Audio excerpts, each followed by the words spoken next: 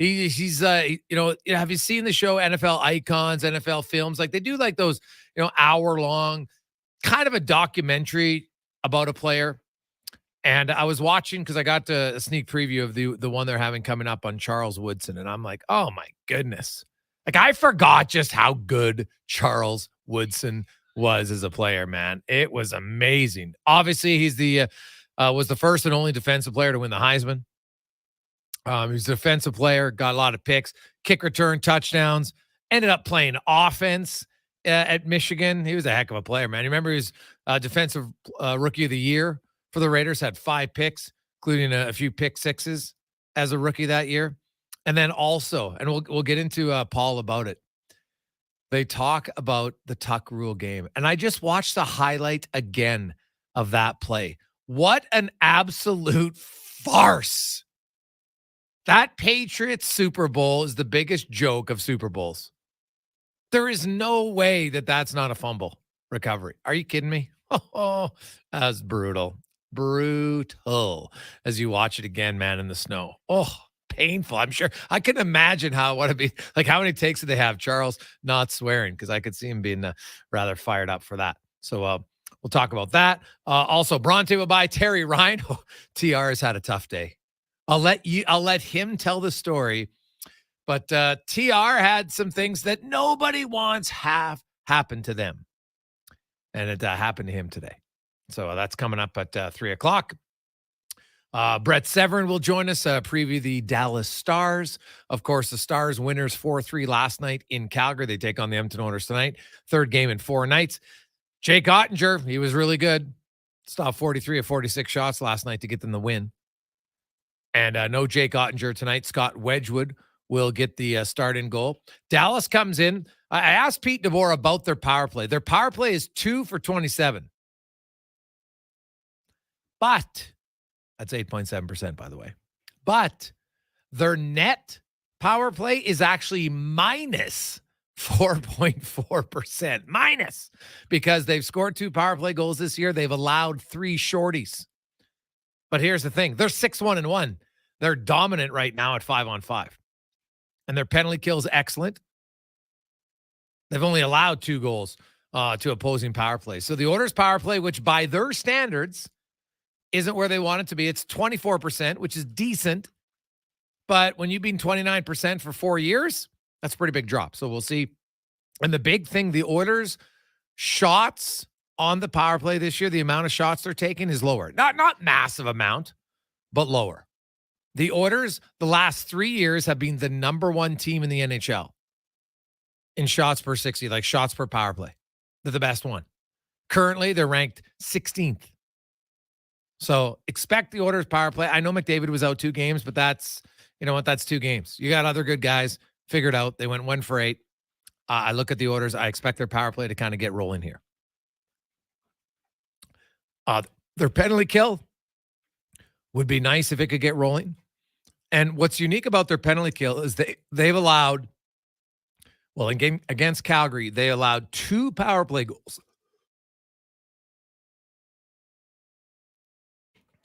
2 power play goals in the final second of the power play.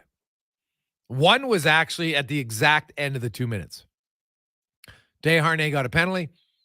At 11:38, he gets out at 9:38. They scored at 9:38. Still a power play goal. The first one, it was a 5-on-3. All right, and then the 1 second left on the penalty. There was another one earlier this year that they allowed with 1 second to go. So you can say, hey, the penalty kill's good for the first minute 59. Because that would change if those 3 goals don't go in with a second left. Their penalty kill percentage looks good. I still don't think it's good enough. And I'm not giving them an out. I'm just saying that illustrates to me that their penalty kill, hey, it's the full 2 minutes, man. You can't let up late in the penalty kill. That's 3 goals. That's a pretty big difference. So their penalty kill, even though the Stars power play is struggling, Pete DeBoer said, you know what?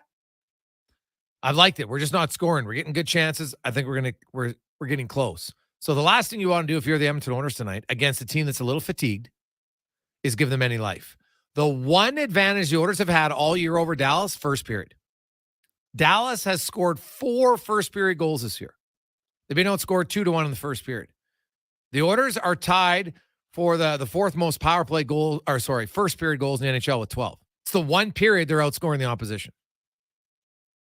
Pete DeBoer even said today the first 10 to 15 minutes tonight is where, we know Edmonton's got a lot of energy. We have to be able to kind of hold through. If you're Edmonton, you got to get up to a lead. And then don't do what you've done in other games, which is get crushed in the second and third periods. Being outscored 12-7 in the middle frame, 10-3 in the third, and then 1-0 in overtime. So after the first period this season, the Edmonton Oilers have been outscored 23-10. Not good. So we'll say, hey, you can't change the past. You got to be aware of it, and I expect the Oilers to be better. It is the Jason Gregor Show, as always, presented by our title sponsor, PlayAlberta.ca, where, of course, lots of NHL games tonight. Can the Leafs hand the Bruins their first regulation loss of the season? You got some NFL football on Thursday night. If you want to go to, lots of little prop bets. You can do it all at PlayAlberta.ca. I'm Jason Gregor. Connor Halley is here. You can always get involved. You can text us at 833-401-1440. And Cons, I know you're a huge, Paul's coming on. You're a huge NFL guy. The NFL icons, those NFL films, which ones were some of the ones that you've watched? Because I know you love the NFL. Any ones that stand out to you? Yeah, Icons is fantastic. Football Life is another one that's really good. I kind of like the guys that I didn't get a chance to watch, right? Okay. Like, so going back, like you mentioned, Charles Woodson, I'm quite familiar with his career. Loved the guy when he was a Packer, despised him when he was a Raider because he did a lot of things to the Chargers. But anytime I get a chance to watch the episodes of some of the greats that were before my time, whether it might be a Jim Brown or a Singletary, even Jerry Rice, because I got Jerry Rice playing for, the end of his time with the Raiders and then the Seahawks and that little stint with the Broncos. Like learning about him with the Niners, the things he would do was really cool. Walter Payton, the hill that he had installed so he could get that extra work in. Those are the ones that I really get into. And then even if you go back to, Joe Namath, those ones were guys that I had, you only hear the stories about them, just seeing how good they were in their time. Those are the ones that are really cool to me. Well, we might have to sit down with Tyler Yaremchuk. He can watch the Jim Brown one. Right. That one's fantastic. So I'm really looking forward to talking to Paul about that. Raider Jesse has text in all caps. Tell me about it. In reference, of course, to the Tucker. I couldn't imagine being a Raider fan in that game. Like, you just think you won a playoff game. Like, you're going to, and you lose that. Oh, I could see, man. Like, if we talk some of the most devastating losses, as much as the Steve Smith, that's just an unfortunate, play. But it's not one where the other team, like Edmonton, still had 13 minutes to go. But this one is you make the play and then the refs decide to review it and overturn it. Oh, my goodness. That is brutal. Hey, Greggs, have you seen the trailer for the new Barry Sanders doc on Prime? Bye-bye, Barry. It looks dope from Hot Eat Cool Treats. Barry Sanders, I think, as a player, and Connor, you just talked about it. Like, Barry was kind of right a little before your time? You watch a little bit of the late Barry Sanders the last few years? You know what? I can't claim to see any Barry Sanders. I got into the NFL big time in around 2000. Okay. And he was done in 98. So I missed out. So but have you seen like footage of like Barry Sanders? Yeah. I know when we talk greatest running backs of all time, I think Barry Sanders is mine. I know Jim Brown and, Walter Payton, but Barry Sanders was unreal. And when you go back and watch the film, like his yak yards, his ability to turn something into nothing was utterly amazing. And they were a terrible team for a lot of those years. Like he didn't have a lot surrounding him. He is unreal. I remember we had Lomas Brown on. He's was I think left tackle for them. I think he won a Super Bowl with the Bucks in 2002. Anyways, over those Raiders. I don't mean to rub salt in the wound there, but he talked about going and watching film after the next day. And so they would just laugh. Like you'd be back in the backfield 5 yards. I'm going to reverse field and take it, 60 to the house. I wish I could have seen him play. Yes. Like Barry was the best. I should say this. He was the best big play running back I think I've ever, well, not I think that I've ever seen. And I've seen lots of footage of other guys. I don't know if anyone can compare just as far as a big plays. Hey, Greg, are you surprised Skinner is starting? No. I thought earlier I said, hey, you could go with Jack Campbell. It's his former team. But Jack Campbell had a 42 save victory over Nashville. You go with Skinner today, and then Jack Campbell plays on Saturday. Even if Skinner pitches a shutout tonight, I'm playing Jack Campbell on Saturday. I don't want your backup sitting out that long. So that's what I'd be doing. I don't like, to me, whether he played Thursday night or Saturday afternoon, remember it's a matinee game.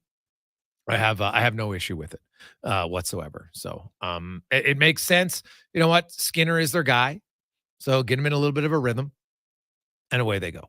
So he had a slower start, but his last 3-4 starts have been really good for Stu Skinner. So I have no issue with it whatsoever. Hey guys, whenever I think of Barry Sanders, I just wish he could have played on a good team. He is the GOAT. He is pretty good. Hey guys, having your Remchuk do live commentary on the Jim Brown episode would be epic. Yeah. Who is that guy? Well, why am I supposed to know? Oh, that's still one. We have lots of laughs about that one. I'm not sure Ty still laughs about it as much as we do, Connor, but we laugh about that one quite a bit. Yeah, listeners of the very good memory. When you think of Detroit, though, I mean, not only did they do that to Barry Sanders, but Calvin Johnson as well. Guys who just were unbelievable at their position, Hall of Famers, never had a whole lot of team success. That's another one for Calvin Johnson. I wish at one point in his career he could have gone somewhere else. Megatron. Yeah, he was good. So the Edmonton Oilers tonight, they're going to go 11-7 again. You'll see Desharnais as the number 6 defenseman, right? You're going to see Broberg for me. Like, I know at Daily Faceoff, they got Broberg in the third pair, but trust me, it's Desharnais. He's playing ahead of Broberg. Broberg to me is right now, he's kind of the number 7. Desharnais earned more ice time, and it's early in the year, team's struggling. You've got to play the guys that are playing better. It's just how it goes, right? They saw Adam Ernie. Trust me, Adam Ernie's not the guy who's the problem for the Oilers, right? I think we all agree that's fair, but he goes down. So Sam Gagner comes up, and tonight Sam Gagner will make Edmonton Oilers history. He is the first player in Oilers history to have 3 stints with the franchise. He'll become only the 38th player in the 100-plus year history of the league to play for the same organization 3 times. There's been 7 players who have done it since 2006, since the lockout of 2004-05. But here's the other one that's unique about Gagner. So Gagner, his first season was 2007-08, and then he went 16 seasons in between, and now he's back with the Oilers. That is the 5th longest stint between your first time with the organization and starting your 3rd time. Patrick Marleau went a ridiculous 22 years. Crazy. Also, you had Luc Robitaille, Terry Sawchuk going 16 and 17 years, or 17 years each, excuse me.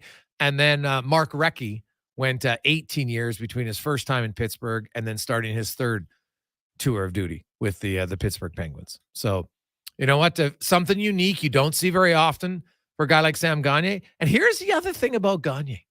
I know there's some people say, you know what? He's done. Remember this, Sam Gagner, he had surgery, tore both the layer in his hips, and he had surgery to repair both of them. His mobility is way better. He's pain-free. He had mentioned, the last few years, like he had to limit his training time and, staying on the ice afterwards just because of the pain. Now he has none. Feels great. Sam Gagner had 8 goals in 48 games in a bottom 6 role in Winnipeg. Now, prorate that. That's like 13 goals. 14-goal season, man. Sam Gagner's got some offensive chops, right? I'm not expecting Sam Gagner to light it up by any stretch, but if Sam Gagner can chip in 10 goals for you in the bottom 6, you're fine with that. You're actually quite happy with it. Again, I'm not sure. I don't think the Oilers, when the playoffs begin, will have both Ryan and Gagner in the lineup. That's what I'll say. I just, 2 smaller right wingers, neither one overly fleet of foot. So I think that's going to be the competition. Tonight, they'll start as the 10th and 11th forwards, and, we'll see who rotates in and gets to play with them. But that's what the lineup's going to be. Looks like McLeod's with Brown and Holloway, and the top 2 lines, no reason to change them. McDavid, Draisaitl, and Fogle. And then you have Kane, Nugent Hopkins, and Hyman. Nurse was Ceci, of course. Broberg is back with Ekholm on the other side for the Dallas Stars, who come in with a record of 6-1 and are playing quite well. Not a lot of changes there. They've played every game with the same 6 defense. Suter and Heiskanen, Harley and Hakanpää, Lindell and Lundqvist. Wedgwood will be the goalie tonight. Up front, Roope Hintz with Pavelski and Robertson. Johnston with Dadonov and Ben. Duchesne between Sagan and Marchment. And then Sam Steele, the local product from Ardrossan. Then I know Sherwood Park, but he's an Ardrossan kid. And then Smith and Dellandrea will be the fourth line. Radek Faxa is out. We'll take a quick break. When we come back, 12-time Emmy Award-winning producer. We're going to talk all about producing these great, iconic sports films that many of you have seen. That's coming up next. Any team looking to trade up is wise to wait for the right conditions. Right now at Volvo Cars Edmonton, they've got some exceptional offers to help move the remaining 2023 inventory. So whether your team wants to head to the game in the sporty XC60 or the spacious XC90, you'll get up to $5,000 off or finance rates from 2.49%. Volvo Cars Edmonton is Canada's only 12-time Volvo Excellence Award winner. Visit 1205 101st Street Southwest or chat online at volvocarsedmonton.com. One call does it all. Action Electrical is proud to celebrate 50 years of providing complete electrical services and a full circle of care, including projects, service, tag, and energy. From humble beginnings in a small Sherwood Park basement to a family-run business, the Action Electrical stamp can be found on some of the most iconic schools, office buildings, and warehouses across Canada. From conception to completion and beyond, contact the professionals at actionelectrical.net today. Get your vehicle ready for winter with Jiffy Lube. Drive-in, drive-out service with 25 extra air miles with your Shell Go Plus app. Be wise, winterize. Jiffy Lube, keeping you moving. Edmonton's premium live music and party venue is On the Rocks. Check out Bingo Tunes on Monday. Perform on the best stage in town with karaoke on Wednesdays. Learn how to salsa with Salsa Rocks on Thursdays. And every weekend, OTR goes live. With your favorite bands on the OTR stage and DJ Kenny K. For everything that's going on at On the Rocks, give us a follow. Facebook, Instagram, or Twitter. At On the Rocks, EDM. Eat well, party hard. On the Rocks. On the Rocks. On the Rocks. Open every day till 2 a.m. Hey everyone, it's Kelly here from United Sport and Cycle. Christmas is just around the corner, and we've got everything for the athlete and sports fan on your list, including United gift cards. United Sport and Cycle, your Santa's workshop for over 95 years. At The Brick, we're not just proud of this city and its rich sports history. We're proud partners of it. The Brick started right here in Edmonton over 50 years ago. And when we're not cheering on the Oilers and Oil Kings live at the game, or the Edmonton Elks under the bright stadium lights, we're in our stores, providing everything you need to cheer them on in your home. The Brick, supporting Edmonton sports teams and fans since 1971, saving you more. Looking to tackle your backyard projects with power and precision this fall? Look no further than Kubota compact tractors. Experience the perfect blend of compact size and unbeatable value with Kubota. Right now, take advantage of financing as low as 0% for up to 84 months and save up to $1,500 on select models. Plus, as the temperature drops, get ready for Alberta winters with confidence with Kubota Performance Match snowblowers, sweeper, and blades. Visit Edmonton Kubota today for details.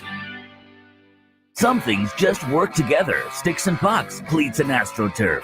Your love for the game and Papa John's passion for better ingredients. Better pizza. Nothing pairs with the game like Papa John's. Crafted with signature sauce, toppings, and original fresh dough. They're the champion of pizza. And now you're the champion of winning deals. Just order at papajohns.ca. Use promo code SPORTS20 and score 20% off any regular menu price order. Better ingredients. Better pizza. Papa John's. That's Sports20. Portions of this hour brought to you by Crystal Glass, the clear choice for all your auto, residential, and commercial glass. Call 310-GLASS or book now at crystalglass.ca. He's not just another pair of glasses. It's the Jason Gregor Show. Thanks for checking out Edmonton Sports 1440. Presented by PlayAlberta.ca, Alberta's only regulated online gambling website. Maybe you can show me how to love. Maybe I'm going through a drought. You don't even have to do too much. You can turn me on with just a touch. baby. I look around, see the city's cold and empty. No one's around to judge me. Welcome back. Thursday edition of the Jason Gregor Show. Also, huge shout out to the Sherwood Park product. Whew, what a game last night, Brandon Biro. Now, he did play a first NHL game a few years ago, but it was his first game of the season last night for the Buffalo Sabres. And what does he do? Pops a pair of Genos. Oh, pretty cool for him. You know what? He's grinded it out, went undrafted, played for the Spruce Grove Saints, and he went and spent 4 years at Pennsylvania State University and just kept getting better and better. Then, signed with Rochester, right? He did get into an NHL game in 21-22, one of them. Then spent the last 2 seasons in the American League. And then got recalled and made the most of his opportunity this year. Like, that's something, you know what? You get in the NHL, you score 2 goals in a game, no one can ever take that away from you. So there's a guy who's 25 years of age, been grinding it out, and got the call and then scored 2 goals last night. And his first one's on Carter Hart, who I'm guessing they played against each other at certain times growing up. So has to be, hey, you score in the NHL on anybody, it's a thrill. But score 2 in one game, whew, good for him. So the Biro family probably pumped up, man. All his buddies in Sherwood Park and former teammates in the Saints, they got to be loving that. It's good times. Now, let's get to our big guest today. We're really excited about this. Brought to you by Silent Rides Charter Company, Alberta's premier bus charter company with state-of-the-art motor coaches that will safely take you or your group to their next destination. Go to silentrides.ca. And our next guest is a 12-time Emmy Award-winning supervising producer and the showrunner of NFL Icons. In 20-plus years at NFL Films, he's created a broad spectrum of documentaries and feature content with a storytelling focus on the intersection of football, history, and culture. Paul Camarada joins us. Paul, welcome to the show, my man. How you doing? I'm doing great, Jason. Thanks for taking a few minutes to talk NFL Icons with us. Appreciate it. Dude, I appreciate the fact that you gave me access, a little sneak preview. I have yet to watch the Singletary one. I will be later on tonight, but I did watch the Charles Woodson one. I know Singletary's coming out first. And man, I'm watching it. I'm just like, oh my God, I forgot how good this guy was. Like, I love these type of films as a sports fan because it takes you, like, it reminds you of everything they did well. Like, you know, we might remember one highlight here or there or a career, but we kind of forget the great moments of these great players. Yeah, I think that's part of the fun of putting it together. And one of the joys, to use that word, I truly mean it, of this partnership we have with MGM Plus, because they have such a great interest and love for the archives and the history.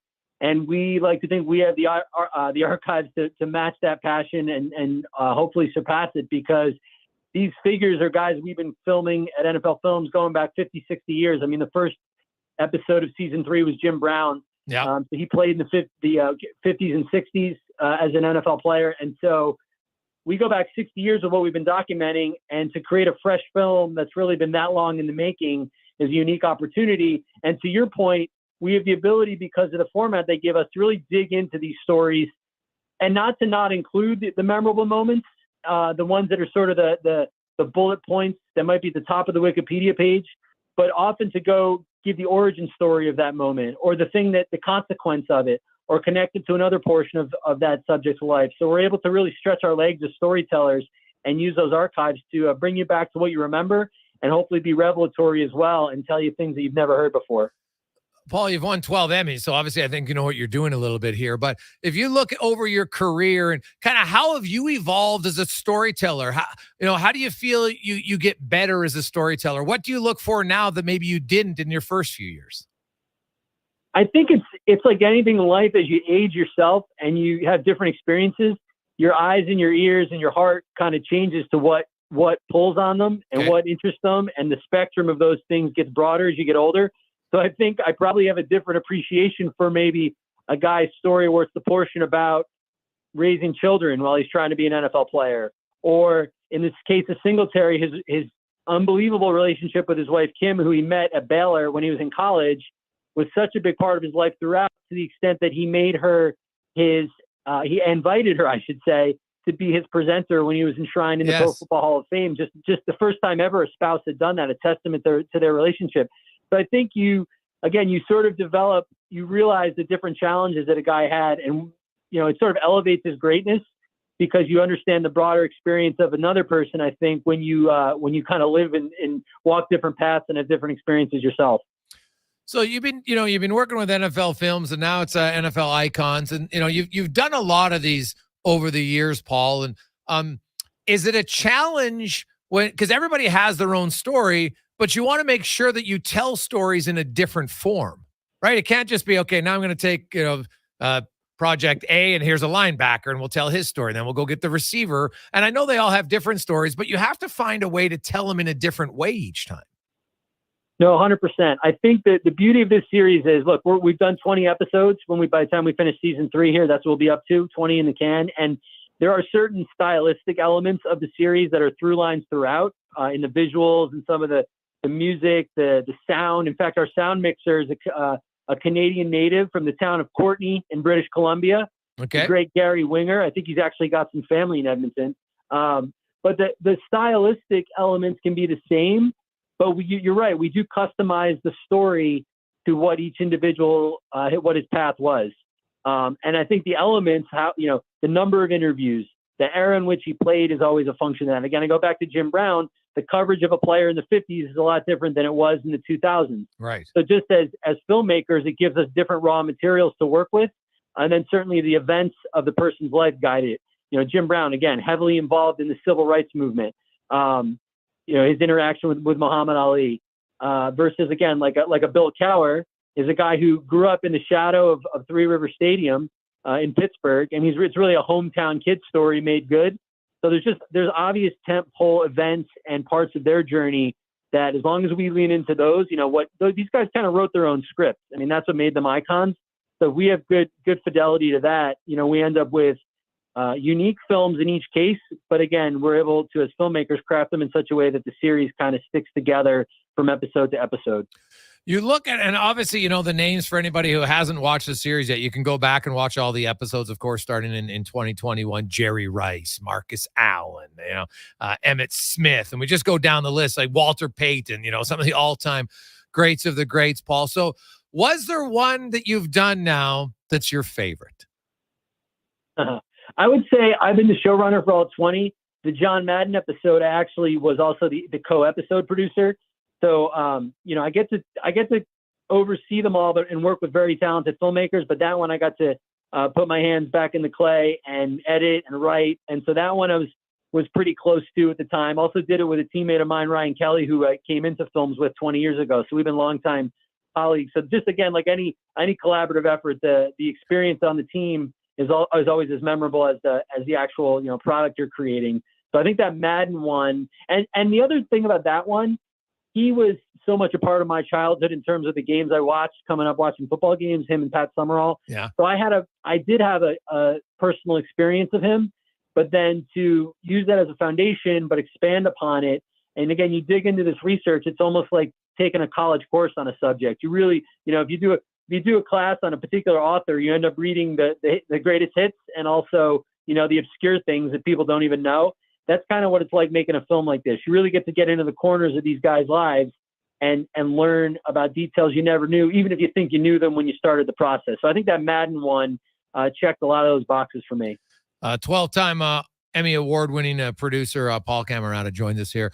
And Paul, I like having different guests on the show because, everybody wants to be a sports athlete at some point in their life, and then maybe they realize quickly they just don't have the God-given athletic talent to do it. But there's many other ways, broadcasting, to get involved in sports, and you're heavily involved in it. Can you give us a little bit of your background on, what education you took? How'd you get to where you are now? So the only thing that that reflects my journey and what you mentioned in terms of that athlete you were just describing is that I always loved sports as a little kid. Yeah. And yes, did have the experience of realizing I was not going to be the athlete, but always loved reading, writing about sports, even just on my own time. Like I had this draw to sports storytelling. I didn't even think about it that way. I guess I was just kind of replicating the stories I would read in the sports page every every morning, and on Sundays I would kind of do it on my own time for fun. So my dream was really to be a sports writer and work at Sports Illustrated. And, I read the guys like Frank DeFord and looked at photos of photographers like Walter Yost and all those luminaries of that business. That's what I wanted to do. Okay. I did it, through high school, through college, and then really had the good fortune of coming out of college, starting to look for newspaper jobs, magazine jobs, just try to get down on the ground floor. And I saw a job listing at NFL Films. And the magical part was they were most interested in writing samples and football interest. And their attitude was, we can teach you filmmaking the way, we'd like for you to do it. But if you can tell stories and you love football, that's the foundation. And fortunately, I checked those boxes and was able to get in films and kind of learn how to do the rest of the craft, and things that were very making a film really is very close to writing a term paper in many ways. But I had never thought about it that way. Like, it never occurred to me until someone kind of opened my eyes to it. So it became this really joyful thing because it was the thing I loved doing in terms of writing. But here I was again. I mentioned a photographer. Well, now I got to work with images. I got to work with music, which I'd never done before. And I got to use all the elements of films to do a different version of the thing I always wanted to do in the first place. So it was following my passion, but also a little bit of good luck along the way to have it kind of lead me into a path that I hadn't considered. So, Paul, when you're directing one of these episodes, are you in charge? Do you pick all the music that maybe you're going to go at certain times? No, I think, like I was saying, so I oversee the series, but each one has episode producers. Yes. And they do so there's a lot of the sort of shot by shot, like the actual filmmaking decisions at the granular level are made by those folks. And of course we collaborate along the way. But it's definitely a team of people from pre-production through the edit and through post, that puts the whole thing together. And so to the music question, some of that could be done by the actual director of that particular episode who's editing the material. And then sometimes we have music editors that's their entire craft, and they can supplement and provide other levels of music edit and composition and scoring to take the film into a different direction. Now, I would think most, icons in the NFL would want to be part of this. Maybe I'm wrong on that. How do you go through the process of deciding who you guys are going to use each season and when you're going to use them? Like, is there a strategy? Okay, Jim Brown's the first episode of series number 3. Is there a strategy in why he's number 1 and not number 3 in the third season, for instance? So a lot of the programming decisions come down to MGM because they are our partners on the MGM Plus. I should say they're our partners on this series, and so the shows premiere on their channel and their streaming app as well. I could tell you that they also are the shows are ending up on Amazon Prime as well this year. Yes. And so in the case of the Bill Cowher and the Mike Singletary, they are cross-promoted with Bear and Steeler games that were airing on Thursday Night Football. Okay. So there's always different logistics that go into the programming decisions. And again, some of them we sort of know as the filmmakers, and others we just sort of go along with whatever they do on the programming side. In terms of like the actual slate, I think it's just looking for a balance, right? We knew 4 was a good number for the schedule for this year. So then, of course, we want to cover off and have a little bit of something different in each episode. So we represent different eras, maybe different positions on the field. Again, we have one head coach. We have one posthumous subject. We definitely don't want all 4, or in the previous season's cases, all 8 episodes to have a sameness to them. We want to have sort of a nice variety from episode to episode over the course of a season. Right. And that's very cool. Now, are you already looking ahead to next year? Do you guys have any ideas? And would you, for like, who presents, okay, this is the person we should do this year? Does someone come with a presentation, then you guys vote on it to decide who are going to be the ultimate people focused on that season? It's always kind of just an ongoing conversation. It's like, we sort of have our list in our drawer about, who are the stories for this series we haven't done before? Or, who's a great figure we've done a film on maybe 10 years ago that it's worth revisiting because something in his life has changed. Perhaps he's passed away and there's been a new element of his history that's been reflected upon and written. I mean, Jim Brown passing in the spring right after the NFL had honored him by renaming the Outstanding Running Back Award sort of both those events kind of brought him back to top of mind. Same thing with John Madden the year before. When he passed the year before, we kind of immediately said, wait, we haven't done an Icons film on him. let's see if we can, if we feel like that's a good guy to raise up to the top of the list. Yeah. There's no real one answer. It's always kind of who we're talking about and what kind of makes sense. Again, once we start plugging in one guy, who do we surround him with to sort of round out the slate? Now, is there anyone that you personally would like to say, okay, you know what, in the coming year, this is somebody I'd really like to have on? It's a great one. I mean, there's so many. There's so many because to your point about all of them being a little bit different, I look at a guy like Lawrence Taylor, who we haven't done one with, who's clearly like, as iconic as they come in terms of a player, but also his story off the field is completely epic in terms of some of the adversity, but also the accomplishments. And again, as history unfolds and other players come into the league, you get a new lens on some of those past players. I grew up a Giants fan, so again, that's another reason it sort of pops to mind for me. But then I go back further. Again, I think the Jim Brown film reminded us that just because a guy played, there's often a recency bias in some of these projects you see out there. You're right. And I think we love being able to celebrate history and go back in time. Because again, just because a guy played 60 years ago and maybe there wasn't, he wasn't ever mic'd up the way we mic up guys now, it doesn't mean his story doesn't have a lot to offer. And again, there might be elements of that story that are uniquely more relevant now than they were before based on how history has unfolded around us. I look at the valuing and or devaluing of the running back position in the modern pro game. And to hear that conversation all summer while we were making this Jim Brown film, where he was, his ethos literally, I think until he breathed his last, was that the running back is the most important position on the field. Yeah. And that's how you control the game. And people think there's a quote and there's a bite in the show. He says, people think it's the quarterback, but it's the running back. I mean, that's why he wanted to play that position. He probably could have played any position on the field. He was such a remarkable athlete, but I think the list goes on. And again, because of the archives we have, it really provides an incredible opportunity to revisit these guys and tell their stories to a new audience. One last one for you. You've been around for 20 years, so this one might be very difficult, but I'm sure when you sit down to start a story, by the time it's done, there's lots where you're like, wow, I didn't know that. In all your research, you learn a lot of things. Was there one or two stories and players and individuals that you focused on, not so much on icons, but just overall, and if it's icons, great, that you were like, wow, I didn't know this about them, and this is fascinating to me? I mean, every project, definitely every project. I did a film about Nick Saban, the Alabama coach, arguably the greatest college coach of all time. Spent a little bit of time in the NFL. His journey, and again, back to kind of where we started, and it started out being a film about a football coach and a guy who rose to the top of his profession, but it ended up being a story about a relationship that he and his wife had and how they went on this. They grew up together in the same small town in West Virginia. I think they got married when he was 20 and she was 19, just finishing college. And they really were on this journey together and were this incredible love story that was at the heart of what sort of continued to propel them forward as a family. And that he had the balance with the ambition that he had to be a great college coach.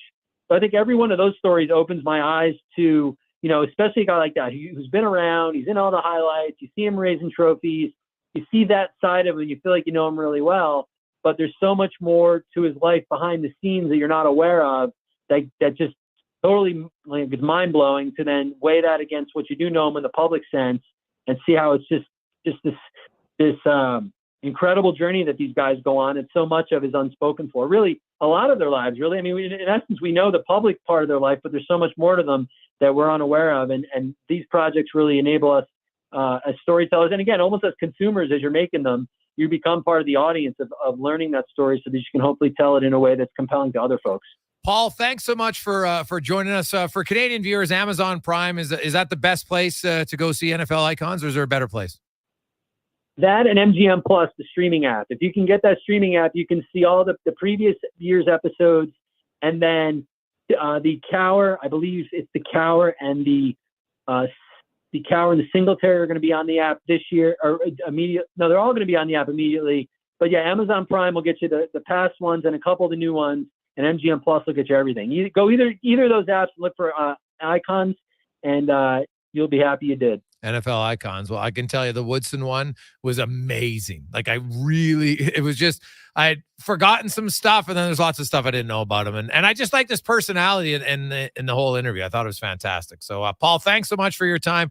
Really appreciate it. Continued success. Thanks, Jason. Appreciate you. Paul Camarada, 12-time Emmy Award-winning producer, currently on NFL Icons. I'll give you the list of some of the icons. Like, if you're a fan, and the great part about it is, like, I wasn't a fan of Michigan. I wasn't a fan of the Raiders, but I knew who Charles Woodson was. Obviously, I followed his career a lot, but you know what? Like, just some of the moments that they talk about. I don't want to give away the whole film, but there's certain things. Like, I didn't know how dominant. Like, I remembered, but I did not know enough about his career at Michigan and what he did there, and then how he broke on the scene in the NFL, and then just his personality throughout it. It's fantastic. I love how they shoot these. I'm a huge fan of documentaries. I don't care what the sport is, right? Like those 30 for 30s are amazing. They're all different ways they've told them, but here's one that to me, when, like, my wife, she likes sports, she doesn't love sports. But she loved this, right? Like, she's like, I can get into stuff like this, right? Like, still, John Tortorella is still her favorite NHL coach, based on nothing more than remember where they had the Winter Classic, and they would have they would film the two teams, and it had to be the Rangers and the Flyers, and Torts was coaching the Rangers at the time, and that's when they were interviewed, and she just liked his personality. You know, he's kind of grumpy and gruff, and it was a personality. She remembered it. And she still is like, hey, how's Tortorella? Where's he coaching? Right? Like, she kind of follows him more. And that was based on that whole series. You know, those were half hour. What is it? Once a week for, I think it was 7 weeks or 6. I can't remember exactly. But, you know, those type of films, man, that's how you get fans. Because you're listening to this show right now. Most of you are diehard sports fans. Diehard. You love it. Like, sports is a major part of your life.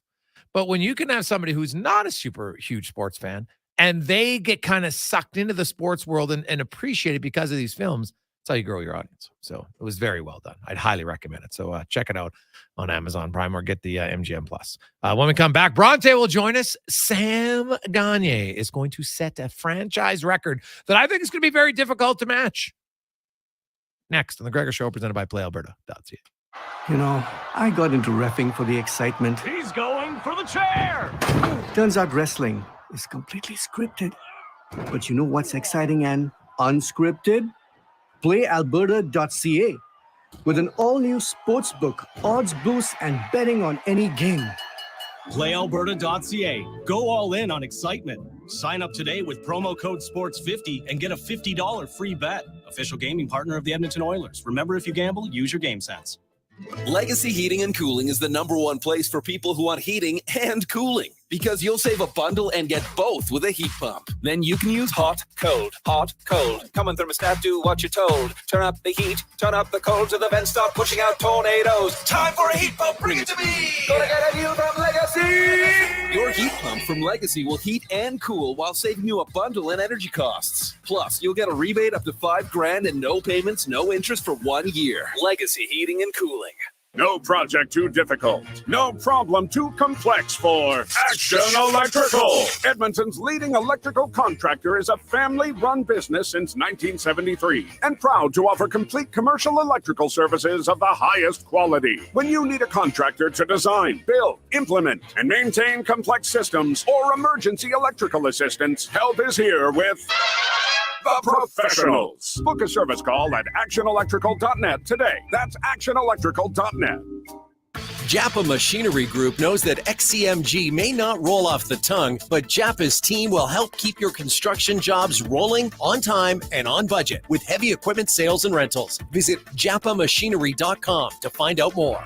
Hey world, get ready to believe. At Oodle Noodle, we serve up world-class, worldwide flavors in our sweet, saucy, and fiery noodles. We believe in the power of nudes. We've got everything from saucy mac and cheese to sizzling pad thai to so many other unbelievable dishes sure to make you a noodle convert for life.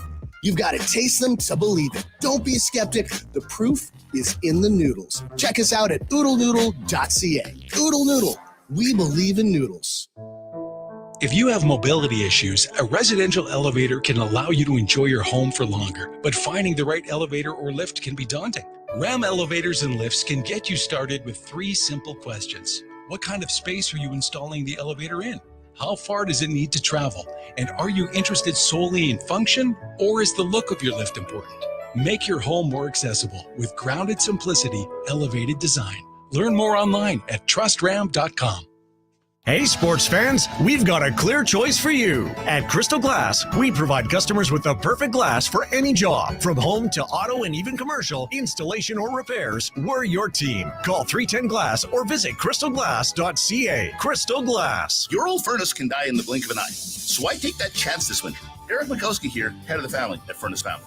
The time for a new furnace is now. Not only will you have peace of mind on those cold winter nights, you will save money on those super expensive gas bills. Unsure? Furnace Family can come check your furnace, and if you buy a new one from us, the check is free. Daikin has an industry-leading lifetime warranty on their heat exchangers. It could be the last furnace you ever buy. Visit furnacefamily.com. Jingle time. Done right, day or night, furnacefamily.com. Hi, Larry Ricci from Vision RV, reminding you that now's the time to start thinking winterization. The cold stuff is on the way, so be proactive and protect your investment with Vision RV's thorough and affordable winterizing packages. You'll be all set for the off-season with help from our amazing service team. So kick back and relax in our comfy customer lounge while we get to work, or stroll around and see what's new. We look forward to seeing you here at Vision RV, just south of the Yellowhead on Highway 60.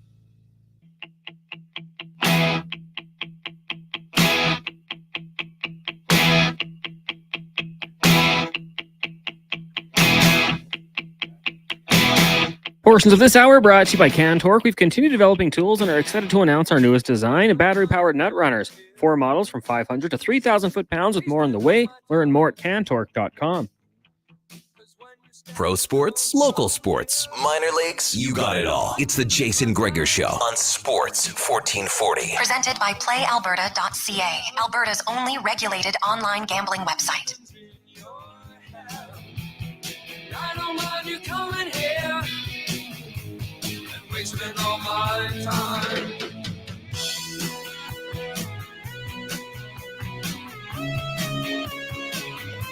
Continue on game day on Sports 1440 live on Oilers Nation YouTube. Hey, Jason, I've always said the NHL should try to hire NFL Films to help their product. That guy would be a good reach out for Bettman to help grow the game. The NHL definitely lacks in storytelling. There's a few things the NHL lacks under Gary Bettman right now. I think it's time for a change, honestly. The recent debacles of how they handled the Pride tape situation, and really all of the cancer, all those nights, the Shane Pinto lack of transparency, this decision to punish the Ottawa Senators. Because what's funny is all you had to do is go to Cap Friendly the entire time, and you would see the Dadanoff had said he had a limited no trade clause. It was right on their site. And now you're making them give up a first round pick. They're punished more than Chicago was. Okay, because think about it. Think about a first round pick and how much value. I understand depends on who the first round pick is. But what if Chicago, when they made the decision to punish them, what if it would have been you got to forfeit a first round selection? That was a few years ago. What if it would have happened to be the year where it's Connor Bedard? Think about how many million that's worth in organization. Right? There's massive. Even if it wasn't Bedard, maybe it's a second or third pick. Doesn't matter. It's worth a lot to your organization. And, the irony of Bettman saying, well, we're really going to come down on Ottawa for not telling the truth about everything that's involved. But then they just went through the sale process with the Ottawa Senators and didn't divulge the entire truth. And Hauer said he knew nothing about the Pinto investigation, which, by the way, has been ongoing well before he purchased the team.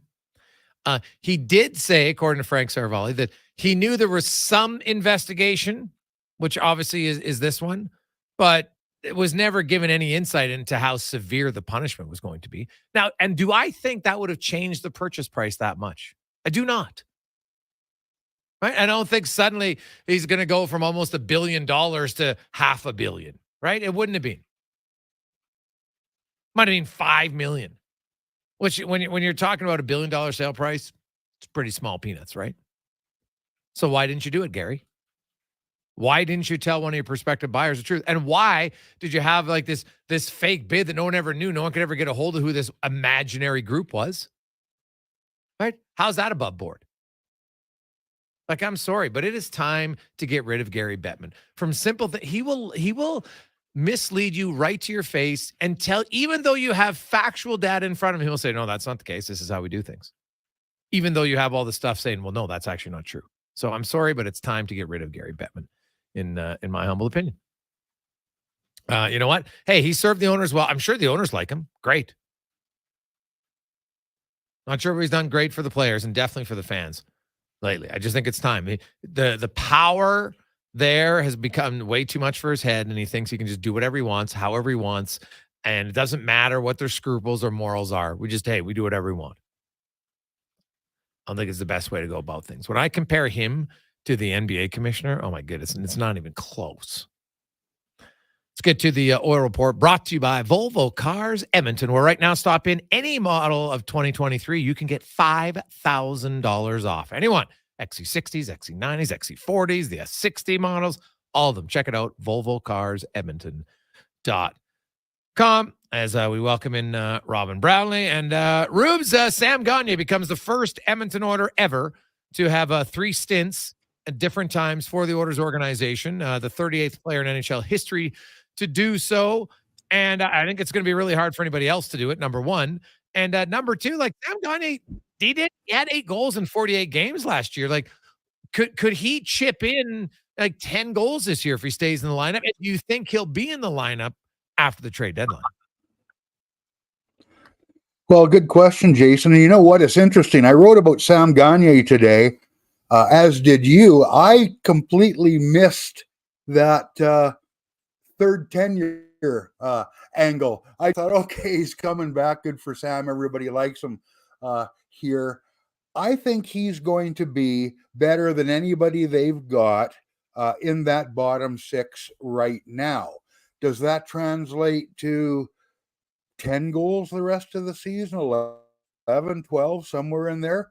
Yeah, maybe. But I think he brings a little bump in offense, a big bump in gamesmanship, and thinking the game through. Just because he's a veteran now, you play more than 1,000 games. Unless you're not paying attention, you pick up a thing or two, and he's a smart guy. The other thing too, and you mentioned it earlier, with the hip surgeries and feeling better than he has in some time, he was never a burner. But if he can get around a little better than he has, that's nothing but good things for the Oilers. Because look, he's always been small. He's never been extremely fast and old. Well, there's nothing any of us can do about that. But I like the addition. I like the call over Raphael Lavoie. That's been discussed a lot lately for many of the reasons you've talked about. Sam Gagner is perfect for this bottom 6. Raphael Lavoie at this point isn't. Better hockey player? Yeah, down the road probably than Sam is right now.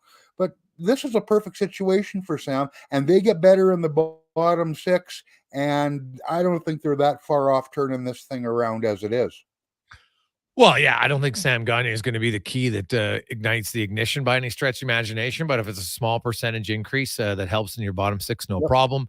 I was looking at the Oilers' top 6. They're down from last year's first 8 games to this year's first 8 games. The top 6 has scored 16 goals compared to 23 last year. So that's basically 1 goal fewer per game from your top 6. That's a big difference, right? They can play better. We know that the bottom 6 has to play better. That's a no-brainer. The penalty kill obviously needs to be better.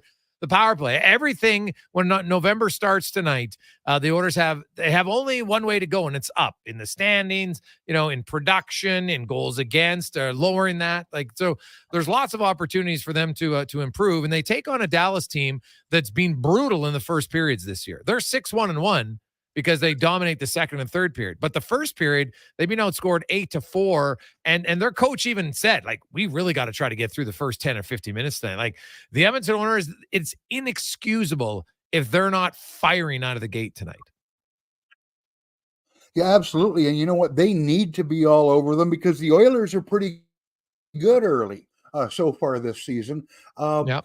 Yeah, use that. I mean, you don't want to rely on your third period scoring this year, even though they've got a couple lately. Jump on this club.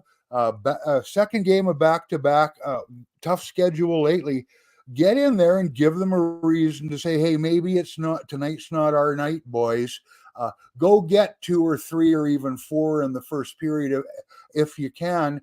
And human nature being what it is, regardless of what hockey players will tell you, if they look like it's going to be an awful tough night to end this swing, you're not going to get that much pushback. Let them hang around and play into the parts of the game where they've been stronger than you. Maybe now you got a problem. When you look at, like, I have very little concern about Connor Brown's game. I actually think it's been quite good the last 4 games. He obviously looks slower, and I liked his honesty. He admitted, he goes, yeah, the first few games I didn't have my legs. It took me a while. Now I feel really good. And he was very confident. He's a guy who's not lacking confidence. Goes, hey, my hands didn't disappear. I've got good hands. I'll score. Where do you come out on Brown? But then what about Holloway? Well, I like Connor Brown because he first of all, he's done it. He knows what he can do. When he says my hands, haven't gone anywhere, that's true. It's been a tough start. 4 games last year. That's a long time off. We discussed this earlier, Jason. He looks to me like a guy who knows now, I'm going to be okay. I'm not going to get hurt going into corners, chasing pucks, going hard to the net. Connor Brown has shown before that he can score a little bit when he does that. He's a couple times 20 goals. Don't expect that this year necessarily, but it's been a difficult start. But you can see him getting closer. And I know people go, yeah, close only counts in horse. He's gonna be fine. With a guy like Holloway, the problem is he hasn't done it before, and the longer the bagel hangs there, the longer it takes for him to have some success around the net. Maybe that doubt creeps in. He's got no physical reason to not be around the net and be around the puck like Connor Brown. Connor Brown, again, takes a little while to get back up to speed. This is a young, strong kid, not even in his prime yet. Take one in off the shin pad, off the butt, whatever. I haven't minded too much how he's played, but you need some production there. You can't have that many guys in the bottom of the lineup with zeros, because when you get a little bit of drop off on top, that's where you want to talk about the depth and the guys lower down the lineup picking it up. And while Fogel's been good and Hyman's been good, Kane is starting to come now. Goal scoring, which people have said for a few years now isn't a problem for the Oilers, has been a bit of a problem. Not a big problem, but a bit of a problem. So those guys need to get going. Yeah, it's definitely a bit of a problem. They're 2.75 goals per game, which isn't not even top 20 in the NHL, right? And so I firmly believe their offense will get going. I think Edmonton's going to go on a little bit of a run here. Stuart Skinner seems to be in a little bit of a run. He'll go tonight. I assume it's going to be Jack Campbell then on Saturday night. I don't think they want him to sit out too long. You don't need your starter suddenly starting 6 in a row, 7 in a row like that for Stuart Skinner. So, you got to still think about the long term of the season. The last one is Broberg. If Broberg keeps kind of humming around 7-8 minutes a night and Desharnais's clearly beating him out for that number 6 spot, wouldn't it serve them better to put him in the minors for at least 2 weeks and let him play 20 minutes a night? I think it would serve the Oilers better, and it would serve the player better. You can't, if you're a veteran and you sit and you've been there for a while, you know how it goes. When you're a kid trying to establish yourself and you're either being scratched or you're only playing a handful of minutes, it doesn't do any good for your development. And yeah, everybody understands the American Hockey League is not the National Hockey League. And what you do down there doesn't automatically or necessarily transfer to the NHL. But go down and play, get your legs under you, get your confidence, get your wind, all those things that aren't what they might be when you're playing a lot, and wait for the phone to ring. They're not going to forget about you because you're in Baco. You're going to give yourself a chance to get on top of your game, because right now, with limited minutes or no minutes, you're not doing yourself any favors, and you're certainly not helping the team. So right now it's a lose-lose, where I think it could be a win-win. Bronte, have yourself a great Thursday. We will chat with you on Monday. See you, Jason. That is Robin Brownlee, a.k.a. Ruben Bronte. The Oil Report brought to you by Volvo Cars. Edmonton coming up. Terry Ryan will join us. Oof.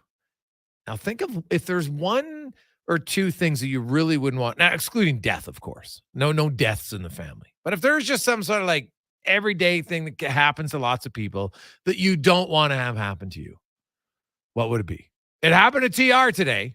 Actually, a few of them happened to TR today. He's coming in rattled, really rattled. So we'll see how that is right after Connor Halley in a Sports 1440 update. Brought to you by BIE Engineering, specializing in all the residential, commercial, and industrial structural engineering needs. Go to BIEENG.com. This is a Sports 1440 update. It's game day. The Oilers hosting the Dallas Stars down at Rogers Place just after 7. Elsewhere around the NHL, the Kings are in Ottawa. Red Wings host the Panthers. Hurricanes take on the Rangers. Caps host the Islanders. The Devils in Minnesota. Leafs up against the Bruins. Coyotes host the Canadiens. Jets in Vegas. Kraken take on the Preds. The Canucks in San Jose. Week 9 in the NFL kicks off tonight as the Titans head to Pittsburgh to take on the Steelers. Kickoff at 6:15. You can watch this one with Brandon Douglas at the Jensen Lakes Canadian Brewhouse for your chance to qualify for a trip for 2 to the Super Bowl in Las Vegas. 4 games in the NBA tonight as the Raptors will take on Philadelphia. That one starts at 5. You've also got the Pistons in New Orleans. Jazz host the Magic, and the Spurs taking on the Suns. And just one game in the AJ. Calgary in Camrose taking on the Kodiaks just after 7. Coming up in hour 2 of the Jason Gregor Show, we'll be joined by our co-host Terry Ryan, also Steelers beat reporter Alan Saunders, and we'll speed things up in the Cantor Racing Report with Colin Livingston. I'm Connor Halley. This has been a Sports 1440 update. This is Sports 1440, a Stingray radio station broadcasting on Treaty 6 territory. Download the free iHeartRadio app and listen to CKJR wherever you go. Everyone loves a comeback. Hi, I'm Colin from Cantork. The flame of Edmonton sports fever burns bright. Cantork proudly continues our partnership with Jason Gregor, excited to re-enter the arena of sports radio on Sports 1440.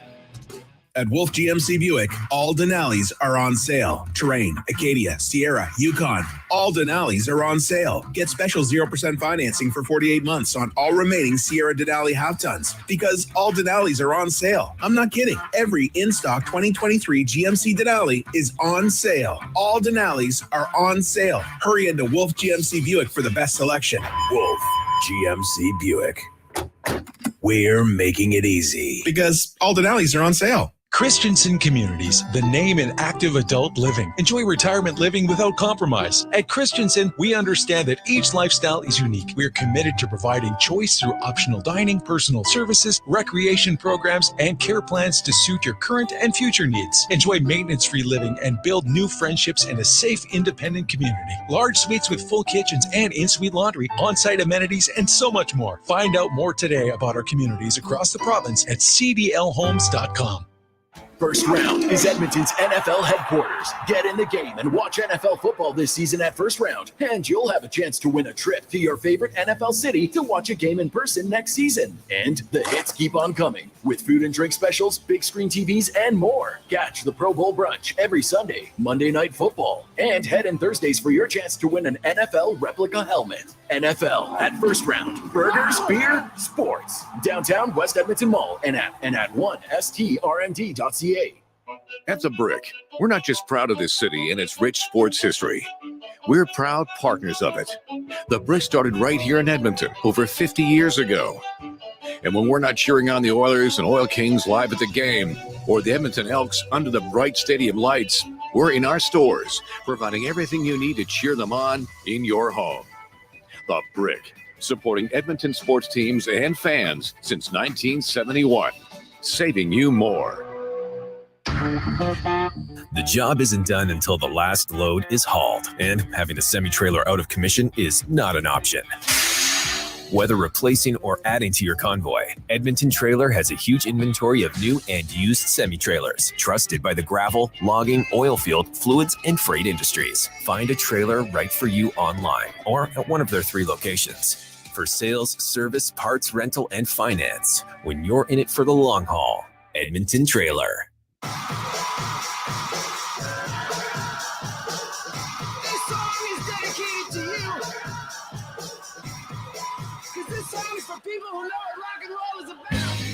Portions of this hour brought to you by Roger Weirton and his team at Weir, Pearson, Akel and Associates Private Wealth Management, helping business owners and professionals build, protect, and enjoy their wealth. Earn more now and call Roger and his team at 988-4119. Sports Radio is back. The Jason Gregor Show on Sports 1440. Presented by PlayAlberta.ca, Alberta's only regulated online gambling website. I can't invest my time. I've tried it all and I'm tired of trying. You think you got it all figured out, and everything you think it's about. When you find yourself finally released, you hit the ground and kept running east. And now it's all catching up to you, as these things usually do. Just after 3 o'clock, it's game day. Yes, the Oilers are still in the NHL after a 3-day break. They will resume their season. Not a great October, but ended well. Now they'll try to start a good month of October tonight against the Dallas Stars, who were victorious last night in Calgary 4-3. Jake Ottinger stopping 43 of 46, but he won't be in between the pipes. He'll get the night off. Scott Wedgwood will be the goalie for the Dallas Stars. Doesn't look like any other roster moves for them. Fax is hurt, and they've been going with the same 6D all year long. The Gregor Show is always presented by PlayAlberta.ca. Get in the game. Have some fun. PlayAlberta.ca, NBA, NFL, NHL. Hey, you can do the parlay of all of them. That's what we'll do. We can do our picks a little bit later on. A little bit of fun. Mix it up. Check it out at PlayAlberta.ca.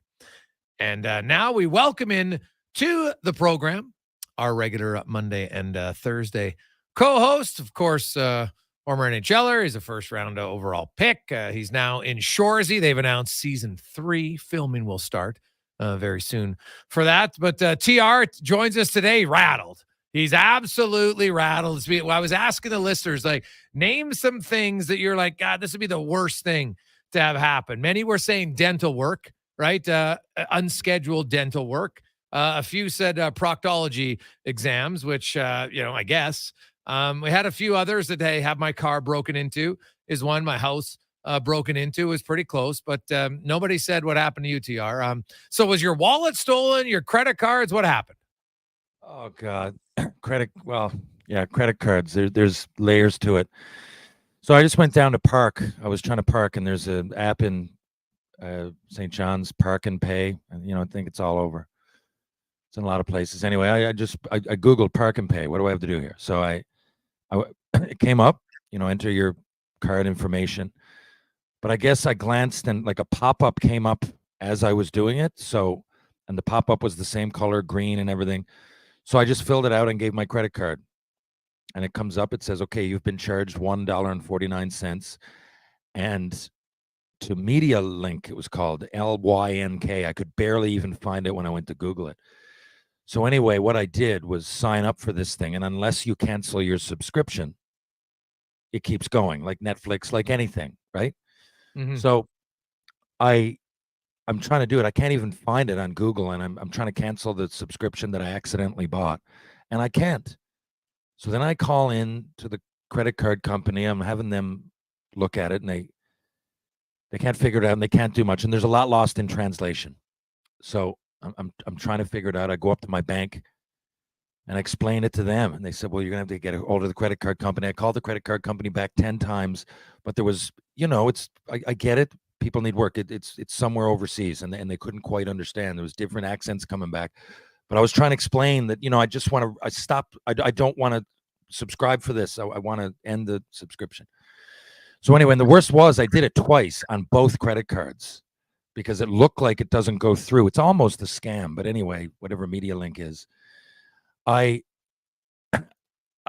can't figure it out. So now, as I'm trying to figure out the problem, okay, and I phone in Media Link themselves, and it's really, really hard to cancel. I finally figure out where it is online, and it's hard to cancel the subscription. But as I'm looking at it, and I call back to both companies, and what I figure out is that not only did I accidentally subscribe, and it's hard to unsubscribe, but now I'm looking at the transactions on my cards. I've never really gone back and dissected it too much in the last couple of years.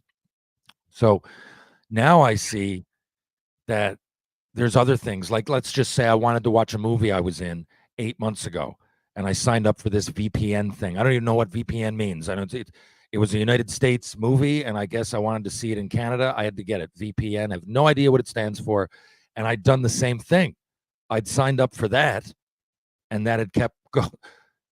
And inadvertently, I was still paying on that $21.99 a month. I had no idea. And then I look at the other card. I did the same thing 2 years ago. So now I've got all these, like, my head is going crazy. And Shorzy is at the same time asking me for my notice of assessment so I can start getting paid by them. Okay? I'm freaking out, but I'm like, okay, let me at least take care of Shorzy first, and I'll get back to this. So I'm going on trying to find it on the government, and I type in 3 passwords and they don't work. I'm like, I really thought this was it. Trying to get into CRA and my government.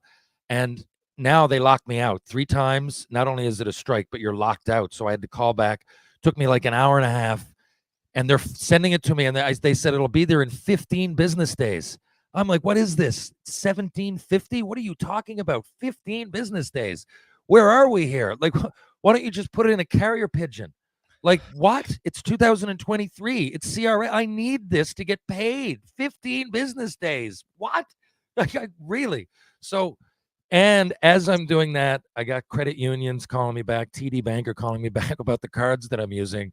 And not only have I been inadvertently paid, that I got paid for that stuff. It was a mess up on my part, but I got to pay for it.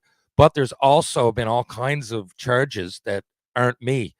So I figured, I mean, I guess it's nice that I figured out my credit cards were Dude, you might have to check you might want to check your bank statement once a month. Hey, geez. You just I just never, I trust it all. Got it. I trust it all. I just trust it. So now I get both cards canceled, right? And I just paid on them to, anyway, it's just, and I'm leaving. So like, I got tomorrow's Friday, and then I leave on Monday. So I got a lot to figure out now in the next few days that all I did was try to park. It was like 88 cents. And I'm just like, I've learned my lesson before, running in, running out. And the guy's going to come along and give me a ticket, and I don't want any more of those. Anyway. It's a tough day, man. It's a tough day. So the moral of the story is be careful what you download onto your phone. Read the fine print.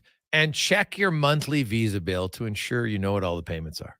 Yeah. Right? Like I'm very restricted on what I don't sign up for anything. So I hate monthly payments. I had a goal, and you know what? No car payment. My wife and I, when we got married, we're like, okay, we have a real goal here that we set, and we're going to put down. We're doubling up our payments for a long time, and so now we got a mortgage free, which is unreal. So we don't have that payment. So I try to avoid, like, I know some people just put, it's a $10 here, $30 there. Well, that adds up pretty quick, and every month you're getting something. So I know for sure if there's ever a shady statement on mine, because I'll be like, well, I don't know what that is because I've never signed up for it. So I would recommend that. I'd say this. Listen, if the worst, you got to not only look at it, really look at it. Now, one of the charges that I didn't elaborate. It seemed like a long story, but this has been a long day. One of the charges, I had 2 Netflix accounts. I didn't even know about the second one. So I'm looking at it, and Netflix is coming up. Right? It's coming up whenever I signed up for both of them, like a week apart. So I'm just seeing it on there, and I'm not realizing that it's an extra account, and I don't need that at all. Right? I mean, me and my dad, so that was one of the things. And another one of those VPNs, the way it was presented, it almost looked like PlayStation Network. It was almost like, I have PlayStation, so I've never thought to question it. Right? So anyway, that's the thing. Not only look, but really do yourselves a favor and once a month really dissect what really happened on your card, because I wouldn't know where to begin from what I just found out was stolen today to what I myself accidentally have paid. We're talking thousands of dollars today. Well, you got to check your state. We have lots of texts coming in. Geez, TR, is TR like the youngest senior citizen I know? Oh yeah, I know. Yeah, I know. I hate dealing with it, man. Triple C says, "Hey boys, I paid $8,000 to the wrong CRA account. It took 5 months to get it back. Terry should do cartwheels when it's 3 weeks. Geez, 5 months to get your own money back. That is an unbelievable scam they got going on there." So, yowzer. So, well, the good news is you will be filming for season 3 coming up pretty soon. Now, lots to discuss here around the NHL. The Ottawa Senators. Give me your take on the Ottawa Senators and this whole situation where, okay, so allegedly when Vegas asked him, does he have a modified no trade list? And they said, no, he didn't have one. Well, the whole time, Terry, it's on Cap Friendly. Now, maybe they're like you and they don't like to check their statements. So they didn't bother to go look at it, but it was always there in the public eye. Meanwhile, almost 2 years after the trade was made, now they get punished a first-round selection. What do you make of this? To me, like, it's funny. They're punishing them for not for basically withholding information. Meanwhile, the NHL withheld information from the new buyer of the Ottawa Senators. It's like the hypocrisy blows my mind. Yeah, if it just looks real bad, man. It's an egg in their face. And anybody who knows what's going on that's trying to find out, and it's early in the year, and, there's lots of new fans coming and other, not only fans, but reporters and networks that are reporting on this. And it's just like, it looks like an epic fail. I don't know what to think of it. I honestly, it's a story that I missed. Like, people overuse the term "can't believe," but this is hard to believe that this could happen, especially now. What are they using? Like faxes? What's going on? Like, like now with all the technology and all the reasons to have everything in order and perfect and organized. And you get something like this. I mean, I don't know. Rules are rules, but then it's hypocritical, isn't it? I'm not sure what to think. And of the Senators, I don't know. It's unfortunate because, like, I don't know. As recently as like a week and a half ago, I thought they were. I'm not going to say overachieving, but I just never thought they'd really put it together in what I thought had been so quick. I looked at camp. I looked at what they had. Some of their players, some of their signings. Everything was going in a positive direction. If you compare it with things 2, 3, 4 years ago. I mean, it was a dumpster fire for a while. I had every bit of confidence. I was excited for the Senators, and it just seems like something off ice is always hounding this team. Yeah, no, that's well said. It's true. Like, if it's not one thing, it's the other. Dorian finally gets let go. Stu Staios takes over in the interim role. We'll see if he gets a new GM or not. I think he'll hold on to that for a while. I think DJ Smith he's looking over his shoulder, Terry. There's no doubt about it here. The Sens got to win some games quickly. Like, I think if they lose 2 or 3 in a row, they might say, okay, done. Like, we're not waiting. This guy's had a lot of time. I know they work hard. I know their effort shows up all the time, but I wonder if somebody just comes in and says, you know what, we're going to bring in our own guy. That's kind of historically how it's been in the National Hockey League. So I'll be interested to kind of see where it goes in Ottawa and how long he lasts.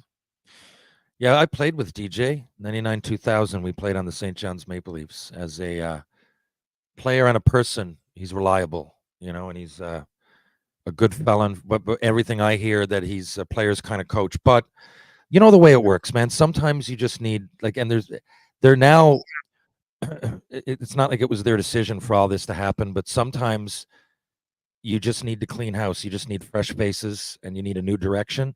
And it could be no fault. I mean, it happens, I think, close to half the time, really, if you look around. I mean, a lot of these coaches are recycled in the NHL, at least, because they're good coaches. That's what they do. There's not many people that have a resume like these guys, and there's a reason for it. And some of them can be good, but it just doesn't fit. And when you have, the house of cards halfway falling already, sometimes it's easier to just wipe it clean. But that being said, not like it's going to happen tomorrow, but yeah, I really think that the leash just got real short. 2-3 games, like you said. If they lose the next few, I would definitely, I'd already be looking over my shoulder, but it wouldn't surprise anybody. In fact, it would be kind of expected. Terry Ryan, Jason Gregor with you on Sports 1440. Alan Sanders will join us next. We'll go to Pittsburgh on the Gregor Show, presented by PlayAlberta.ca.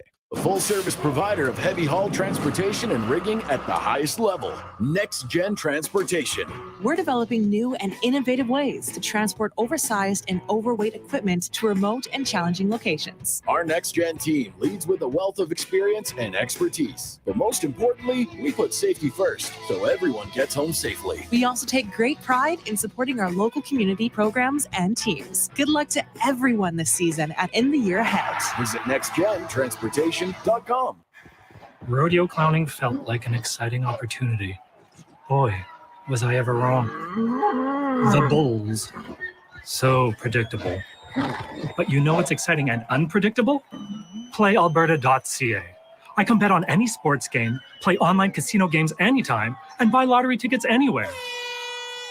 PlayAlberta.ca. Go all in on excitement. Sign up today and get over $100 in welcome bonuses. Remember, if you gamble, use your game sense. Building or renovating, you want to work with someone who sees and understands your vision.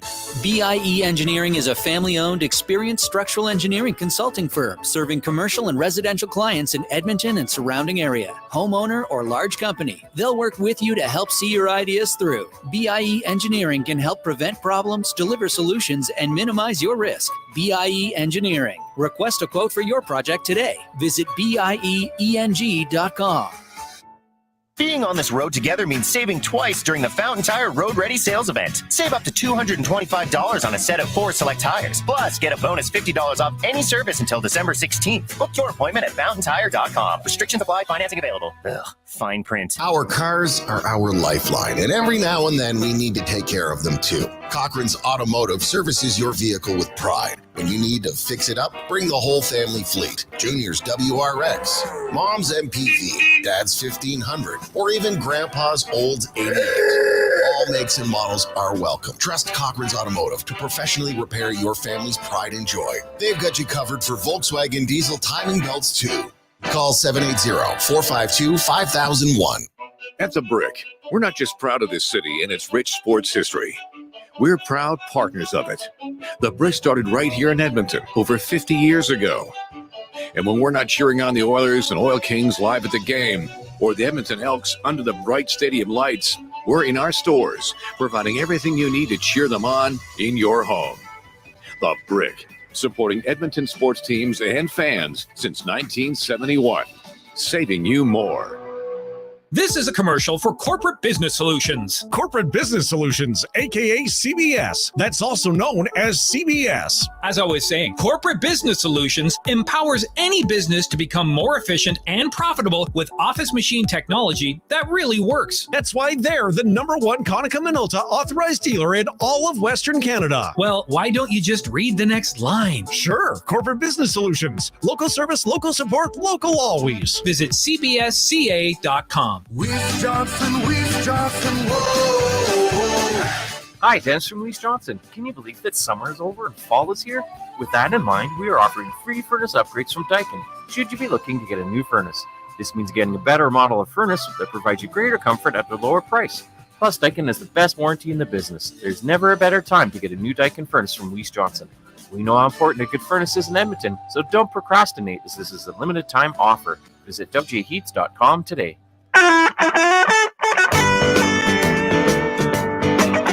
Portions of this hour brought to you by Mr. Rooter Plumbing. And Mr. Rooter, they only employ the finest organic, grain-fed, free-range plumbers. For all your plumbing needs, go to mrrooter.ca. Pro sports, local sports, minor leagues, you got it all. It's the Jason Gregor Show on Sports 1440. Presented by PlayAlberta.ca, Alberta's only regulated online gambling website.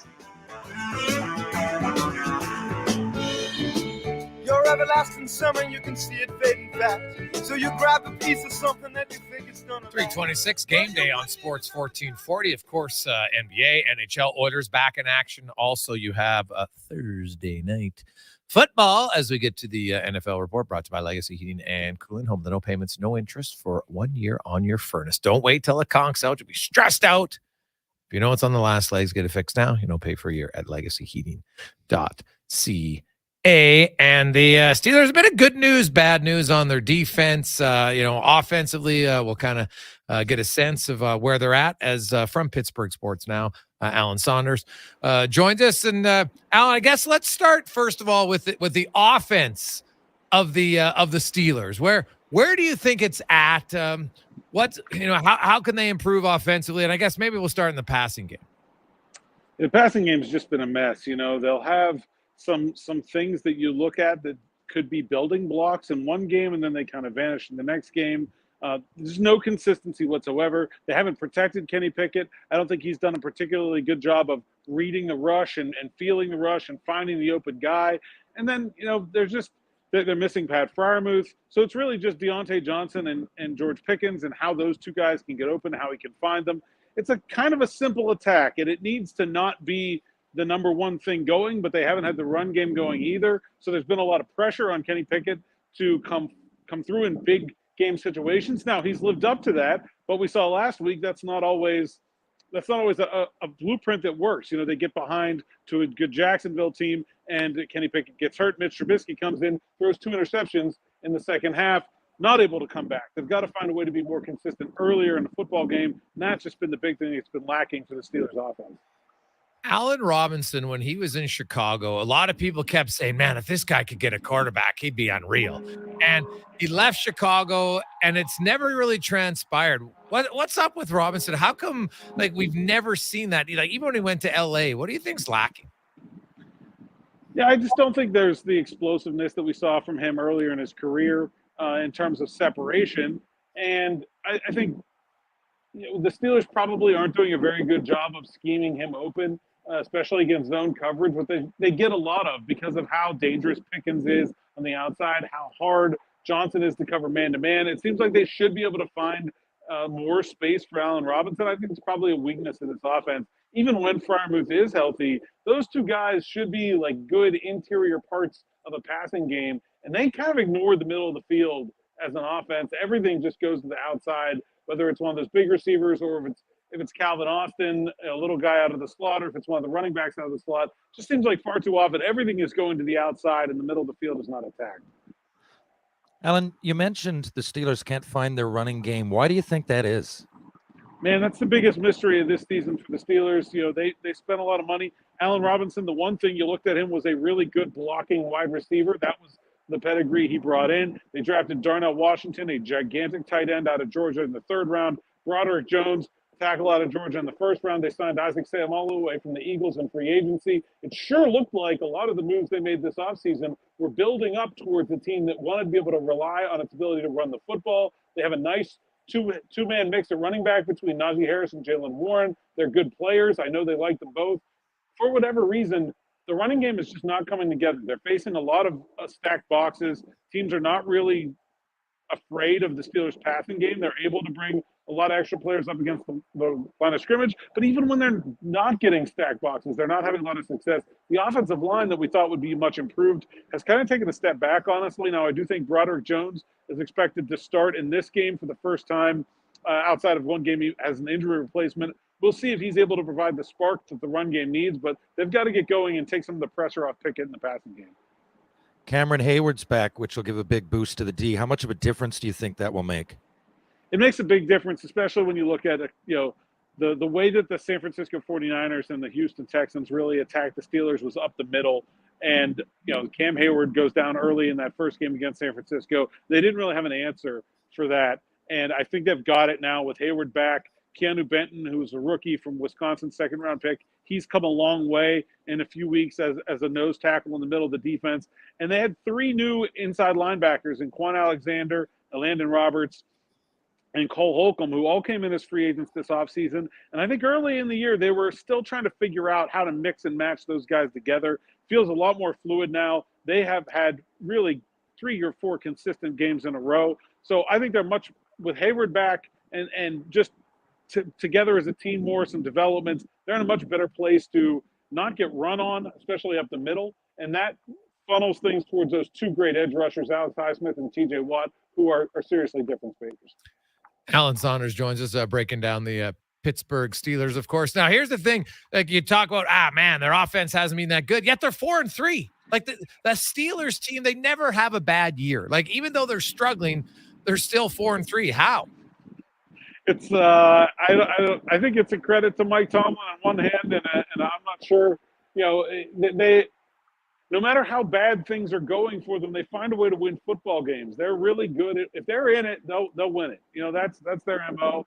And he said there were some bad questionable calls. I guess you could say bad calls in the loss to Jacksonville. Mike Tomlin said, we don't want to be in a position where a bad call can lose us the game. I think that's probably the thing that they're lacking, right? They have not had one of those nice, easy, lopsided victories. Everything they've had has been close and hard fought and come down to the wire. Now, it's great that they're able to do that. I think the fans here certainly would like to see some more consistency, and it would make things a lot easier for them in a really tightly packed AFC. There are, I think I did today, between 5-3 and 3-5, 11 teams. Everybody's just right there in the middle, and it's going to be a battle. I mean, this game could have serious wild card implications as we go forward.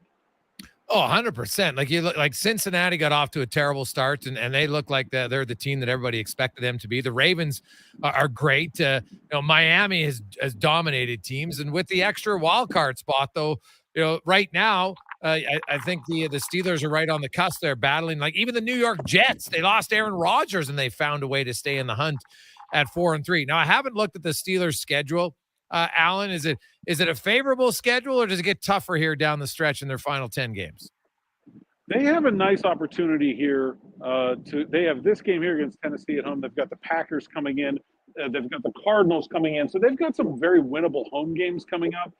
What they do have is some difficult road games, especially at the end. They finished the year with 3 of their last 4 games at Cincinnati, at Seattle, at Baltimore. So they will have a tough stretch at the end. They've got to find a way to stack some wins here in the middle against some teams that they probably should be beating. Give me your thoughts quickly on the game plan against young Will Levis. Man, the guy had an unbelievable performance last week. 4 touchdowns. He made a few throws where I was like, whew, this guy's got quite the arm on him. I'm assuming the Steelers, do you bring even more pressure than normal? That's usually the scouting report for young guys. What do you think the D's going to do against young Levis tonight? I think it's number one about minimizing Derrick Henry and getting him in uncomfortable down and distance situations. I think that's always the key. Everybody looks good when it's 2nd and 2. When it's 3rd and 10, it's a lot different. I don't think the Falcons were able to do that to him last week. I think that will be a big focus for the Steelers. And then it's about making him not aware of where the rush is coming from and when it's coming. Sometimes they're going to bring 8. Sometimes they're just going to bring 4. They think they can get pressure with just their front fours, but this Titans offensive line, much better as a run blocking unit than a pass blocking unit. I think they like some of the individual matchups. There'll be a rookie, Ben Skoronski, at left guard against Cam Hayward. I think they feel like they can win one-on-one. They don't need to blitz him to beat him all the time, but they want to confuse him, keep him off balance, do a lot of different things. But in order to do that, they've got to be able to keep him behind the sticks and keep Derrick Henry from taking the game over. Alan, really appreciate your time, man. That's an unbelievable scenic background you got. Enjoy the game in Pittsburgh tonight. We've got a winner here. Beautiful evening. I don't know what the weather's like in Edmonton, but we don't get to brag about our weather here too often. We'll do it today. Yeah, no, it looks fantastic. I love it. Appreciate your time. Thanks, guys. That is Alan Saunders coming to us live in Pittsburgh, man. It looks fantastic. Love it out there. So I've been to Pittsburgh. It's a great place. Obviously, TR, you've been there a few times, I would think. I have. I love it there. I not only with hockey, but went back for a couple of ball hockey world championships and really got to see it in the summer. And it's one of those places. Going in the winter, I had no appreciation whatsoever. I was just so happy to be in the same rink Mario Lemieux played in, and I was in awe of all that. I didn't really remember the first time I went in there. I know we went out to eat. It was winter, though, like much of the Northeast, like much of anywhere that it snows. But went back, wow, what a spot in the summer for so many reasons. Not only the sports, just beautiful, and the same kind of I find Pittsburgh and Edmonton have a lot in common. A blue-collar type feel to it, people that I really get along with. And I like popping into a pub in Pittsburgh, just popping in. And usually there's that right mix of sports and pop culture, right? People like having a chat. I enjoy it. Jason Gregor, Terry Ryan with you on Sports 1440. We got a lot of text flying in. I love our listeners. They got a sense of humor. Hey, guys, can you please share this with Terry? It's a picture of the wealthy barber. The common sense guide to successful financial planning, Terry. So you know what? Lots of people trying to help you out today. Hey, listen, I've got to chime in. You brought up that book. Remember I told you how Scott Thornton, I said some people are great leaders and you don't even really know it. Yeah. And then you look at the body of work and, you know, and you look and they're like, they played with all these people. You talk to anybody and they will all say he was a good guy. Or, you know, like, so I'm like, I was explaining that and I used him specifically. Well, I'm telling you, he walked in one day. I had signed, obviously, and I had no idea. Like, I was up there and I made some comment. And the next day he came in and he handed me that book and I still have it at home. Okay, there you go. But have you read it?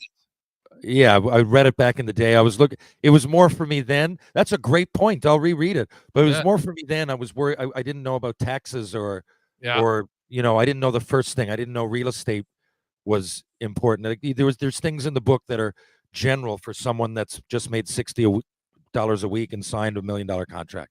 You know, so that's kind of the reason. But that's a great point. I still got it there, and I will definitely read that. Thank you, caller. There you go. Quick break. When we come back, we got Livingston. We're going to speed things up a little bit here on the Gregor Show, presented by PlayAlberta.ca.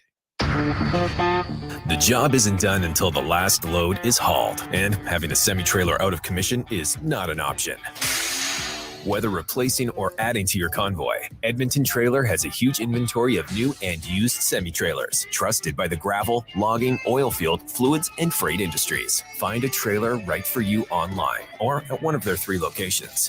For sales, service, parts, rental, and finance, when you're in it for the long haul, Edmonton Trailer.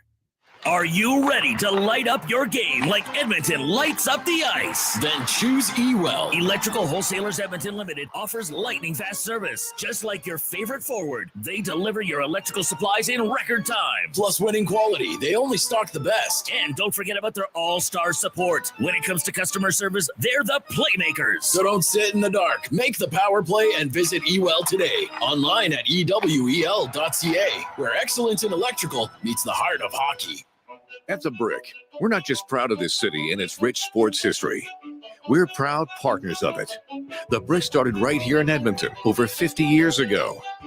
And when we're not cheering on the Oilers and Oil Kings live at the game, or the Edmonton Elks under the bright stadium lights, we're in our stores, providing everything you need to cheer them on in your home.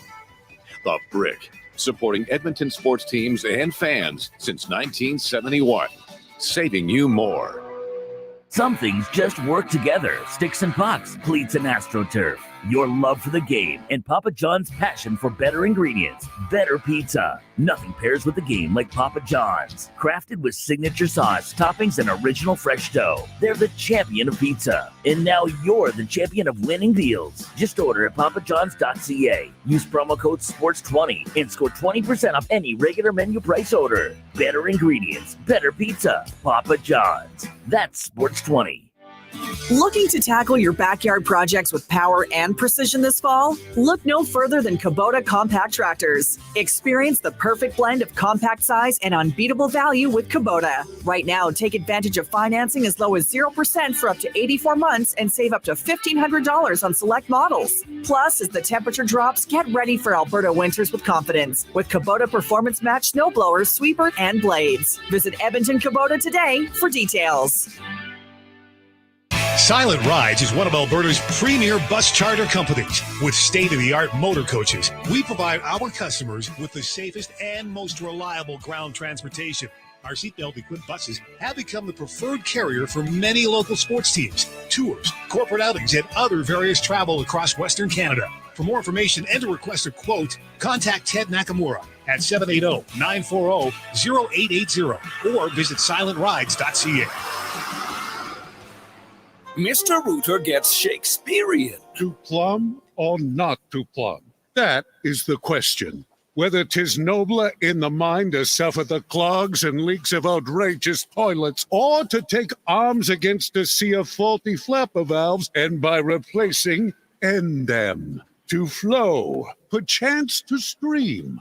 Aye, there's the plumb. For a bard who's 5-star, trust one plumber, Mr. Rooter. Hi, Larry Ricci from Vision RV. I hope you're able to get out and travel this summer. Wherever the highway took you, we'd love to hear about it. In fact, why not bring in your RV for winterizing and show us those holiday selfies? We offer some very affordable and thorough winterizing packages to ensure your investment is protected. Or maybe you're thinking of upgrading for next season. We have the selection you're after, and you'll receive top dollar for your trade. Vision RV, just south of the Yellowhead on Highway 60. This is Brent from Fortis, Alberta, still keeping the power on in our community. My dad actually used to do the same thing, but with a lot less technology. There's been so much change since then, like solar and wind and powering EVs. But one thing has remained the same. Fortis Alberta empowers Albertans by providing safe and reliable electricity. We're the line that connects us all. Learn more about your modern power grid at fortisalberta.com.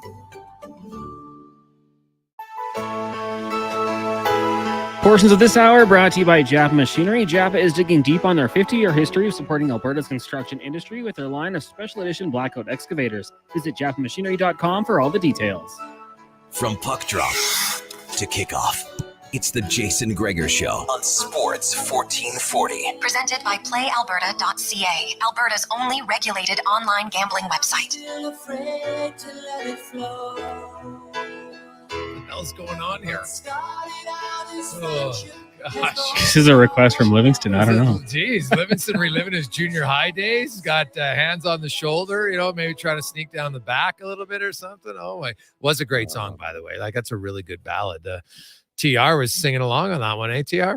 I love REO Speedwagon, and that's my favorite song by REO Speedwagon. What a tune. It is actually a really good tune. Let's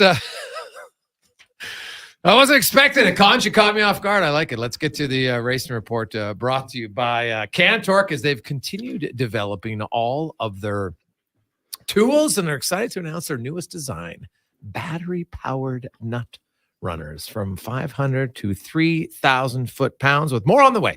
Check them out at cantork.com. It's Colin Livingston joins us in the Sports 1440 studio. And let's start. We got a lot to get to today, so we'll go through. I first want to start, though, that there is a crash, and we have the video. We'll put it up online at the Japanese Super Formula. And so it's two cars that come around a turn, and they bump, and you see that all the time. But it was almost like they somehow managed to accelerate after the contact, and then went and blew up the wall and everything. Like, it was nuts. Yeah. What was scary is that this is at Suzuka. So the same track that they run Formula One at. So this is the corner called 130R, super, super high speed. In a Formula One car, they're running in 8th gear. So top gear, wide open. It's a flat out corner, like crazy, crazy fast. I can't talk about how fast a super formula car would be going, but I'm going to guess they were going through that corner about 230, 240K.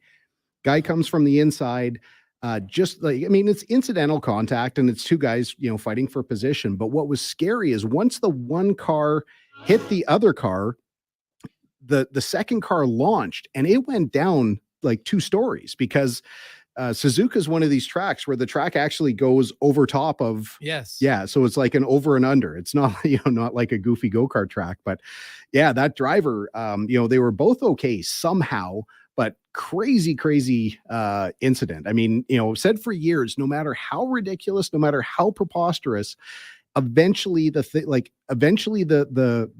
elements are going to line up for these wacky, wicked, crazy, disastrous crashes. So, the sport always has to take a look at what is the most audacious thing that you can think of, and then protect against it so that, something like this can't happen going forward. There's really no race at the top in F1. We know who's won individual in the constructor series, but that hasn't stopped Mercedes and Red Bull from snippets. Now, Lewis Hamilton came out and stood up for Perez, basically, right, as a driver, saying, man, if I had my team owner ripping on me publicly, it would impact me, right? Obviously, and we saw it's in Mexico. It's where Perez, that's his home place. Everybody's there to watch him, and he doesn't even get out of the first turn, right? It's obviously it's not great. And then, they come back and, Red Bull tries to downplay Hamilton, which I thought was odd, considering that he, had the fastest lap in the last race, and he was in second place. But I guess, tell me about that whole strategy in that race and how Hamilton was able to get and pass Ferrari near the end and finishes second. And it's almost like F1 right now. They've got to manufacture a little bit of controversy and conflict to keep everybody involved. So you got the guys doing these little snippets. And I'm not saying it's bad because it keeps people talking about it when everybody knows that what's inevitable this year. Yeah, I think Red Bull is really starting to see that Mercedes is coming on and that they're really moving past the original design issues that they had when they first came out with this new style car. And they, Mercedes, they're not doing like revisionist history. They've acknowledged that they went the wrong direction. They made a big change the midway through this season. It's taken a little bit to get through, but there's only so far that they're going to be able to go this year. They need to make a chassis change, and they really have to change the location of the cockpit, like where the drivers sit. It's way too far forward.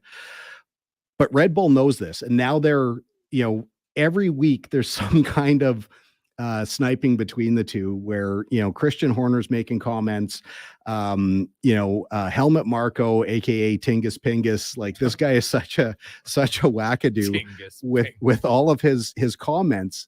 They're very openly saying that, if Checo doesn't, lock up second in the championship, if he doesn't do this, if he doesn't do that, bad things are going to happen. Well, then all of a sudden he gets on the track, makes, it was an aggressive move. It wasn't an unthinkable. It wasn't like it was a 0% chance. He just got a little bit too over aggressive and took himself out of the race.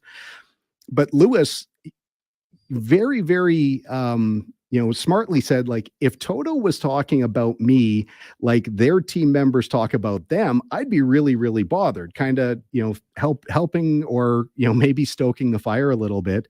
And even Christian Horner at the end, Tingus Pingus number 2 says, Mercedes had a stroke of luck, which that's a very, very ridiculous thing to say. Like, if anybody watched the race, Mercedes was definitely the second fastest car last weekend in Mexico. Like, the tough thing, we talked about it last week, is that trying to manage the tires and trying to manage engine cooling, because it's like the air temperature is really hot and it's really thin. So the cars just struggle. And there was a red flag in the midway point of the race when Kevin Magnussen had a suspension failure. Horrible, horrible accident. That was also relating back to heat. He actually melted, like delaminated the suspension components. There was so much brake heat on that left rear side. The suspension broke and just turned him hard into the wall. Caused a red flag. Now that's a separate issue because the FIA has to address these stupid red flags. I don't understand how. Yeah, we'll get into that a little bit later. Yeah, it's ridiculous. But everyone comes in, they make, they're allowed to change things on the car. When they come back out, Mercedes is on mediums. Everybody else is pretty much on hard. But Ferrari was really struggling with their car. Leclerc had some damage when Perez hit him on the opening lap. He wasn't able to push. So Ferrari kept telling their drivers, you have to lift and coast more and more and more and more, because if they drove as deep as they could, they were going to throw too much heat into the brakes and their car was going to overheat and it wasn't going to make it to the end of the race. So as Lewis is backing himself up to save his tires, Ferrari's backing up even more because they're going to overheat the car. Yeah. The idea that, Mercedes got lucky, there's no merit to that. I mean, like you said, the end of the race, Lewis, who had been saving his tires for 37 laps, on the very last lap on these tires that they didn't think would even get to the end, sets the fastest lap by a considerable margin. Like even Max didn't go for the fastest lap. So, good day for Mercedes. Terrible day for Red Bull, because in the drivers' standings now, Lewis is closed to 20 points behind him, and that's with a crash in Qatar 2 races ago and getting disqualified 2 weekends ago in Austin. So they're coming on strong. It looks like they might have a shot. They need to, Mercedes really needs to put some good finishes together to stay ahead of Ferrari for second in the constructors. But yeah, so much going on. Colin, you touched on the red flag procedures. Do you think F1 needs to revamp them? Well, without question. I mean, the red flag is so ridiculous. Like, at the time that the red flag came out, and again, I'm not a Max Verstappen fan at all. I don't hide that, but Max was 18 seconds ahead of I think it was Lewis at the time.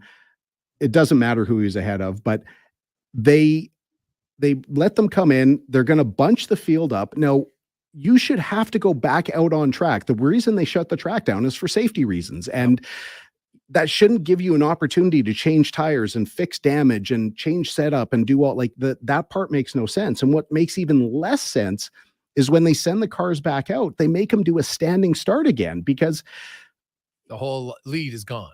The lead's gone. Plus you run the like super great risk of, making a mistake. If you over release the clutch or under release the clutch, you're either not going to go or you're going to spin the tires. And when you do that, you've got this whole field that's now within a car length and they get to draft off of you. And like, it's kind of contrived. Like at the very worst, it should be a rolling start, but there shouldn't be any work done under a red flag. Like NASCAR, IndyCar, you can't touch the vehicles at all. Like if you even look at them, you can get a penalty. So that needs to, in my opinion, it needs to be addressed because it doesn't make sense why just because the race stops, you get to do all this stuff. Like Ferrari was actually able to fix a lot of the damage that they would have had to continue on with, this stroke of luck that Christian Horner talked about. But yeah, I mean, I don't know. That kind of stuff just makes me kind of goofy. If it was a caution, you don't really get to do that. You get to do as much as you can do in a pit stop, or if you want to do an extended pit stop, then you know that you're going to drop track position. Under a red flag, do whatever you want. And speaking of Max Verstappen, he's not a fan of the sprint races, right? No, So and this is. Do you think they'll continue? This weekend is going to be a sprint race, and again,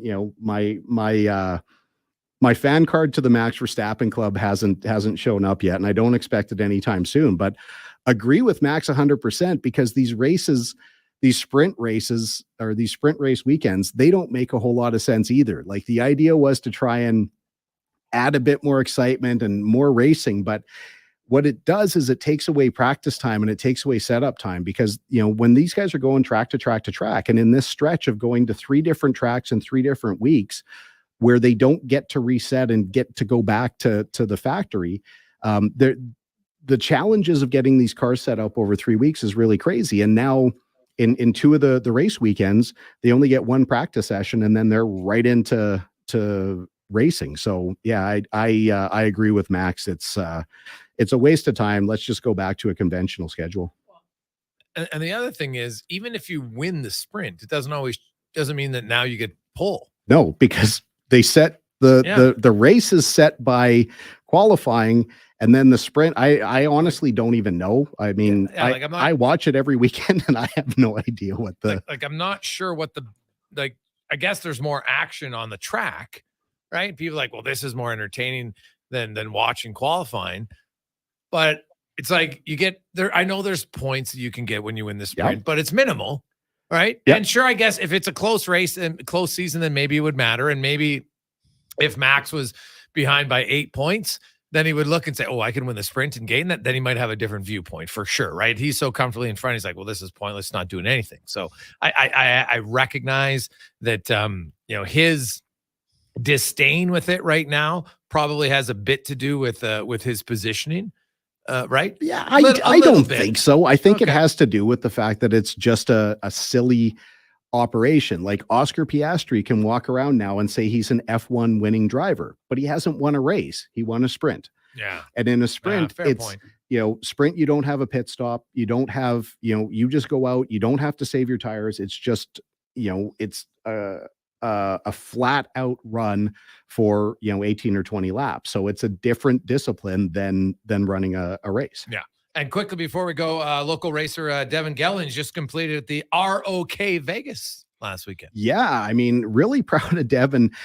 Sent some video and I'll throw it up after we're done. But just shows how much luck has to do with racing. Like, did you see the video that I sent? Yes. So it looked like the one guy wasn't even paying attention. Wasn't paying attention and I'm at like, all. How do you not pay attention in a race? Like, I've never raced, but that kind of caught me off guard. You watch the video and this guy is like way off the pace. So either he's got a mechanical issue or he made a mistake out of a corner. Let's like 3 rows of cars go by, and as Dev's row comes up, he's up the left side, and as she comes up, she's got a car on the right side. She can't go anywhere. No. He just turns into her, turns her upside down, like ass over tea kettle. I mean, way harder than getting hit into the boards by Eric Lindros. I can tell you that. But, like she gets thrown out of the cart. You can see she's pretty dazed when she gets out of there. But to her credit, got back in the car. They fixed it up, and she was back in the car the next day and got taken out by the same guy. Yeah, not great. Well, Colin, thanks for this one. Have yourself a great week, and we'll see what happens in the sprint this weekend and upcoming again. So back to back 3 cars. So I wonder kind of, how the cars will shape up this weekend, and if they have enough time to fix some of the ones like Ferrari and other ones, and how they were doing last weekend. This was the one that George Russell won for Mercedes last year. So it should be interesting. They should be able to do better than they did last year. So hopefully someone can be nipping at Red Bull's heels. Awesome. Thanks. That's Thanks, Colin Livingston in the Racing Report, brought to you by Can Torque. Coming up after 4:00, we got Ryan's Rant. We'll help your neighbor. Brent Severon will join us. Of course, local guy, former NHLer, former Golden Bear, talk about the Dallas Stars. He's an ace analyst for them. They are the Oilers competition tonight. We'll have wall-to-wall, lots of hockey talk coming up in the final few hours of the show. But first, we're going to get to the Con Man and a Sports 1440 update brought to you by Fountain Tire. And right now, the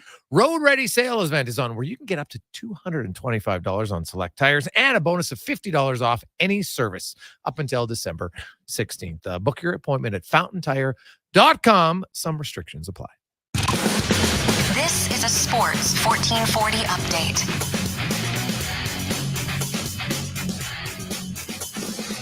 Game day. The Oilers in action tonight down at Rogers Place, hosting the Dallas Stars. You can catch pregame coverage on the Oilers Nation YouTube, Facebook, and Twitter feeds with Aaron Bordato and Tyler Yaremchuk. Elsewhere on the NHL, Sens take on the Kings, the Panthers in Detroit, Rangers host the Hurricanes, Islanders up against the Caps, Blues host the Lightning, Maple Leafs in Boston, Wild host the Devils, Canadians in the desert taking on the Coyotes, Golden Knights host the Jets, Preds in Seattle, and the Sharks take on the Canucks. Week 9 in the NFL kicks off tonight as the Titans in Pittsburgh taking on the Steelers. That'll get going at 6:15. You can watch this one with Brandon Douglas out at the Jensen Lakes Canadian Brew House in St. Albert for your chance to qualify for a trip for 2 to the Super Bowl in Las Vegas.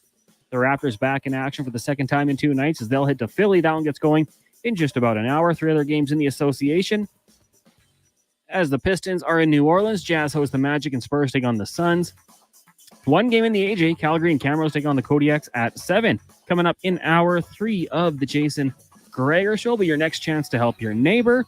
We'll talk to Dallas Stars analyst Brent Severon and ask 5 questions. I'm Connor Halley. This has been a Sports 1440 update. Sports 1440, a Stingray radio station. CKJR broadcasts from West Edmonton Mall and Wetaskiwin. Download the free Stingray music app and listen wherever you go. I got into reffing for the excitement. He's going for the chair! Turns out wrestling is completely scripted. But you know what's exciting and unscripted? PlayAlberta.ca. With an all-new sportsbook, odds boosts, and betting on any game.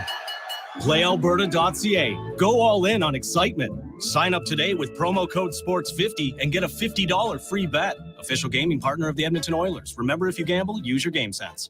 Hey world, get ready to believe. At Oodle Noodle, we serve up world-class, worldwide flavors in our sweet, saucy, and fiery noodles. We believe in the power of nudes. We've got everything from saucy mac and cheese to sizzling pad thai to so many other unbelievable dishes sure to make you a noodle convert for life.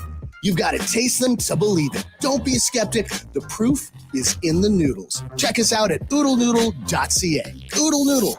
We believe in noodles. Since 1987, Ram Elevators and Lifts has been raising the bar and more by manufacturing superior elevators for both residential and low-rise commercial buildings. What drives them? A vision of accessibility, because they know that an elevator or lift is more than just a mechanical device. It's the freedom to go where you want. Ram's North American-made elevators, starting as low as $32,900, are rated as the best residential elevators by Forbes magazine. Grounded simplicity, elevated design. Click on trustram.com. Done. Buddy, want to come over and watch the game? I'll make a big salad. I don't know, man. Steve, come over and watch the game. I've got a massive salad here. Yeah, my wife needs me to go shopping with her. Mike, want to watch the game and eat salad with me? Who is this? Did I mention I've got a bunch of Will Hawk beef jerky too? I'll be right over. I'm heading over now. I'm already at your front door. Will Hawk Beef Jerky, because you don't win friends with salad. Will Hawk is the home of Alberta's best beef jerky. In Leduc, Spruce Grove, and West Edmonton Mall. Excavators, loaders, lifts, compaction equipment, and more. Find the XCMG construction equipment you need. Available for rental or sale at Japa Machinery Group. Japa, helping build Alberta from the ground up for 50 years. Visit japamachinery.com. Hey, sports fans, we've got a clear choice for you. At Crystal Glass, we provide customers with the perfect glass for any job. From home to auto and even commercial, installation or repairs, we're your team. Call 310 Glass or visit crystalglass.ca. Crystal Glass. The NFL lives at the Canadian Brew House with killer prizes and $1 off tankards of Bud and Bud Light every game day. Enter to win a tailgate barbecue box every Monday night. Thursdays, a chance at the NFL home opener of your choice next season. And a CBH NFL hoodie could be yours on Sundays. Plus, the ultimate sports trip of a lifetime for 2 to the Super Bowl. Up your odds and enter every time you catch the NFL action at the Canadian Brew House. When Ottawa's proposed electricity regulations make electricity unaffordable, you may have to make some hard choices. Winter boots for my kids. Groceries for my family. Our mortgage. My rent. Braces. A rainy day fund. Visit tellthefeds.ca to learn why your power bill could be 4 times higher than today. And tell the feds, affordable and reliable electricity matters. A message from the Government of Alberta.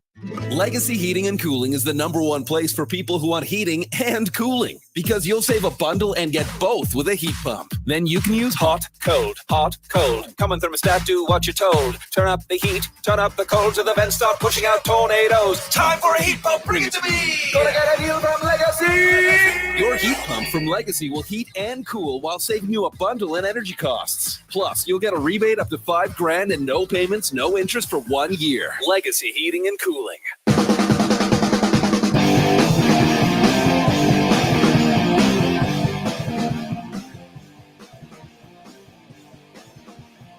Portions of this hour brought to you by Cantork. We've continued developing tools and are excited to announce our newest design, battery-powered nut runners. 4 models from 500 to 3,000 foot-pounds with more on the way. Learn more at cantork.com. Look good, feel good, play good. It's the Jason Gregor Show. Thanks for listening to Sports 1440. Presented by PlayAlberta.ca, Alberta's only regulated online gambling website.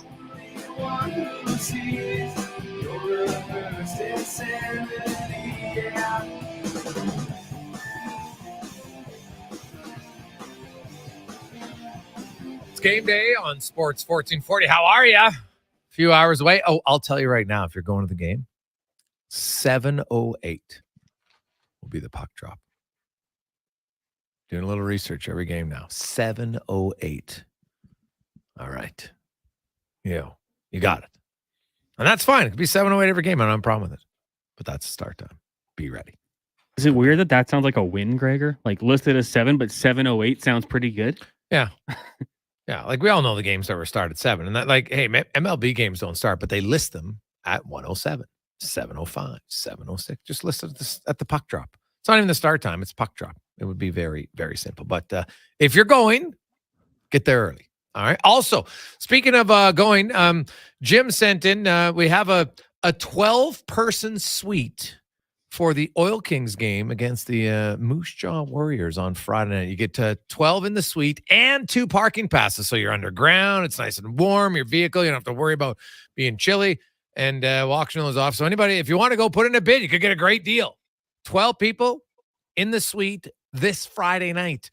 Oil Kings. So tomorrow night, you can text in 833-401-1440 with your bid. Top bid will win 12 seats, 2 parking passes for the Oil Kings and the Moose Jaw Warriors on Friday night.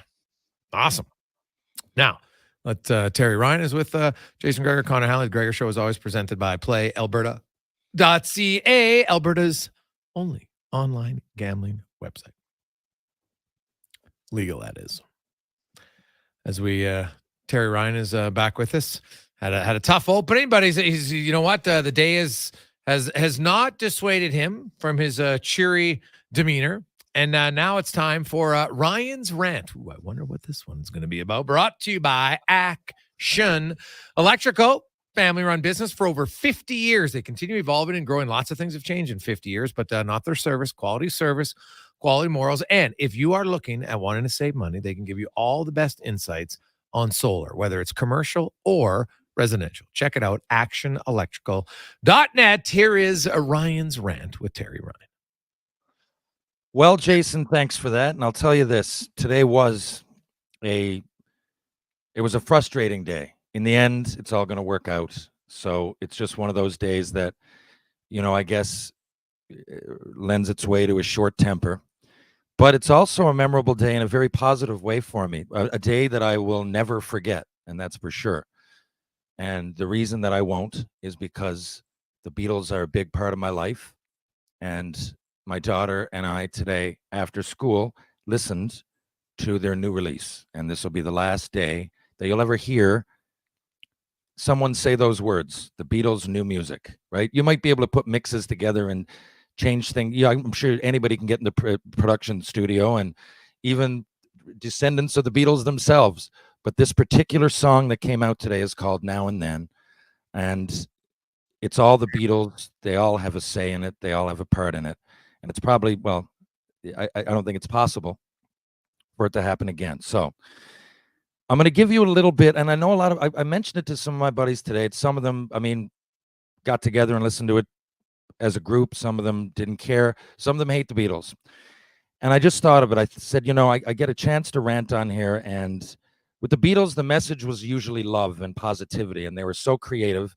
And they did so many things for the first time. That even if you don't like the Beatles' music, I would challenge anybody to say they don't like the Beatles, because whoever you're listening to, whether you're into, alternative, punk, even dance, there's most genres of music that have branched out after rock and roll have something to owe to the Beatles. So I'm just going to list you some things. I was trying to think in my head, and I said, I'll write these down. These are just some of the things that they did for the first time to influence everybody that came after them. Lyrics on an album. Sgt. Pepper's Lonely Hearts Club Band is arguably the most important album by arguably the most important band ever. Before you even start, I would recommend, a lot of them are great, but the later they get, the better they are. The early stuff's pop. It's good pop songs, but after that, when they stopped touring, another thing, they said no more touring in 1966. Their last concert was at Shea Stadium. They couldn't hear themselves play. So they went into the studio, and that's where the real change began. Cover art. Sgt. Pepper's another example. Cover art. Most artists, if not all, and I'm including Elvis, Buddy Holly, Chuck Berry, everybody who came before, didn't really have any say in that. The record company did, but the Beatles started their own record company, Apple Records. That's another thing they did first. Wasn't always the most successful, but it was successful. It was the Beatles, and they were, someone's got to beat the door down right before it gets perfected. It's another thing. Musically, using that studio as a tool. Now they started to playback things, and you can hear in the later Beatles albums just sounds and concepts that were foreign to any music, let alone rock and roll before it. And they started using instruments. Listen to the song Eleanor Rigby. If you take out the words, it's a classical song. There is no drums. There's no electric guitar. It would sound, if someone with an untrained ear wouldn't be able to tell it from Mozart. It's a classical song, right? Which is, to say it's different, at the time, it would have blown people's minds. The first videos, Penny Lane, Rain, and Paperback Writer were sent around because their demand was too high. They sent them. It was the last time they went on Ed Sullivan, and they sent videos, quote unquote, videos over, which spurned, obviously, a huge generation to make videos, and eventually MTV. Each member of the Beatles, they sang and they created, and everything had to go. If one didn't like it, they wouldn't go through with it, but everybody had to okay it. And like, for example, Ringo wrote Octopus's Garden, right? He sings on it. I don't know. I love Pearl Jam, but if you hear Pearl Jam, you're going to hear Eddie Vedder, right? For the most part, you're going to hear basically the same instruments. Now listen to Yellow Submarine, then listen to Helter Skelter. Now listen to Yesterday. Now try Strawberry Fields Forever, Sgt. Pepper's Lonely Hearts Club Band, Blackbird, right? Revolution. They're challenging, themselves and everybody else to create different sounds and different methods, and hence the Rolling Stones. I mean, I love the Stones too. Clapton, Bowie, they're all from there, right? The British invasion was, wasn't only the Beatles, but the Beatles spurned most of the creative ideas from those specific classic rock bands I mentioned. Even growing their hair long, right? Yeah, we can do this. The structureless 50s, right? Everybody Beaver Cleaver kind of world, right? The man comes home, the woman's cooking supper. There's a boy and a girl, and everybody's happy in Pleasantville.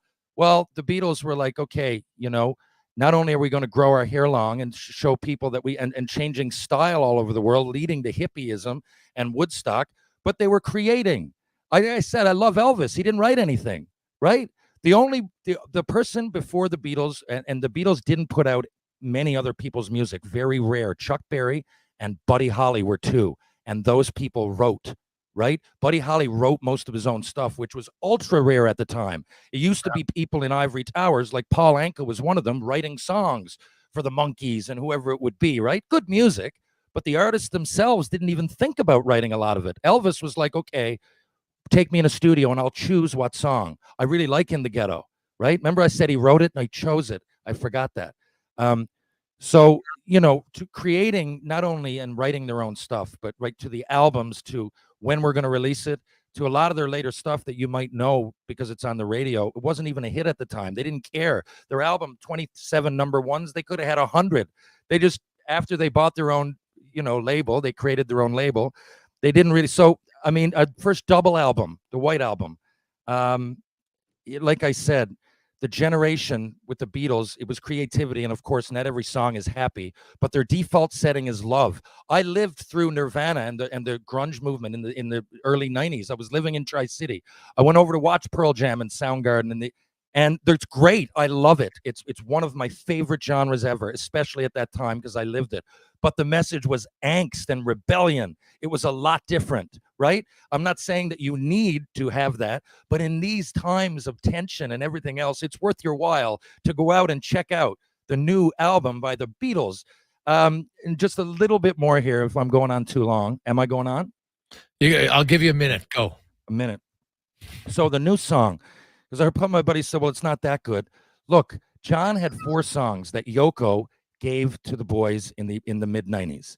Okay. That was the thing. It's not like Paul sat down and said, okay, what are we going to create here? Right. I'm sure I like it, but that's the reason that people go, well, they had all this time and that's what they came out with. I'm like, well, they had 4 songs. One of them they didn't like. Then they had Real Love and Free as a Bird, which came out in the 90s.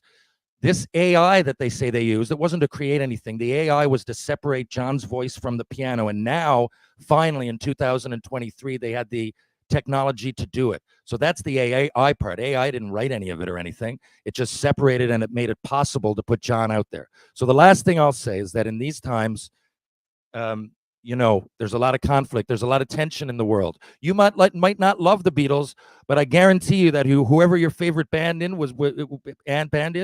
was at least influenced a little bit, if not a lot, by the Fab Four.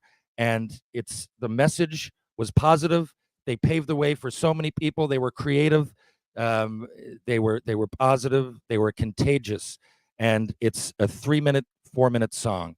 It's worth your while, even if you don't like the Beatles, to get out and listen to Now and Then, the new release by, in my mind, the greatest band of all time. Why not? And it was a great day. My daughter and I listened to it after school with the lights off and just listened to the sound. And I love it. The Beatles are back.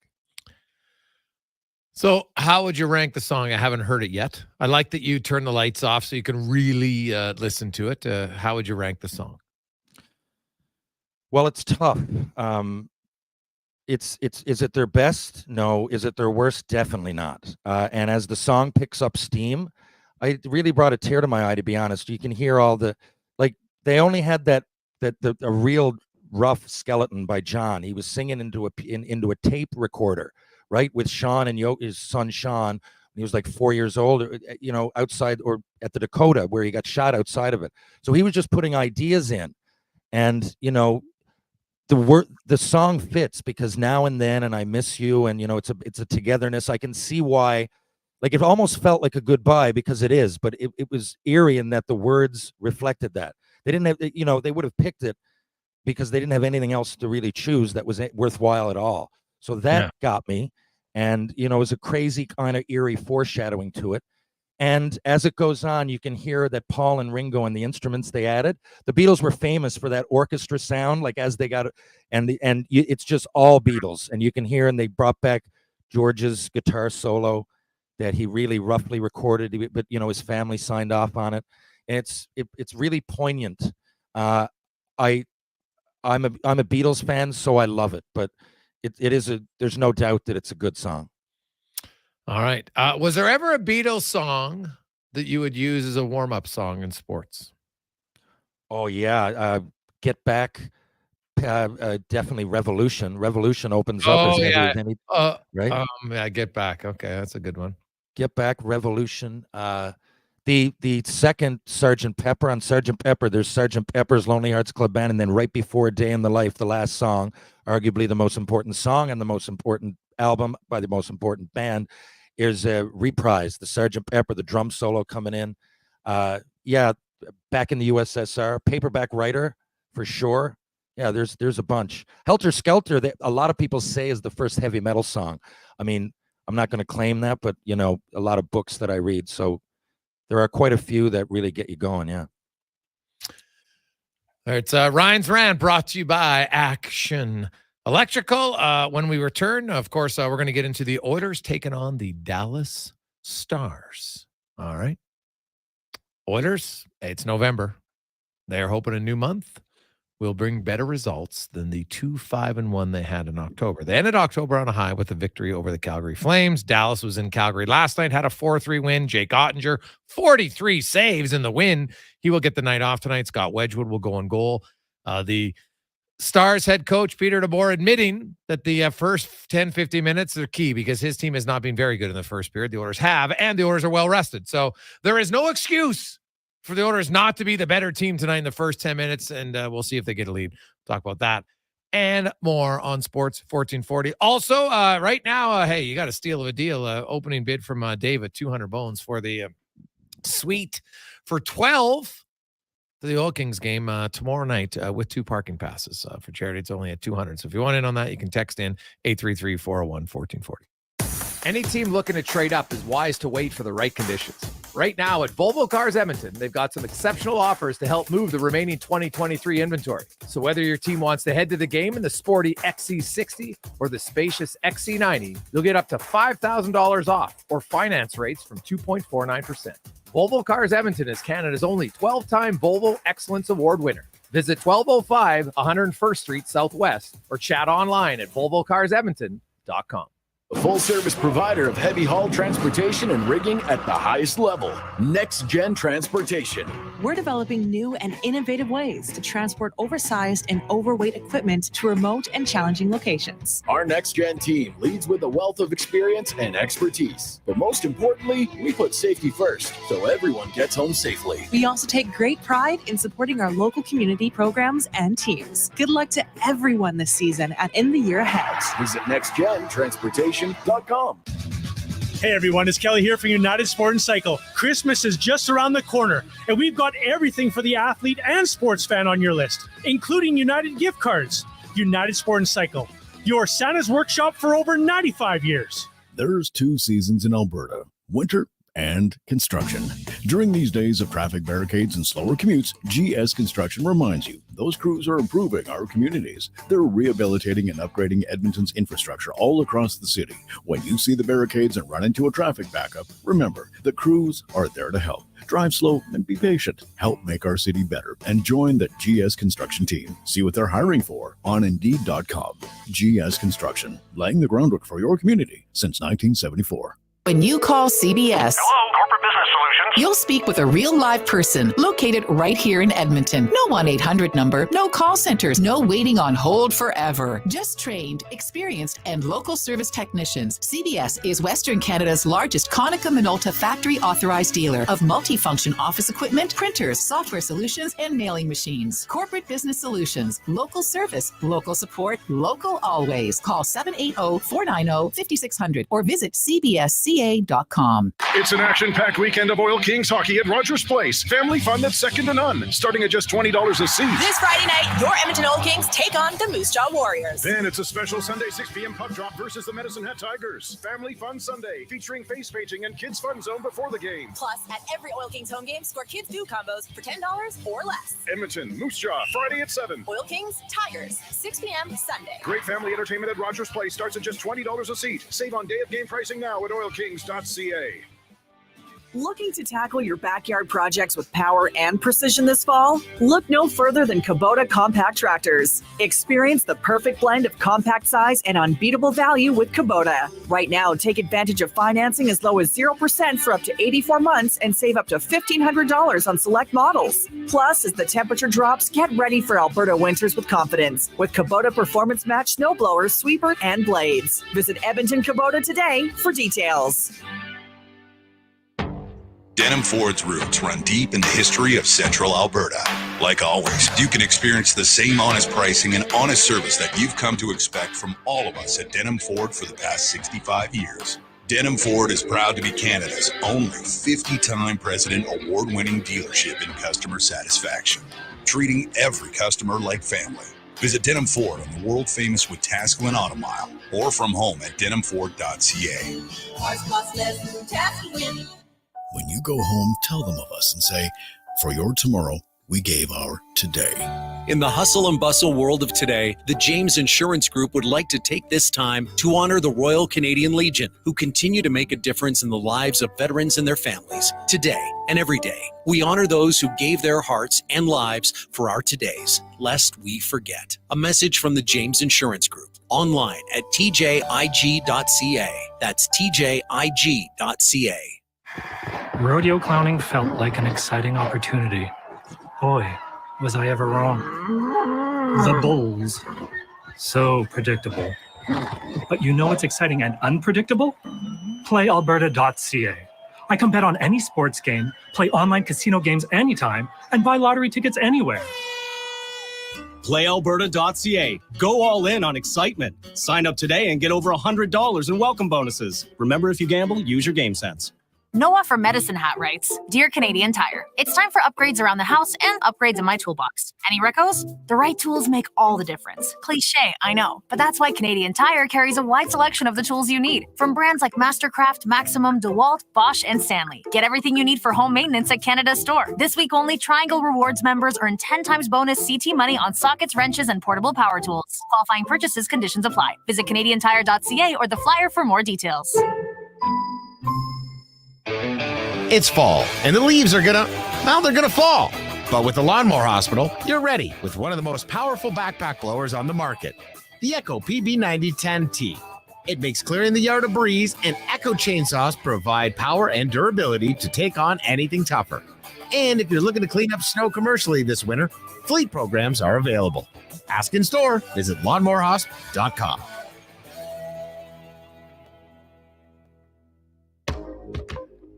Portions of this hour brought to you by On the Rocks. There's something going on every day at OTR on Monday. Bingo tunes, Taco Tuesday, karaoke on Wednesday, tonight, salsa night, and live music every weekend on the OTR stage with DJ Kenny K, On the Rocks, Jasper Ave, and 118th. Sports Radio is back. The Jason Gregor Show on Sports 1440. Presented by PlayAlberta.ca, Alberta's only regulated online gambling website. Game day continues on. Oilers hosting the Dallas Stars. A busy night in the National Hockey League. Of course, go to playalberta.ca if you're interested. Well, we'll see. Can Toronto end Boston's undefeated streak in regulation, as they've yet to lose in regulation? You have Tampa in Columbus. The Red Wings, can they continue their hot start? What about the Rangers? Back at home now after a perfect 5-0 road trip. Take on Carolina. It's a really good game in the Metro. Devils in Minnesota, of course, the Montreal Canadiens and the Arizona Coyotes, both off to respectable starts going at it. And then the Golden Knights, one of the late games, they are 9-0-1. Looking to continue their hot streak to start the season. And the San Jose Sharks at home against the Vancouver Canucks. Can the Sharks score 2 goals? That's the question right now. They've scored more than 1 goal once in 9 games. They have 9 goals in 9 games. Yowza. Let's go around the NHL, brought to you by McDonald's. And you got a few days left, not many. So get in right now to McDonald's where you can play Monopoly, and there's more chances than ever to win, of course, in store when you get your package or on the app. Check it out. All the rules at mcdpromotion.ca as we are joined now by Stars analyst, former NHLer, former Golden Bear, Brent Severon joined us. And Brent, the Stars off to a good start, 6-1-1. Jake Ottinger was excellent last night for them. He's not going to be in the lineup tonight, but you look at the Stars. I guess let's just start. It's not like they're dominating games. They're 6-1-1. They're only +5 goals for against. They're finding ways to win and getting key saves at the right time. It looks like from afar. Yeah, they are. And Terry, are you in the basement there? Did you get thrown into the basement? Where are you? Well, I'm in a side room, so to speak. I know. I got shuffled up to the upstairs bedroom. My wife took my office, so I'm up here, just kind of I think sequestered for whatever reason. No, I just got everything I jumbled out back here that it looks like somewhat of a backdrop. That's what I did too. Well, about the Stars, yeah, it's been really about the goaltending. It's been all Ottinger for the most part. As you can see, the Stars struggling to score goals, which is kind of crazy because they come into the season, I think like the Oilers, there's these high expectations. You're in the room before the preseason, and every guy, they understand what's at stake and where they are. The franchise is. You bring in Duchesne, you got some guys that can score. They've been through this different types of playoffs where they've been to the finals. So they have a team that they really feel can win it all. And then they come out and they just absolutely have sputtered offensively. It's getting better, guys, but it's really been, as you mentioned, the Jake Ottinger show, and he has had timely saves. He's basically done it all a couple times. Even last game against the Columbus Blue Jackets, Boone Jenner left wide open in front of the net, 3-2 game, and Jake comes out with an amazing save to really save the game. And it's been like that over and over. I think, though, the tide is kind of changing a little bit, guys, and the offense is starting to click. Now, the one area that isn't clicking is their power play, which is odd because it was very good last year, but it's actually a negative net power play because they've scored twice, but they've allowed 3 shorties. Now, Pete DeBoer, who's, he's seen a lot, he's won a lot. He says, you know what? I think my power play is showing signs that he thought they should have scored twice last night. They created some really good chances, didn't finish. But, their special teams are very odd because their penalty kill is unreal and their power play is really struggling. Well, it's always the defenseman, right? Forwards are just the money bags. They just want to score goals. They don't understand. Terry, were you a forward or a defenseman? Forward. Okay, well, then I apologize totally for that remark, and I'd like to retract that as quickly as I could. It's good. It's understandable. Yeah, thanks. So, yeah, the power play, they're going to go with the same guys. Here's the thing about Pete DeBoer. We found out from last season when everybody, all the vultures and all the media, we wanted to see changes in the lineup. We want to see changes on the power play units. He won't do that. He's going to stick with it. He's very stubborn in that area, and he's going to go with his guys. He believes this is the group that can do it. It's about execution, and if they're getting opportunities and they're getting chances, they're going to score goals eventually, and that's what everybody in the room believes too as well. I don't think the Stars initially are drawing enough penalties, especially in the first periods. The Stars have really sputtered every single game getting out and trying to get leads. They've given up shots. They've given up too many opportunities in the first periods, and they haven't drawn enough penalties in the first periods as well because they don't have the puck enough. The other teams are just, as we're going to see tonight, probably the Oilers will dominate the first period and control the puck, and somehow the goaltending or the defensive structure will maintain the game, and then the Stars get stronger as the game wears on. Brent, Wyatt Johnson, he's got good stats on paper. How's he looked as a sophomore? Oh, yeah, dynamite. I tell you, this kid has been unbelievable in all areas. And what you're seeing on paper, it's translating on the ice too. Like he's got these great hands that just continue to develop. He's getting more power play time. He's getting more penalty kill time. 5-on-5, he's getting better. So they're just doing so many different things with him. And the Jamie Benn, Wyatt Johnston, and Dadonov line has been one of our best lines over the past couple seasons. That line continues to click. They continue to work well, and Wyatt is a big reason. So they got Jamie Benn, who's the big brother out there that's kind of protecting them and making sure nobody messes with him. But his hands are coming around, and he is the surprise over the past couple seasons coming in. He was not supposed to make the team last year. He came in, earned a spot, and continues to develop. Brent Severon joins us, analyst for the Dallas Stars. And Brent, you mentioned Wyatt Johnson, Miro Heiskanen on the back end is obviously one of the go-to guys. He really seems to play well against McDavid. It's obviously a tough test. It's McDavid and Draisaitl on a line tonight. They've used the exact same 6 D-men. You look at this D-core. Do you like the makeup of their D-core 1 through 6? Yeah, I do. And Miro's my guy. And like in our broadcast, I just gush over him every single game for the things he does. Both him and Joe Pavelski. Pavelski, we know he can score the goals, but the little things he does away from the puck, it's same with Miro. And it's his skating, of course, is why he can match up with McDavid. And we're going to go over the stats on our broadcast of how dominant he's been of protecting his own end and getting the pucks out against McDavid over the past couple seasons when they go head-to-head at even strength. Miro's been there. It's strange, though, that McDavid has found ways to score goals, but every other metric shows that Miro's doing an excellent job in that area. And as far as the defense goes, obviously we talked about the penalty kill. That's been outstanding. Esa Lindell and Hakanpää on the back end have been great in that area. And 2 youngsters, Thomas Harley and, of course, Nils Lundqvist. We've seen great development from those 2 youngsters. They've stepped up and played more pivotal roles, if you will, in the back end, a little stronger areas, more confidence, and both have come into camp and done an outstanding job. So overall, I like the defensive posture. That's not been the issue, as you guys have alluded to. It's been the offensive threats that the Stars have really struggled with. Where's Tyler Seguin at this year? Last year you look, a pretty significant drop in his overall point production. And he had the serious injury. Where's his game at? Where's his overall speed at? Yeah, I know everybody looks at his numbers as they should with his salary, but he's continued to work hard even after the injuries, man.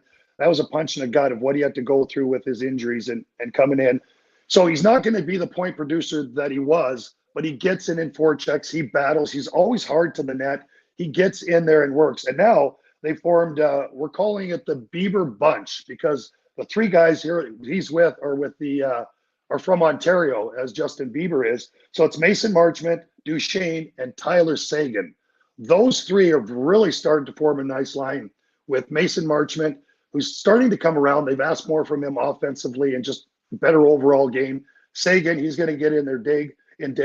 So for Duchesne, he wants the puck, he gets the puck.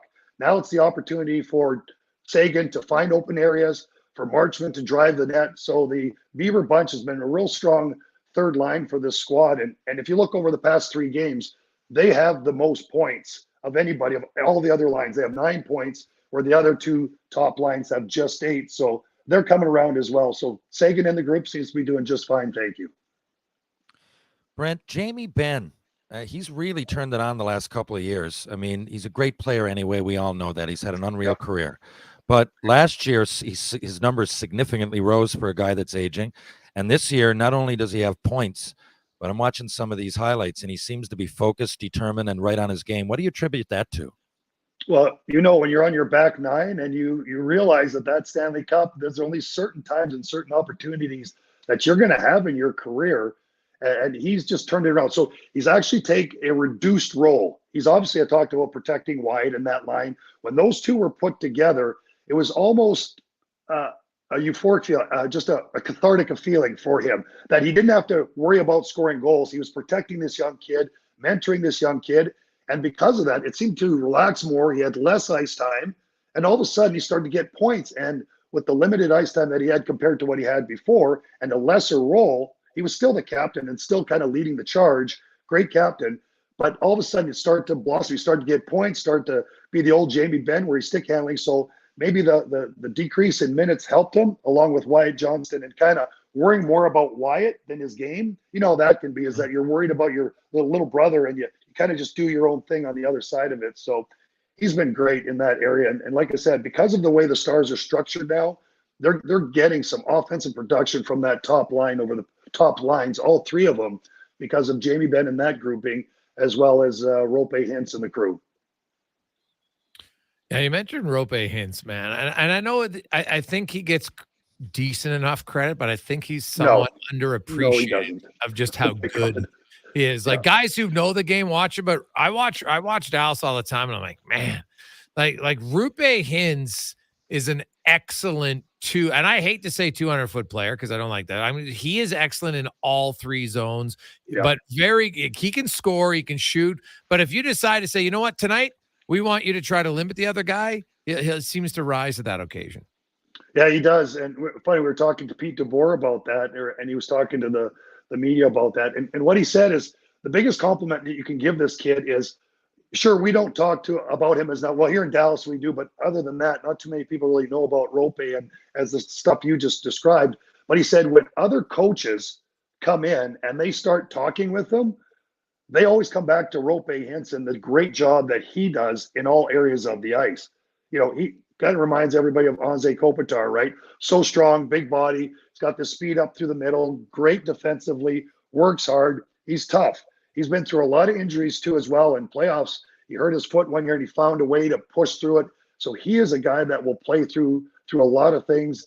He's great in all areas. So for Pete DeBoer and the group and everybody here in Dallas, you're right. He's probably one of the most underappreciated guys that everybody else doesn't talk about besides us here in the Dallas-Fort Worth market. Brent, always good to catch up with you, man. Enjoy the game tonight. We'll see the Oilers are hoping to have their first winning streak of the season. So it's been a slog for them. I'm still deep down an Edmonton Oiler fan when I'm not a Stars fan on air. So I watch them quite a bit, and I want them to turn it around. And TD Force, one of the trainers for the Stars or for the Oilers, is one of my best friends. So I want to see him go all the way because they have big expectations, and I want to see them do well. So you guys enjoy the game, and thanks for having me. Awesome. Thanks, Brent. Brent Severon, of course, former U of A Golden Bear, went on to the NHL. I think him and Struddy talked about once how Severon tossed him around rather easily. Struddy always likes to overplay it, but then we watched the fight and it was like, oh no, that was one where it did happen. So he was a huge man. Like, oh my goodness, huge man. 438, Jason Gregor, Connor Halley, Terry Ryan with you on Sports 1440. We'll come back. We got 5 questions. Spec will be by later on. We'll hear from Cody Ceci, Pete DeBoer, and more on The Gregor Show, presented by PlayAlberta.ca. Also coming up, help your neighbor. We'll do the text line edition. So get ready, 833-401-1440. Legacy Heating and Cooling is sounding the call. Don't struggle through winter with a furnace you can't trust. For maintenance before winter strikes, Call Legacy. Call Legacy. For furnace tune-ups and repairs to give peace of mind. Call Legacy. Call Legacy. Or to scrap your old furnace for a brand new high-efficiency one. Call Legacy. Call Legacy. And with no payments, no interest for 1 year on your new furnace, it's gotta be Legacy Heating and Cooling. Order the juice, get the points. Now at Booster Juice, it's rewarding to be loyal. Introducing the Booster Rewards app, the reward program to give you a boost. Order on the app and enjoy 1 berry point for every $1 you spend. Redeem it for tasty Booster Juice treats, like your favorite smoothie, a Booster Ball, grilled fresh wraps and paninis, and cool Booster Juice merch. And with the Booster Rewards app, the more you order, the more you enjoy. Download the Booster Rewards app today. Order, earn, enjoy. You've got a go-to coffee spot, a trusted barber, even a lucky game day jersey. But when it's about looking your absolute best, there's only one name you need. Mr. Dirk. Family run since 1939. We're experts in crafting impeccable tailor-made suits and offering a wide variety of everyday styles. Pair that with personalized one-on-one fittings and the convenience of on-site tailoring. Mr. Dirk elevates your style game. Visit our Edmonton store or explore MrDirk.com. Score big on style with Mr. Dirk. There's 2 seasons in Alberta, winter and construction. During these days of traffic barricades and slower commutes, GS Construction reminds you those crews are improving our communities. They're rehabilitating and upgrading Edmonton's infrastructure all across the city. When you see the barricades and run into a traffic backup, remember, the crews are there to help. Drive slow and be patient. Help make our city better and join the GS Construction team. See what they're hiring for on Indeed.com. GS Construction, laying the groundwork for your community since 1974. How do we do it? Well, at Leading Edge Physiotherapy, we invest. Our money and time goes right back into technology and training, and it's all designed to get you back into shape. We invest in people, the people who really care, and they understand how your body works. Then they combine their experience, training, and skills to work with you to help you solve your issues, be it pain in the back, neck, arm, shoulder, heel, literally head to toe. Leading Edge Physiotherapy, always taking new patients because we keep fixing the old ones. Life shouldn't hurt. Find us at leadingedgephysio.com. Some things just work together. Sticks and pucks, cleats and AstroTurf. Your love for the game and Papa John's passion for better ingredients, better pizza. Nothing pairs with the game like Papa John's. Crafted with signature sauce, toppings, and original fresh dough. They're the champion of pizza. And now you're the champion of winning deals. Just order at papajohns.ca. Use promo code SPORTS20 and score 20% off any regular menu price order. Better ingredients, better pizza. Papa John's. That's Sports20. Every Albertan wants a strong and secure retirement. We all want to make the most of it. That's why Alberta's government is exploring a new possibility, an Alberta pension plan. You might be wondering what's in it for you. The new plan could mean higher benefits for seniors and bigger paychecks for workers. As we explore this opportunity together, Alberta's government wants to hear from you. It's your pension, your choice. Learn more and have your say at albertapensionplan.ca. A message from the Government of Alberta. Everybody get up. Portions of this hour brought to you by Crystal Glass, the clear choice for all your auto, residential, and commercial glass needs. Call 310 Glass or book now at crystalglass.ca. Sports Radio is back. The Jason Gregor Show on Sports 1440. Presented by PlayAlberta.ca, Alberta's only regulated online gambling website. Maybe I'm going deaf. Maybe I'm going blind. Maybe I'm out of my mind. Okay, now he was close. 442 on Thursday edition of the Jason Gregor Show on Sports 1440, along with Terry Ryan. Thanks, as always, for tuning in or watching on Oilers Nation YouTube, which is great. We appreciate it. And now we are going to help your neighbor. This is it's one of our biggest giveaways. Actually, I think it's our biggest giveaway of the year, because we're giving away a prize that's worth $7,000, right? And it's also one that lasts a long time and can be game changing for somebody, depending on the time of their life and the situation and everything. So here's how it works. Teamed up again with Legacy Heating and Cooling, and they are huge, generous company that donates a lot of stuff. This is what they're doing. So first of all, if you qualify today, you'll automatically get the new Sports 1440 hat, which is great. Then you go into a draw. We're going to do the draw on Monday, November 20th, in 18 days. And we'll have somebody qualify every day, right? So you got a pretty good chance to win at the end of it. We draw your name. You are going to win the nominator prize, which is your choice of a Ecobee Smart Thermostat or the Google Nest. Get that installed at your home. And you get a pair of seats, lower bowl, where the Oilers attack twice on Friday, December 8th. Against the Minnesota Wild. That's what you get. Most importantly, you also will win the opportunity to gift a brand new high-efficiency furnace that comes with the Honeywell thermostat, comes with all the permanent inspection fees, the removal and disposal of the old furnace, gets a 5-year labor warranty, 10-year parts warranty, and a lifetime warranty on the heat exchanger. All courtesy of Legacy Heating and Cooling. And you're going to gift that to someone. Now, it can't be someone that you live with. You can't win in that, hey, I'm gifting it to my common law or my wife, my partner. No. It has to be somebody who does not live with you. Coworker, sibling, parents, friend. Just somebody you're like, you know what? And the great part is now you have a little time to do some research to find out if indeed you know anyone who could use a brand new furnace, which is Pretty sweet deal. Pretty sweet deal. So, our question today, be sure to text in. The first correct answer will win. Actually, you know what we're going to do today, Cons? We're going to go fourth correct answer. Okay? Fourth correct answer will be the winning qualifier. So include your name. We have your number. Don't worry about that. Your name and then the correct answer. All right? Sam Gagner is going to become the first player in Oilers franchise history to have 3 tours of duty with the Oilers. There's many that have done it twice. Kevin Lowe, Ryan Smith, Mike Comrie, Rexy Rootsline, and go down there. There's quite a few. Glenn Anderson. But none have ever done it 3 times. In fact, Gagner is the 38th player in NHL history to have done it. And from the first time he played in Edmonton, which was 2007, there's 16 years between his debut in Edmonton and now coming back. Pretty cool. That's the 5th longest. Patrick Marleau was 24 years. That's crazy. The guy played forever.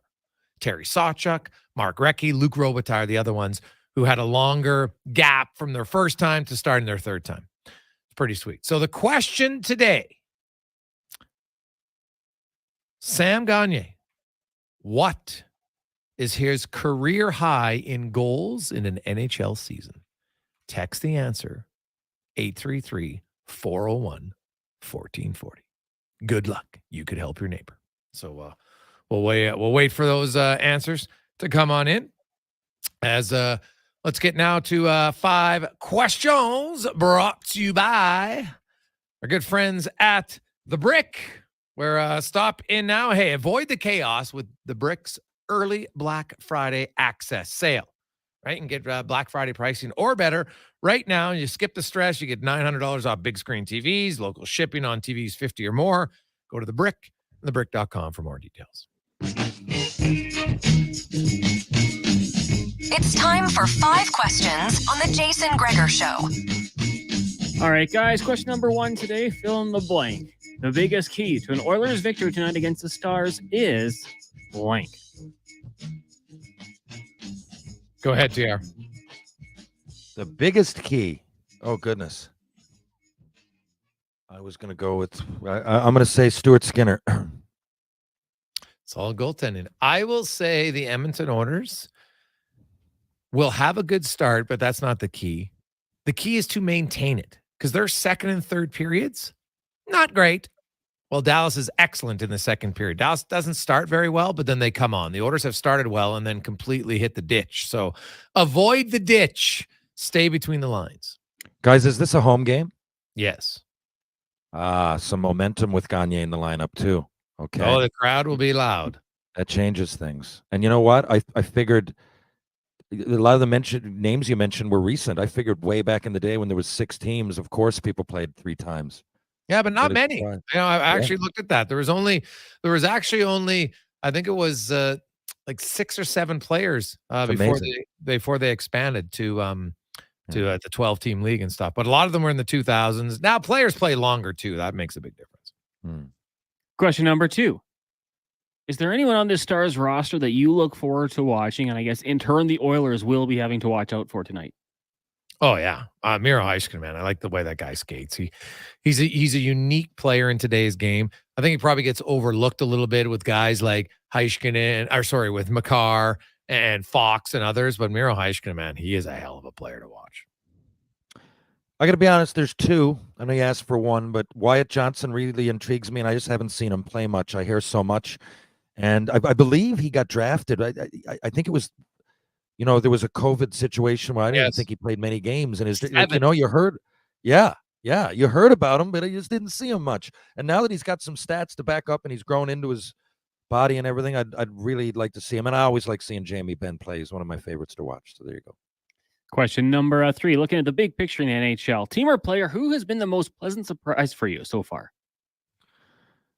Team, I got to go with my Montreal Canadiens, my man. And player, Joseph Woll. You know, it's early, man. I don't know who to pick, DeBrincat or Joseph Woll for Toronto, the goalie. He's a rare draft pick by the Leafs, I believe. I'm not going to say came out of nowhere, but he's having a good start, and it's good for them. I'm going to go with the Anaheim Ducks, who are 6-4 and have played quite well. And they started 1-4, and they've been on 1-3. Excuse me, they're on a roll ever since Gibson got hurt and Dostas has come in and been unbelievable. Dostal, excuse me, in goal. Player, yeah, it's kind of hard not to go with DeBrincat. Is off to a red hot start, but he's now slowed down for a few games. Like we knew he wasn't going to light it up as much as he was, but I'd like DeBrincat to start in Detroit. As always, Play Alberta has some fun prop bets for hockey, football, whatever it might be. Right now for Thursday Night Football, though, they have Kenny Pickett over-under for passing yards at 211.5 for the Steelers, and Titans young quarterback Will Levis going over 199.5 for passing yards. Over-under. What do you think is the safer bet? Ooh. Well, I know, Levis is the sexy pick. Yeah, the 4 touchdown passes. Is DeAndre Hopkins going to go off like that again? I'd love to see it, but he had Ryan Tannehill as his quarterback. No offense. Like, going back to his Dolphins days, you're going nowhere if you're a receiver with him. So I will say, I think Tennessee is going to be trailing. So I'm going to go over on Levis. Yeah, I'm going to say the same. Pickett hasn't impressed me at all, and at times seems to be playing abysmal offense. So, yeah, I'm going to go with Levis as well. We go the under on Pickett then, maybe. Final question for you guys today. Austin Matthews signing a deal with Prime Hydration, which should bring some attention to the NHL for maybe the younger folks. If you're able to be sponsored by one company today, which would you pick? That was so. I think I'd like one of those companies like HelloFresh. If I think of myself way back then, I mean, I wasn't a great cook. Spaghetti meant, I knew that eating pasta would be important.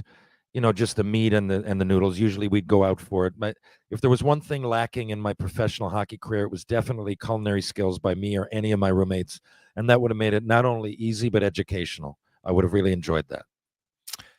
Well, I'm going to go with Nike, I should say, simply because they are a huge brand. And if they're sponsoring you, there's a pretty good chance that there is a good financial windfall at the end. I would always have good shoes.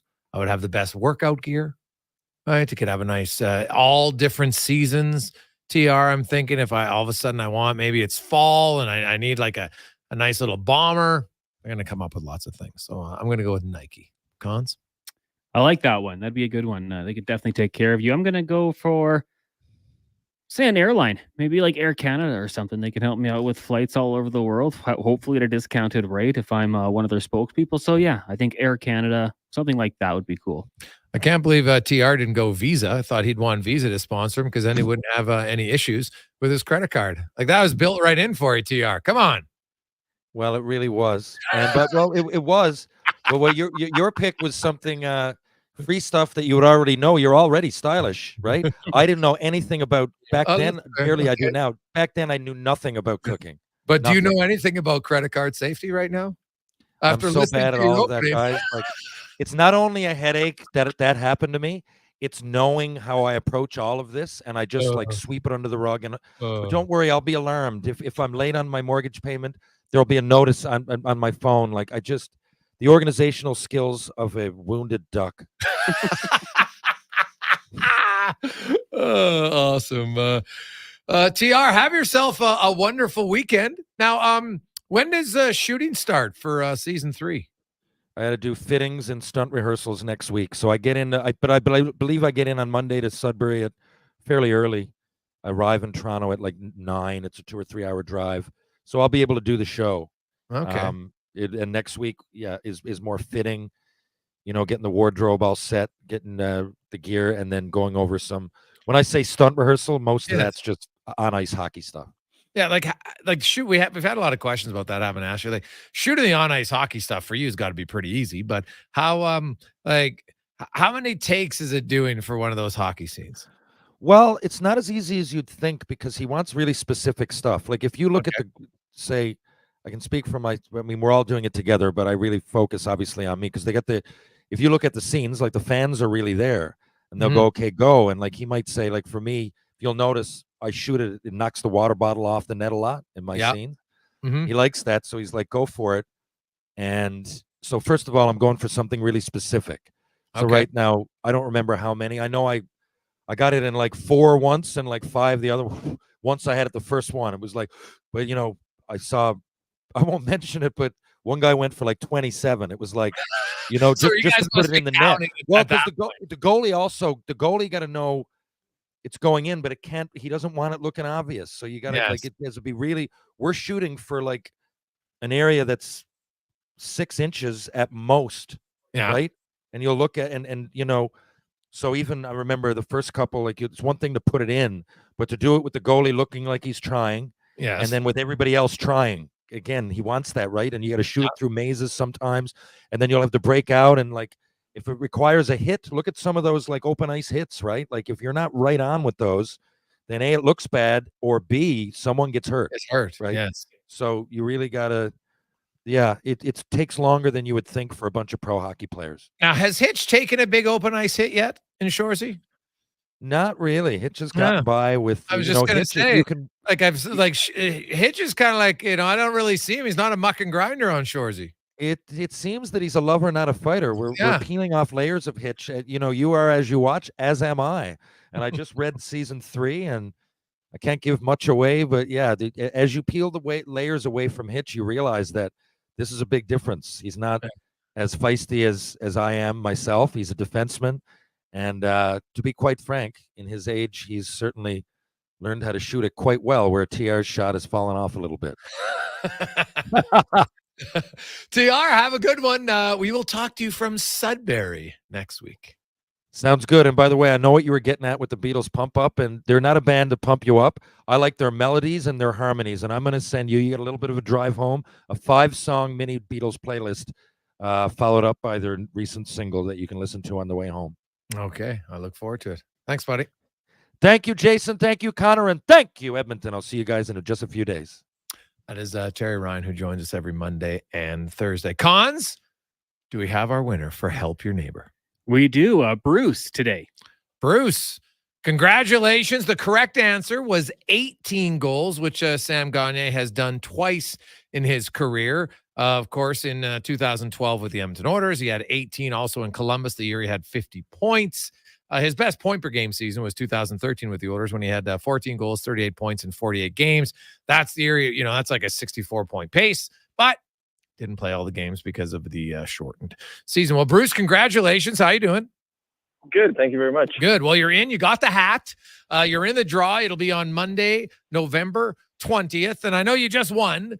So you got a little time to research to find someone that could use a furnace, a brand new high-efficiency furnace from Legacy Heating and Cooling. I definitely have a neighbor that would need one. So. Oh, nice. Well, there you go. Look at you helping your neighbor, living up to the contest name. I like it, Bruce. Well, thanks so much. Stay on the line. Connor will get all your information. Thank you very much. It's that easy. We'll do it again tomorrow. Help your neighbor, courtesy of Legacy Heating and Cooling. They're giving away a brand new high-efficiency furnace. Well, in fact, you're going to gift it to someone in your circle. So keep thinking. So, hey, when you win, you want to have someone good who really needs it. You'll make a difference in their life, man. It'll be life-changing. No question. Let's, we got lots of text flying in at 833-401-1440 is the text line where, of course, you can always text us. Let's get to Connor Halley and a Sports 1440 update brought to you by the Edmonton Oilers. Don't miss your orders tonight when they take on the Stars at 7. Great tickets are selling fast, so secure yours at edmontonoilers.com/tickets and make Rogers Place the ultimate home ice advantage to welcome back Sam Gunn. This is a Sports 1440 update. Yes, Sam Gagner making his return to the Ice District as the Oilers host the Stars down at Rogers Place. Puck drop just after 7. You get your pregame coverage right here on the Oilers Nation YouTube, Facebook, and Twitter streams with Aaron Bordato and Tyler Yaremchuk at 6. Elsewhere on the NHL, moments away from puck drop as the Sens host the Kings, the Panthers in Detroit, Red Wings take on the Hurricanes, Islanders in Washington, Blue Jackets host the Lightning. Then later tonight, the Maple Leafs in Boston, Wild host the Devils, the Canadians in the desert taking on the Yotes, Golden Knights host the Jets, Preds in Seattle, and it's the Sharks hosting the Vancouver Canucks. Week 9 in the NFL kicks off tonight with the Titans in Pittsburgh taking on the Steelers. That one gets going at 6:15. You can watch this one with Sports 1440's Brandon Douglas down at Jensen Lakes Canadian Brewhouse in St. Albert for your chance to qualify for a trip for two to the Super Bowl in Las Vegas. The Raptors in action for the second time in 2 nights as they head to Philly, tip-off at 5. 3 other games in the association with the Pistons in New Orleans. Jazz host the Magic and the Spurs taking on the Suns. 1 game in the AJ, Calgary in Camrose taking on the Kodiaks. That one starts at 7. Coming up in hour 4, we will be joined by Mark Spector of Rogers Sportsnet, and we'll go in the room and hear from members of the Edmonton Oilers. I'm Connor Halley. This has been a Sports 1440 update. Sports 1440 in West Edmonton Mall and Wetaskiwin. CKJR is a Stingray radio station. Download the free radio player app and listen wherever you go. Winter weather is hard on your vehicle. Help keep it in top shape with Pennzoil Ultra Motor Oil from Jiffy Lube. Oil changes on your schedule and 25 bonus air miles with your Shell Go Plus app. Jiffy Lube, keeping you moving. Edmonton's premium live music and party venue is On the Rocks. Check out Bingo Tunes on Monday. Perform on the best stage in town with karaoke on Wednesdays. Learn how to salsa with Salsa Rocks on Thursdays. And every weekend, OTR goes live. With your favorite bands on the OTR stage and DJ Kenny K. For everything that's going on at On the Rocks, give us a follow. Facebook, Instagram, or Twitter. At On the Rocks, EDM. Eat well, party hard. On the Rocks. On the Rocks. On the Rocks. Open every day till 2 a.m. Any team looking to trade up is wise to wait for the right conditions. Right now at Volvo Cars Edmonton, they've got some exceptional offers to help move the remaining 2023 inventory. So whether your team wants to head to the game in the sporty XC60 or the spacious XC90, you'll get up to $5,000 off or finance rates from 2.49%. Volvo Cars Edmonton is Canada's only 12-time Volvo Excellence Award winner. Visit 1205 101st Street Southwest or chat online at volvocarsedmonton.com. You've got a go-to coffee spot, a trusted barber, even a lucky game day jersey. But when it's about looking your absolute best, there's only one name you need, Mr. Dirk. Family run since 1939, we're experts in crafting impeccable tailor-made suits and offering a wide variety of everyday styles. Pair that with personalized one-on-one fittings and the convenience of on-site tailoring. Mr. Dirk elevates your style game. Visit our Edmonton store or explore MrDirk.com. Score big on style with Mr. Dirk. With sport and group events returning, are you looking for safe and professional travel options? Look no further than Silent Rides, one of Alberta's premier bus charter companies. Whether your group is big or small, Silent Rides has you covered. We offer state-of-the-art motor coaches, first-class service, and affordable rates. Get your quote today. For more information, contact Ted Nakamura at 780-940-0880 or visit silentrides.ca. A solid financial plan is made up of more than just investments. Investments are an important part, but you need a more comprehensive approach. Roger Weird at Weird Pearson Akel & Associates Private Wealth Management understands that. He can help build a plan that includes retirement, estate planning, personal insurance, tax strategies, and yes, investments. Talk to him today and see the difference a real financial plan makes. Weird Pearson Akel & Associates. Call 780-988-4119 or visit weirdadvisoryteam.com. Hi, Dennis from Weiss Johnson. Are you one of those people out there looking for something different to heat and cool your home? Weiss Johnson is Edmonton's cold climate heat pump specialist and would love to explain to you how Trane heat pumps are a reliable, cost-effective alternative for your home's heating and cooling needs. Order your Trane heat pump now and take advantage of the generous government rebates that are available. Trane, it's hard to stop a Trane. Call the most experienced HVAC company around with over 45 years in business. Visit wjcools.com today.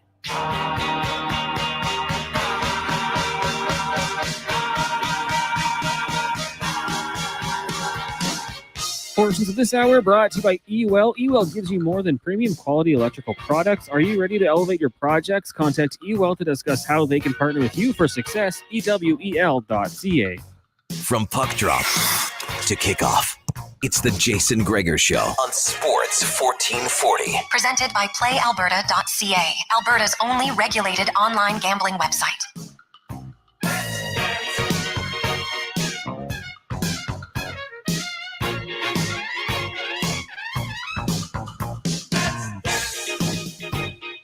Put on your red shoes and dance the blues. Dance, dance to the song that plays. We return Thursday edition of the Gregor Show. How are you? Welcome back. Sports 1440 live on Oilers Nation YouTube. Where, hey, if you're watching online, be sure to tune in the pregame show with Ty Remchuk. It's going in about an hour's time. The Oilers and the Dallas Stars. Oilers looking for their first win at Rogers Place this regular season. Their first home win, of course, came at Commonwealth, but they've there was no horn. Right? Hey, who knows? Maybe they don't need the horn. Maybe they should switch it up. I'm kidding, of course. But Sam Gagner will become the first Edmonton Oiler in franchise history to play 3 different times for the organization. Becomes the 38th player in NHL history to do that. And he will have the 5th longest space from the first time he laced up from your team to the 3rd time when it started. His 16 years in between his first year to now. Of course, the NHL record is 24 years by Patrick Marleau. Marleau actually had 3 stints with the Sharks as well. Now, it is the Gregor Show presented by PlayAlberta.ca. And if you look at it, the Oilers are favored by PlayAlberta.ca. Should have faith, Oiler fans. I know there's lots of texts coming in. People, it's Wedgwood. They never beat backups. Never is too strong of a word. The Oilers were actually pretty good overall against backups last season. Yes, they don't beat them every time. Nobody does. So we'll see.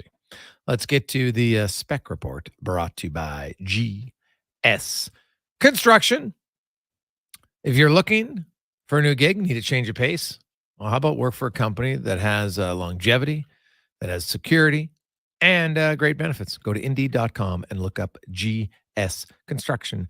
They are hiring, as Mark Spector from Rogers Sportsnet joins us once again on the show. And Spec, the Oilers, they welcome back a gentleman. The fans used to refer to him as Samwise. He came in. I was looking up.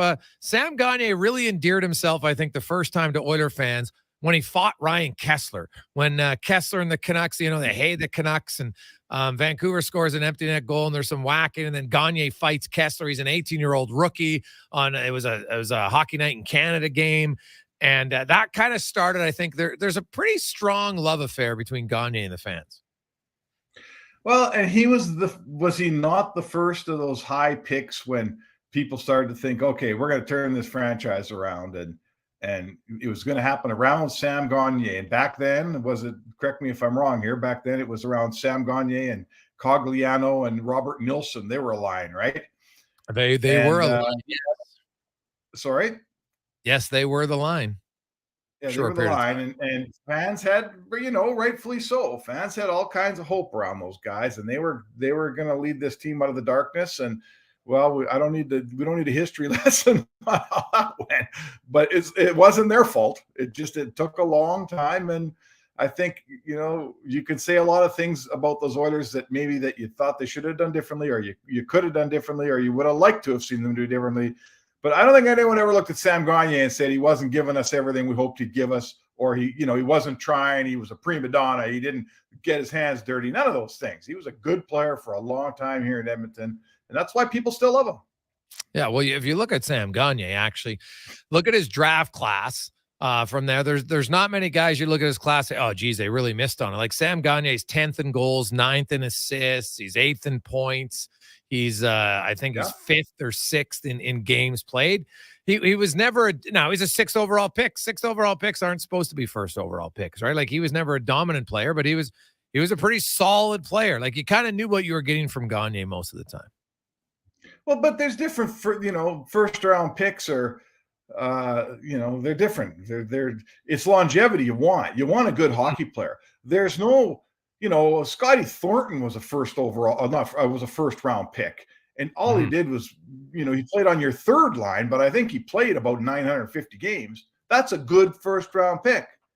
Jason Arnott was a first round pick. He was a different player than both of them. He played a long time, led a team to a Stanley Cup. He was a good first round pick. Andrew Cogliano played 1,200 games, and all his best work was done in the bottom 6. He was a good first round pick. He's just not what you envision. He wasn't an 80, 90 point guy. So, to me, when you're drafting in the first round, you want a guy that's a genuine NHL player. and then we're going to figure out where he fits in your lineup. Sam Gagner, he is a genuine NHL player, no doubt about that. What do you think he's got left? What do you think he can add? Ooh, what can he add? You know what he can add? I think he's smart enough. I want how he's skating, first of all. I want to see him skating with his hips fixed because he's slowed down, and I know why he's slowed down. So if he can skate, I think he can check for you. He can kill some penalties for you. He's a fourth-line player. But he's probably got second-line hands still, right? Mm-hmm. He's a guy that when he gets the chance, he knows what to do with it. If he sees the play, he knows how to make it.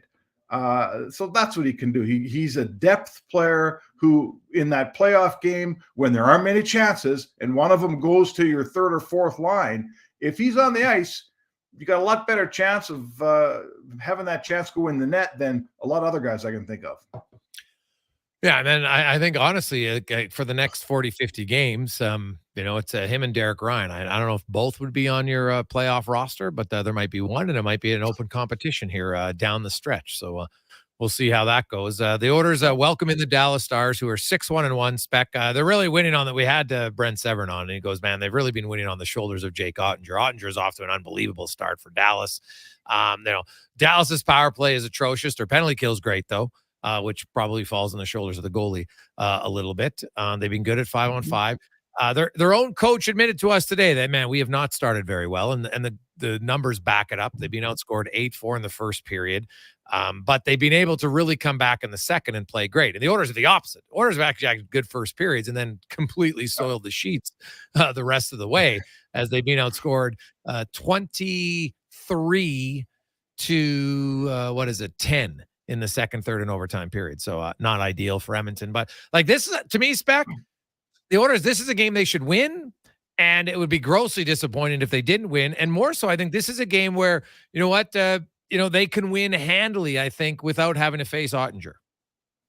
Well, they're in a great spot.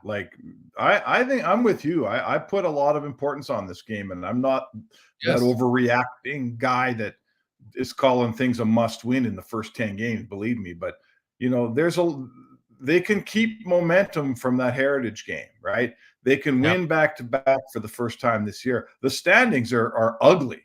2 points will get you a long way. And with this road trip coming in a week's time, they could really make the standings look a lot, more comfortable if they get some work done. So to me, it starts tonight. You got a team that played last night. That's a check mark. You got a team playing their backup goalie. That's a check mark. You got a team that's been winning a whole bunch, and again, won last night. I think that, the odds tell me that you should be hungrier than they should be. That no one should be hungrier than the Edmonton Oilers right now. So this game is there for them. It's never easy. The other team's trying to. I get it. But this is one the Oilers should get both points out of for sure. We've talked lots about Connor Brown. Two young players, and Holloway and Broberg. You look at Broberg, and I think by the end of the month, or maybe even beforehand, if he's clearly your number 7, then they might have to make a decision to even if it's for a few weeks, get him down and play some significant minutes in the American League. But Dylan Holloway, where are you at as far as his, it's only 8 games, but have you seen anything? What have you seen from Holloway so far this year? Well, I see a guy whose game's been pretty good up until about the final 15 feet. He's if the rink's 200 feet long, he's about 170-foot player right now. How about that? I don't mind his game defensively. Remember last year? Mm-hmm. Remember those errors he made earlier last year that were directly ending up in the Oilers' net? And there was this big argument about how do you keep him in, or should you take him out, or is this how we're going to learn, or all those things we discussed. He's not doing that this year. He's much better defensively. I'm not saying he's perfect, but he's much better. He's using his speed. We like that. He's using his size. We like that.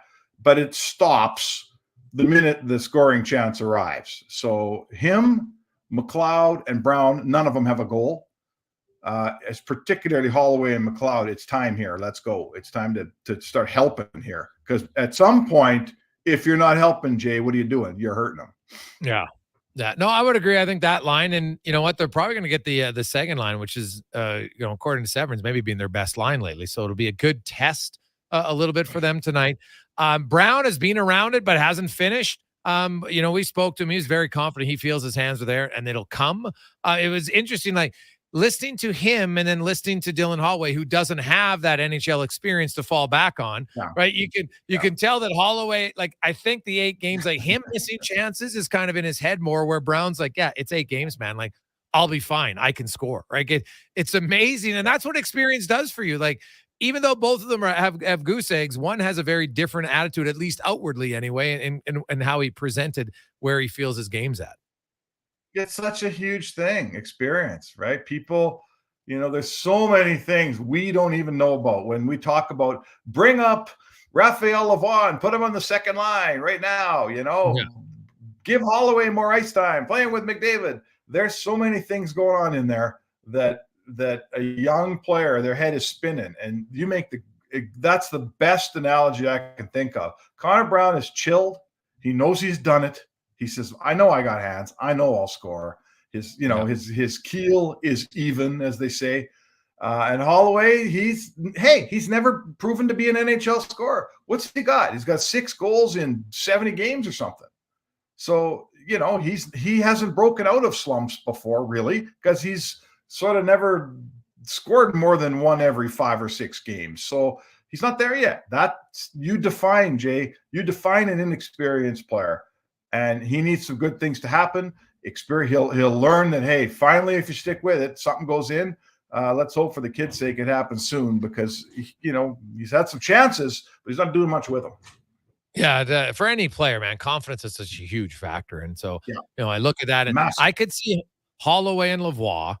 I know they're a left winger and a right winger, but you can always move Fogle back to the left side if you have to. If Lavoie keeps going up in the American League, and it's only 5 games, but like by the end of November, if Holloway's kind of stuck in mud a little bit offensively, he doesn't require waivers.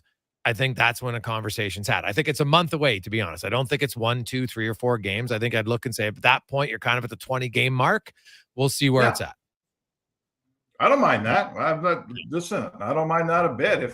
If all, and the thing is, I think you pass a certain point in the National Hockey League where, the young player pushes and pushes and he goes up and he goes up. And if he can't get out of it, now it can become crippling. And now there is a confidence loss. And that's what coaches get paid for, is to see those sorts of things, right? You don't want a guy ruining his confidence. There's no need for this, right? Send him down to the A, give him 22 minutes a night, let him pop some goals and bring him back. He's a young guy. He's going to play. Don't worry about it. That's why you have a farm, man. I would be absolutely supportive if that ends up how it goes. That's why you have a farm team. Use it. Mark Spector joins us. The Spec Report brought to you by GS Construction.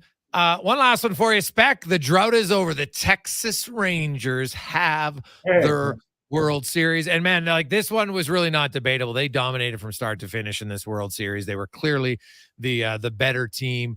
And, kudos for them. Kind of put a check mark. It's another franchise. It's over, 54 years for them, and they get a championship. And there's lots of Ranger fans who now can say, I can die happy.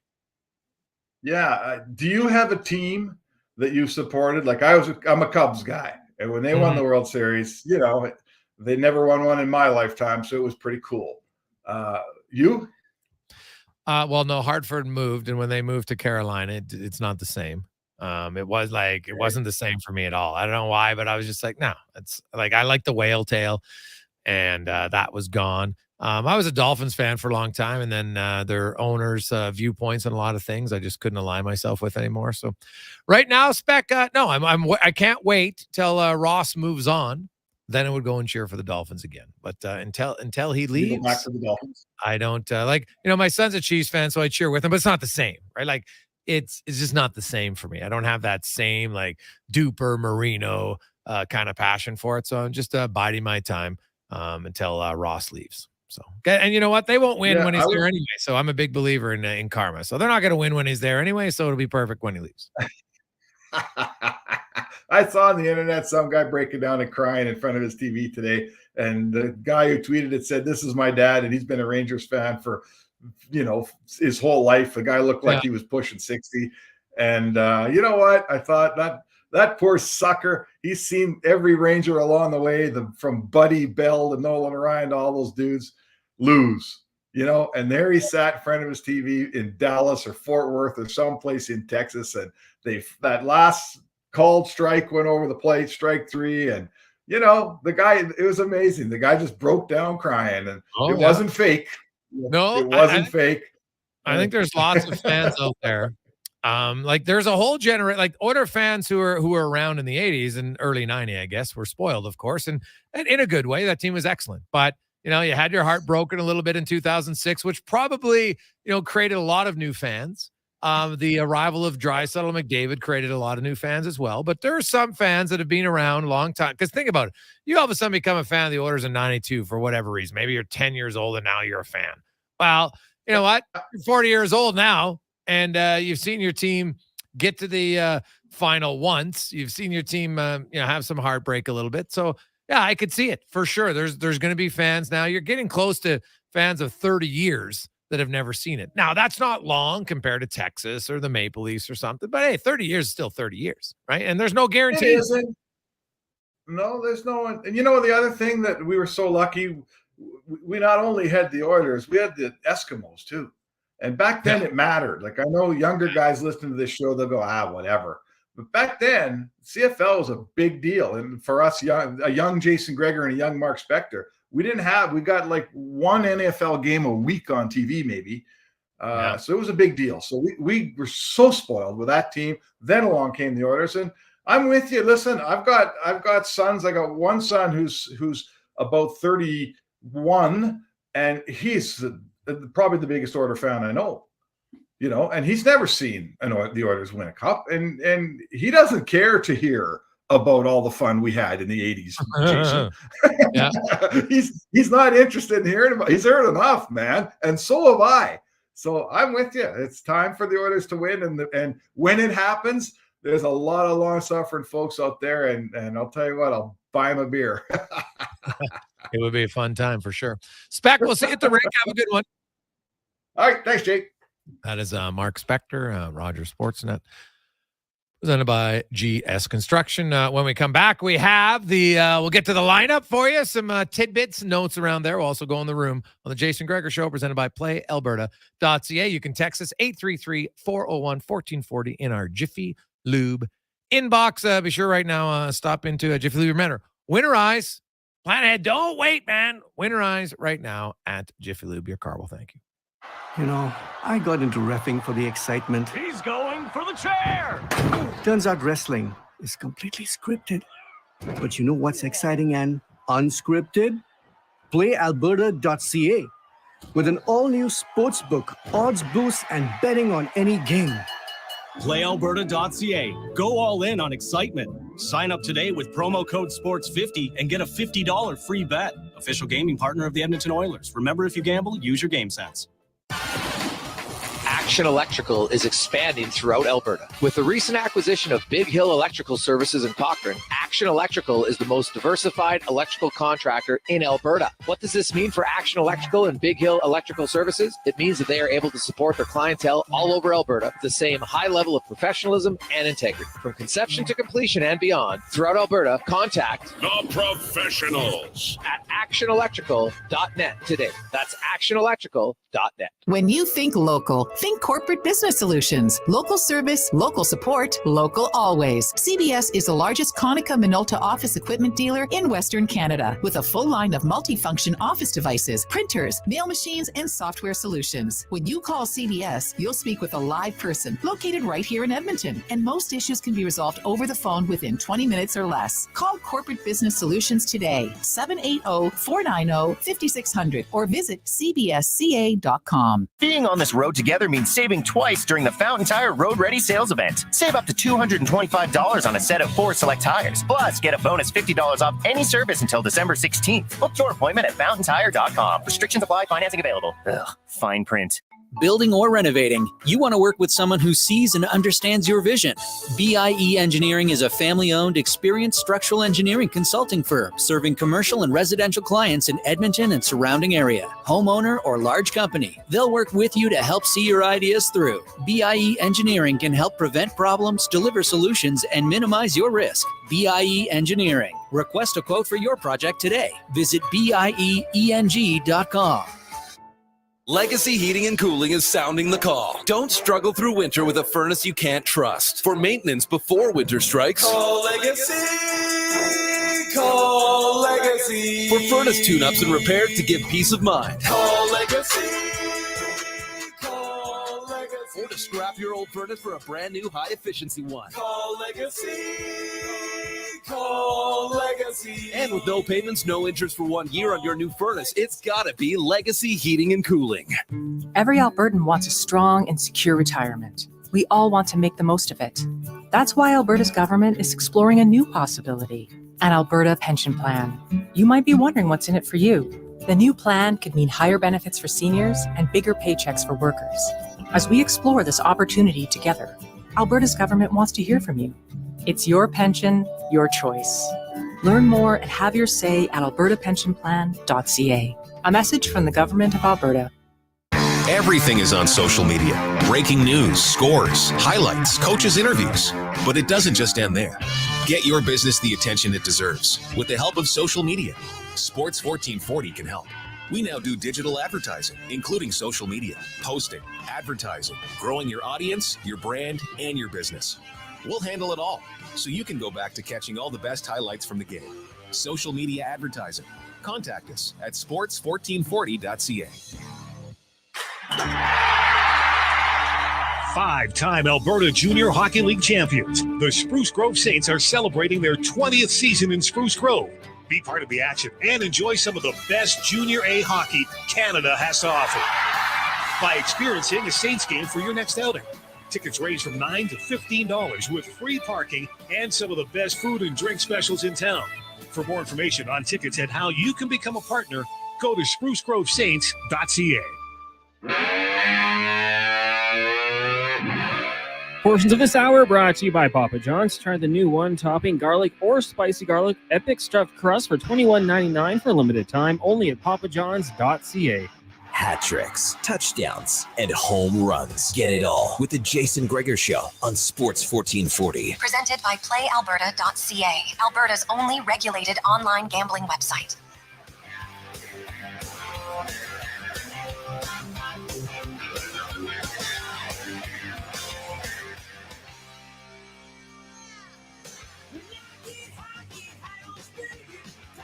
$5:27. Welcome back. Jason Gregor Show on Sports 1440, live on Owners Nation YouTube. We are coming to you, as always, from the E-Well studio, EWEL.ca, your one-stop shop for all your electrical needs. And they are, like you, huge Oiler fans, man. They got memorabilia all over that place. They always have Sports 1440 running. So if you stop in, you got a pickup.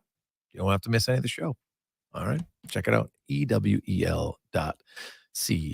The Edmonton Oilers, of course, in action tonight against the Dallas Stars. First meeting of the season between these two teams. Over the last 4 years, they've met 9 times. 1 year they didn't meet, of course. That was the lockout year. And the Oilers are 5-3-1 in their last 9 meetings. Versus Dallas, as it's time to get to the lineups, brought to you by Sherwood Power Sports and Marine. They have a brand new state-of-the-art facility in Sherwood Park. It has 91,000 liter test pool that services all your boats. It has the drive-through service. You don't even have to unload your boat or your ATV. Check it out right now at Power Sports and Marine in Sherwood Park. Pretty sweet place, man. It's got the huge black building. You'll see its exterior. It's unreal. But I saw the pool inside. Well, pool is probably the wrong word. You're not swimming in it, but you want to test your boat, man. 91,000 liters. Nice. Orders lineup tonight: McDavid, Draisaitl, and Warren Foegele. Will he be Warren Skogel tonight? We'll see. You have the line that was very good against the Flames: Nugent Hopkins, Hyman, and Kane. You'll have Brown, McLeod, and Holloway. Then Ryan and Gagner are the 2 extra forwards. Matthias Janmark still not skating with the group. So they didn't want to give a timeline on his injury, so who knows when he'll be back. I'm guessing he won't be ready for Saturday afternoon either. That would be a pretty educated guess, considering he hasn't practiced all week. Are they going to practice once and then play an afternoon game? Unlikely, I would think. On defense, Nurse and Ceci. Bouchard is back with Ekholm to start the game. He's been playing a lot there anyway. Even the New York game, I know he started in the Calgary game, he started away from Ekholm, but very quickly did they gravitate to that pair back together. And then you have Desharnais with Brett Kulak, both of those two scoring their first goals of the season in the Heritage Classic. And Philip Broberg is the seventh defenseman. Stuart Skinner will get the start in goal tonight for the Edmonton Oilers. The Dallas Stars will have their backup, Scott Wedgwood, in goal tonight for them. Up front, a lot of the their line combinations really aren't changing. Radek Faksa is out. He missed last night's game in Calgary. He's still banged up, so he'll be out. Robertson, Roope Hintz, and Joe Pavelski at the top line in Dallas. Then you've got the young sophomore Wyatt Johnson, who's looking very good with Dadonov and Ben. Matt Duchene, big free agent signing with Tyler Seguin and Mason Marchment. And then, of course, Sam Steele, the local product from our Drawson, then into Sherwood Park. Craig Smith and Ty Dellandrea are the fourth line. You'll have Ryan Suter, Miro Heiskanen as a pair, Thomas Harley, Yanni Hakanpää, and then Essa Lindell and Nils Lundqvist. Solid defense core in Dallas. We mentioned their power play, very much struggling right now. They've scored 2 goals on 27 chances with 8.7%, but then they've allowed 3 shorthanded goals. So their net power play is actually minus 4.4. Not ideal. But their penalty kill, very good. It's at 92%, but they've also scored a shorty. They've only allowed 2 power play goals, and they scored a shorty. So pretty good. They're like a 96 net. The Oilers penalty kill, it's 72%, not good. Their power play is decent. It's 9th in the NHL at 24.1%. But by their standards, I think they'd want a little bit higher. There's no question. So there you go. That's the Oilers lineup brought to you by Sherwood Power Sports and Marine. We got a lot of text to get to at 833-401-1440. Hey, boys, what character is TR and Shoresy? I'm just getting into it. It's Hitch, man. Hitch, check it out. You'll the minute you see him and you listen to him talk, you'll know it's TR. So there you go. Hey, guys, I'm with you in Spec. Trust me, I am 39 years of age. I've been a diehard Oiler fan since I was 10, and I don't recall much success. Hopefully that changes sometime in my lifetime. I couldn't imagine cheering for a team for 60 years and never seeing them win. I don't know how some fans do it.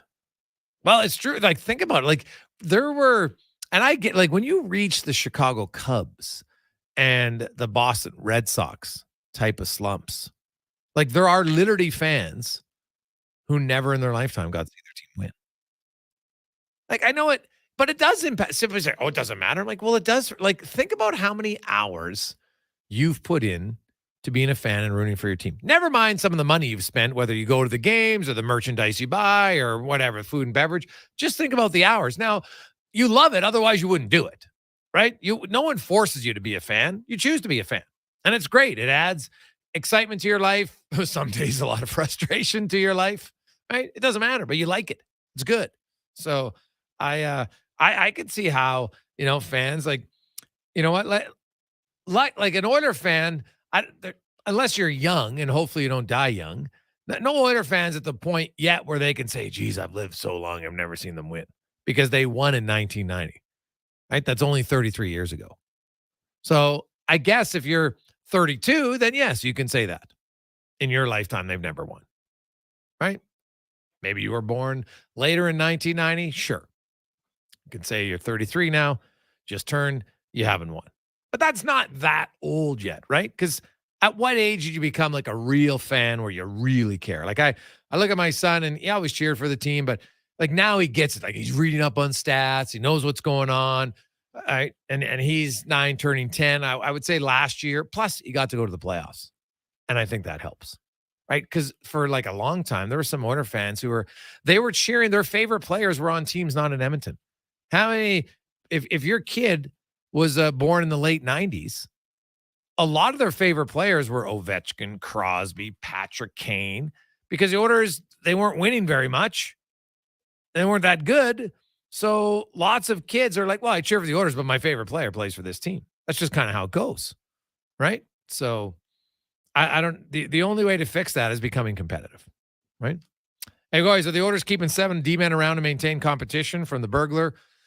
I don't know. Like, if they only have 6, is Vincent Desharnais, who's yet to be like a regular NHLer for a long time in his career, suddenly not going to play? Like, I don't think so.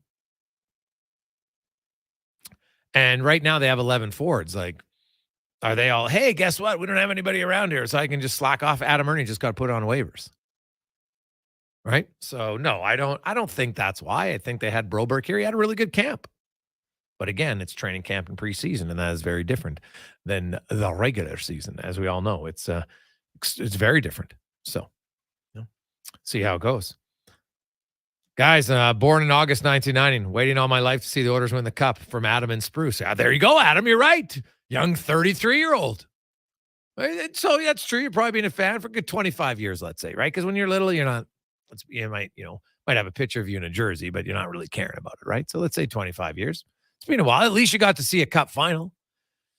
But the other thing that Oilers fans is, like, imagine being some of those teams, but never having a great player. Like, that's the other thing. Like, right now, Oilers fans are like, well, even if they lose, like, we still get to watch Connor McDavid most nights. That's a big benefit. Right? Leon Draisaitl. Like, think about if you're going to the game tonight or you're watching it. How many of you are like, I'm probably going to see something good? Obviously, the number one goal is, and maybe now that's worn off. You're like, hey, the sort of team's got to win. Like, I want to get to the playoffs. Totally valid. And I do believe the Oilers, like, there's no guarantee every game they'll win. I think this is a game the Oilers win, and I actually think they might win by 2 or 3. Dallas played 3 games in 4 days. Edmonton is rested. They're feeling good about themselves. The crowd, Sam Gagner, it's going to add a little juice. Now, I'm very curious. If I'm Jay Woodcroft, I am starting Sam Gagner tonight.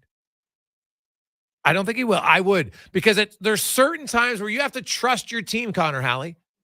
You got to trust your team, right? And you got to read the situation, right? Sam Gagner is very well respected in the room, right? But he's a big-time fan favorite. I'd have no problem doing it. Like, these are small little details. I watch other teams at certain times. You can't always just start McDavid's line or Kane line. You can't always do it. Right? Look at Vegas. Look at how often Vegas started their 4th line. Right? To me, if I'm Jay Woodcroft tonight, I'm starting Sam Gagner. Now, if you want to start Gagner with McDavid and Draisaitl, fine. I didn't say his line because he doesn't really have a line. But I would start him tonight. That's immediately where my mind went. Put him up there with McDavid and Draisaitl if you want to. I mean, it's not going to hurt you that bad for him to be out there 35 seconds, whatever it might be. You're not ideally going to get pinned into your own end for the entirety of that shift. And even if you are, is he the worst guy to have out there? I mean, it could be worse. So I think it'd be great to do that. You get the crowd going, starting for your Edmonton Oilers, number 89, Sam Gagner. The crowd's going to get into it from the start, along with McDavid and Draisaitl. So I'm 100% with you. Take advantage, give him his shine. The crowd will get into it, and it just makes sense to me to give him that moment, because Oilers fans are buzzing right now, coming off that big win at the Heritage Classic. I think it would just be a great way to keep it going. Yeah, for sure. Hey, guys, is fatigue really much of a factor, as people are saying? These are top-notch athletes who play 30 minutes a night. I don't think there may be 2 hours of activity. Guys, the same levels being suggested. Oh, no, there's travel, right? You get in late, so you don't get your sleeping habits the same. You're not sleeping in your bed. Oh, no, trust me, fatigue's a fact. We're not talking to these guys like, I got no energy. But if it's a 2% reduction, man, that's a significant difference for high-level athletes. 3 games in 4 nights, your legs can get fatigued. It's true. Like, there's scientific studies done on this. Yes, it's not massive, but we're talking 2%, 3% maybe. Maybe some guys it's 4 or 5, depending. Right? But no, it definitely makes a factor. Greg's hadn't even thought about 100% now that you said I'd start Sam Gagner. That one comes from Peter. Well, what could it hurt? And like you start him on the right wing with Draisaitl and McDavid. So now you got McDavid and Draisaitl fans are going nuts. Oh, and here's Sam Gagner. Right? You introduce him last. You give the crowd a big round of applause. Like, who doesn't like a little feel-good story? Everybody does. So I see no reason not to do it, especially with 11 forwards. And Sam Gagner doesn't have a legit line. It's easy. Hey, Warren Fogel's not going to be like, oh, my God, this sucks. Right? Warren Fogel gets it. If Sam Gagner gets one shift out there to start the game with him, why not? It'd be great. 5:40, we'll come back. We'll go in the room. Cody Ceci. It's off to a very good start. Him and Darnell Nurse. The Oilers have struggled. Nurse and Ceci have been very good. We'll talk about that, and we'll get to Pete DeBoer's thoughts on his team and what he's concerned about tonight. That's coming up next. The Jason Gregor Show, presented by PlayAlberta.ca. Christensen Communities, the name in active adult living. Enjoy retirement living without compromise. At Christensen, we understand that each lifestyle is unique. We are committed to providing choice through optional dining, personal services, recreation programs, and care plans to suit your current and future needs. Enjoy maintenance-free living and build new friendships in a safe, independent community. Large suites with full kitchens and in-suite laundry, on-site amenities, and so much more. Find out more today about our communities across the province at cdlhomes.com. A solid financial plan is made up of more than just investments. Investments are an important part, but you need a more comprehensive approach. Andy Akel at Weird Pearson Akel & Associates Private Wealth Management understands that. He can help build a plan that includes retirement, estate planning, personal insurance, tax strategies, and yes, investments. Talk to him today and see the difference a real financial plan makes. Weird Pearson Akel & Associates. Call 780-988-4119 or visit weirdadvisoryteam.com. Legacy Heating and Cooling is the #1 place for people who want heating and cooling, because you'll save a bundle and get both with a heat pump. Then you can use hot, cold, hot, cold. Come on, thermostat, do what you're told. Turn up the heat, turn up the cold, so the vents stop pushing out tornadoes. Time for a heat pump, bring it to me. Gonna get a deal from Legacy. Your heat pump from Legacy will heat and cool while saving you a bundle in energy costs. Plus, you'll get a rebate up to $5,000 and no payments, no interest for 1 year. Legacy Heating and Cooling. What does 3 decades of perfecting your craft look like? Ask the guys at Leduc Goldsmiths, locally run and bringing you nothing but quality work and service. Built from the ground up through family, from generation to generation, uncle to nephew, father to son. The pride in their family jewelry store is the pride you take home, bringing you custom and repair work. But it's their face-to-face service that keeps you coming back. Leduc Goldsmiths on Main Street, Leduc. Leduc's jewelry store, family owned and operated for over 30 years. Does anyone buy an RV in the fall? I mean, why would you go to all the trouble to find just the right one when you can't enjoy it until the spring? Only someone like Rick Showers from Noble RV would know the answer. Ain't that right, Rick? That's right, Bob. You'd be surprised how many people buy their RV from us in the fall. It's a buyer's market. The people who sell their RVs with us are often a little more motivated to sell this time of year. And that means a better deal for you. And when you buy your quality used RV from No Bull now, I cover the cost of storage and winterization for the coming winter, so you can pick it up in the spring, ready to roll, without paying an extra cent. Winterization and storage? That can cost quite a bit, Rick. Not when you come to No Bull. Our inventory is constantly changing. Something we have today, we might not have in the spring. So the best time to find the RV that's right for you is anytime. And that's No Bull. NoBullRV.ca.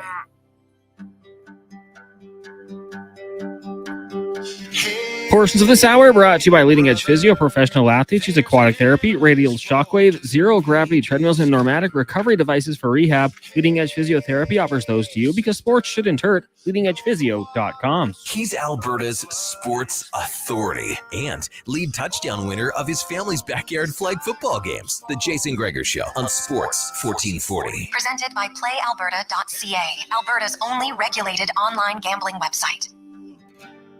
What if I'm far from home? Oh, brother, I will hear you call. What if I lose it all? Oh, sister, I will help you out. If the sky comes falling down for you, there's nothing in this world I can do.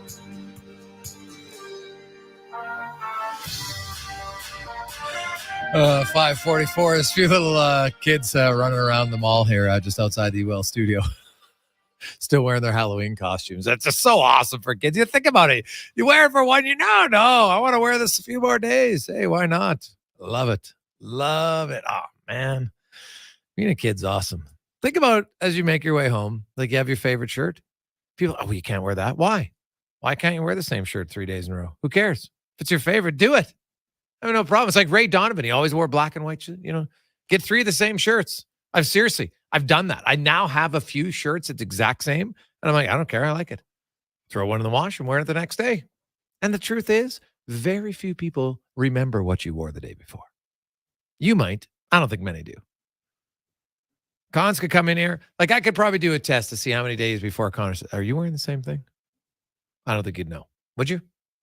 No, not unless it was like something crazy. Like if it was like a hot pink shirt, sure. Maybe I yeah, could yeah. pick up on it, but no. If it's black like Ray Donovan, you're good. Yeah, I could wear a black T-shirt probably almost every day, and I don't think you'd say anything. Right? Like I have most guys have multiple black T-shirts, without question. Like just plain black, for sure you do. Now, let's go in the room. Brought to you by Next Gen Transportation. All the new platform trailers have arrived and are ready for work. Go to nextgentransportation.com. Cody Ceci, you know what?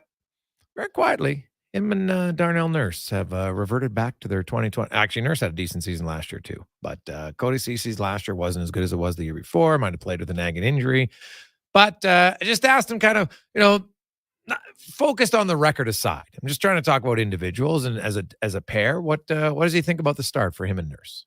Yeah, I've thought we played pretty strong so far this year. I mean, obviously we want to win more games, but there are some positives in our game right now that we need to keep going if we want to be successful.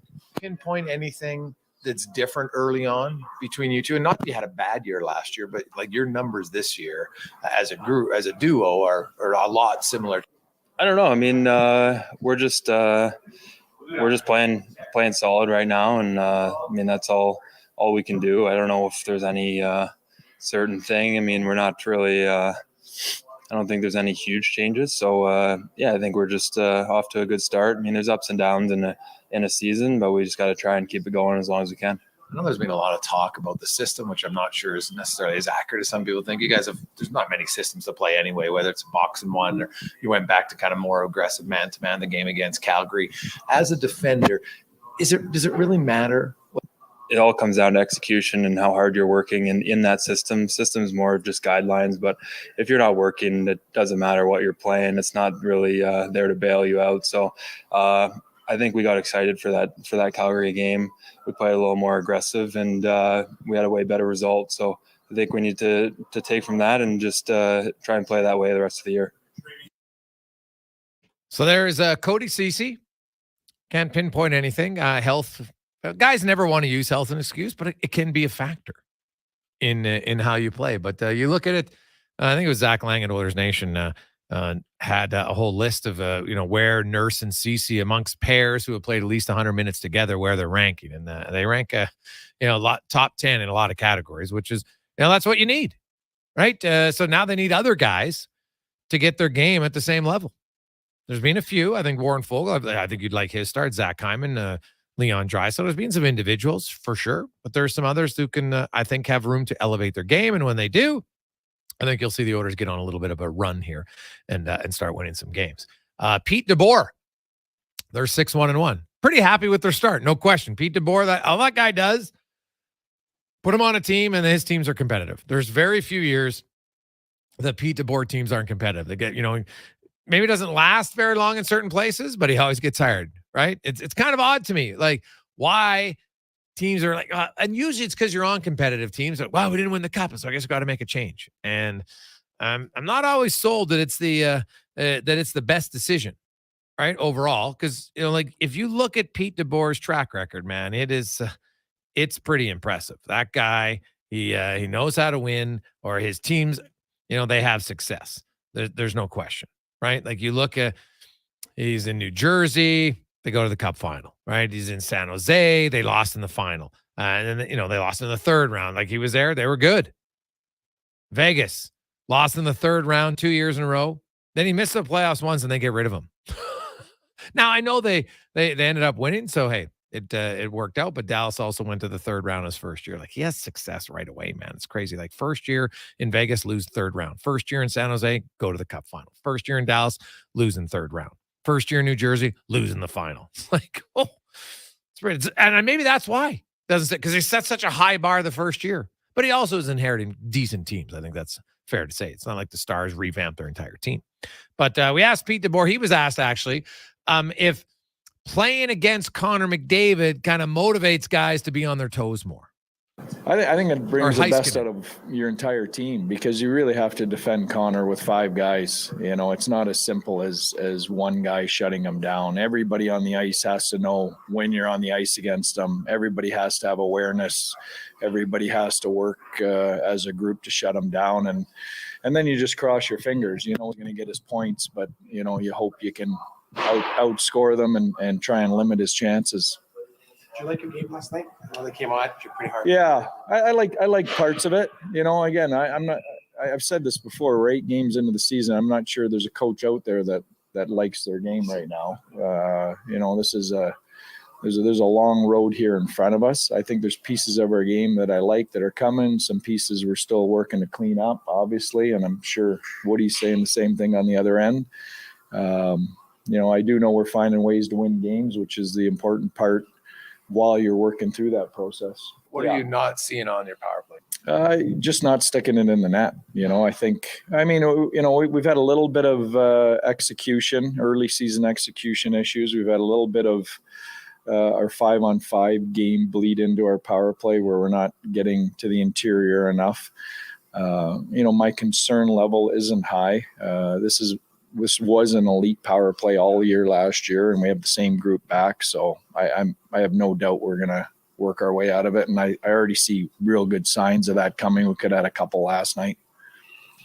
You're the second game of back-to-back. You're playing against a really well-rested team, I guess. Mm-hmm. What's the key to kind of keep your legs going? Yeah. Well, we've got to survive kind of the first 10, 15 minutes here. Our starts haven't been great overall, really sporadic, and, you know, real emphasis on that tonight. We got to manage the puck and not beat ourselves in the first 10, 15 minutes because we know they're going to have good legs and be ready to go.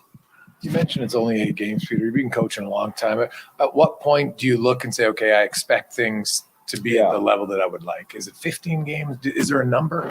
I don't know if there's a number. I mean, you know, you look every year is different, you know. I mean, you know, I think Boston last year had it rolling right from day one. You know, I think you know, if you looked at Vegas, they probably put it together the second half of the year more than early. You know, the most important part, you know, and there's 2 parts to this. You have to get in the playoffs to give yourself a chance, and you can lose that opportunity early in the season if you're not putting points in the bank. But then you want to be playing your best and be your healthiest going into the playoffs. That's the critical piece. So, you know, would you like to go wire to wire with your A game? That's what we all focus on, but that's not realistic, and we're all working through that. Peter, have you seen any drop off with the Velski? Not really, no. You know, he still his game, you know, it's never been predicated on speed and skating. So, and you don't lose those cognitive hockey IQ skills at 40, maybe at 55 like I am, but you don't at 40. So he's still one of our most valuable players almost every night. There's Peter DeBoer. That is In the Room, brought to you by Next Gen Transportation. On behalf of Connor Halley and Terry Ryan, I'm Jason Gregor. Thanks so much for tuning in today. Also, Declan Cougar running things at Orders Nation YouTube. Of course, speaking of Orders Nation YouTube, stick around. I got the pregame show coming up right now. Just stay on the channel, and you'll see it coming up at the top of the hour. Orders taking on the Dallas Stars. If you missed any interviews on the show, go to jasongregor.com. They're there, or anywhere where you get your podcast for the full show, and you can watch the entire show again on YouTube. Let's get to Connor Halley at the Final Sports 1440 update, brought to you by Edmonton Kubota. And hey, you always want to plan ahead. You know it's coming. So you need snow removal. Get your snow game to your A game at Edmonton Kubota's powerful snow removal equipment and attachments. It's your key to a smooth, hassle-free winter. Go to EdmontonKubota.com. Good night. This is a Sports 1440 update. It's game day. The Oilers hosting the Dallas Stars down at Rogers Place, just over an hour away. You can catch pregame coverage on the Oilers Nation YouTube, Facebook, and Twitter feeds with Aaron Bordato and Tyler Yaremchuk. Elsewhere in the NHL, the following games are at the first intermission. Kings up on the Sens 1-0. Scoreless between the Red Wings and the Panthers. Rangers and Hurricanes tied at 1 apiece. The Islanders lead the Capitals 2-0. Lightning trail the Blue Jackets 1-0. And midway through the first out in Boston, scoreless between the Bruins and the Maple Leafs. Still to come tonight, the Wild host the Devils. Canadians in the desert taking on the Yotes. Golden Knights host the Jets. Preds up against the Kraken and the Canucks in San Jose. Week 9 in the NFL kicks off tonight as the Pittsburgh Steelers taking on the Tennessee Titans. That gets going at 6:15. You can watch this one with Sports 1440's Brandon Douglas at the Jensen Lakes Canadian Brewhouse in St. Albert for your chance to qualify for a trip or two to the Super Bowl in Las Vegas. Toronto Raptors in action right now. They trail the 76ers 46-43. That one's in the second quarter. Elsewhere, Pelicans will take on the Pistons, the Magic in Utah, and the Suns hosting the San Antonio Spurs. One game in the AJ this evening. Calgary in Camrose taking on the Kodiaks. That one starts at 7. We're back with Fox Sports Radio at 9 o'clock, and then Carius and Douglas back 7 a.m. tomorrow with guest host Eddie Steele. I'm Connor Halley. This has been a Sports 1440 update.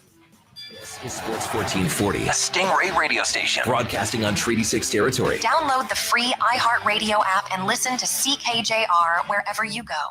Legacy Heating and Cooling is the #1 place for people who want heating and cooling, because you'll save a bundle and get both with a heat pump. Then you can use hot, cold, hot, cold. Come on, thermostat, do what you're told. Turn up the heat, turn up the cold, so the vents start pushing out tornadoes. Time for a heat pump, bring it to me. Gonna get a deal from Legacy. Your heat pump from Legacy will heat and cool while saving you a bundle in energy costs. Plus, you'll get a rebate up to $5,000 and no payments, no interest for 1 year. Legacy Heating and Cooling. When Ottawa's proposed electricity regulations make electricity unreliable, the things you rely on won't work when needed. Your hot water, computer, washer and dryer, electric car, TV, lights, mobile phone, stove, your heat in -30. Visit tellthefeds.ca to learn why Canada's power grid will be unreliable. And tell the feds, reliable and affordable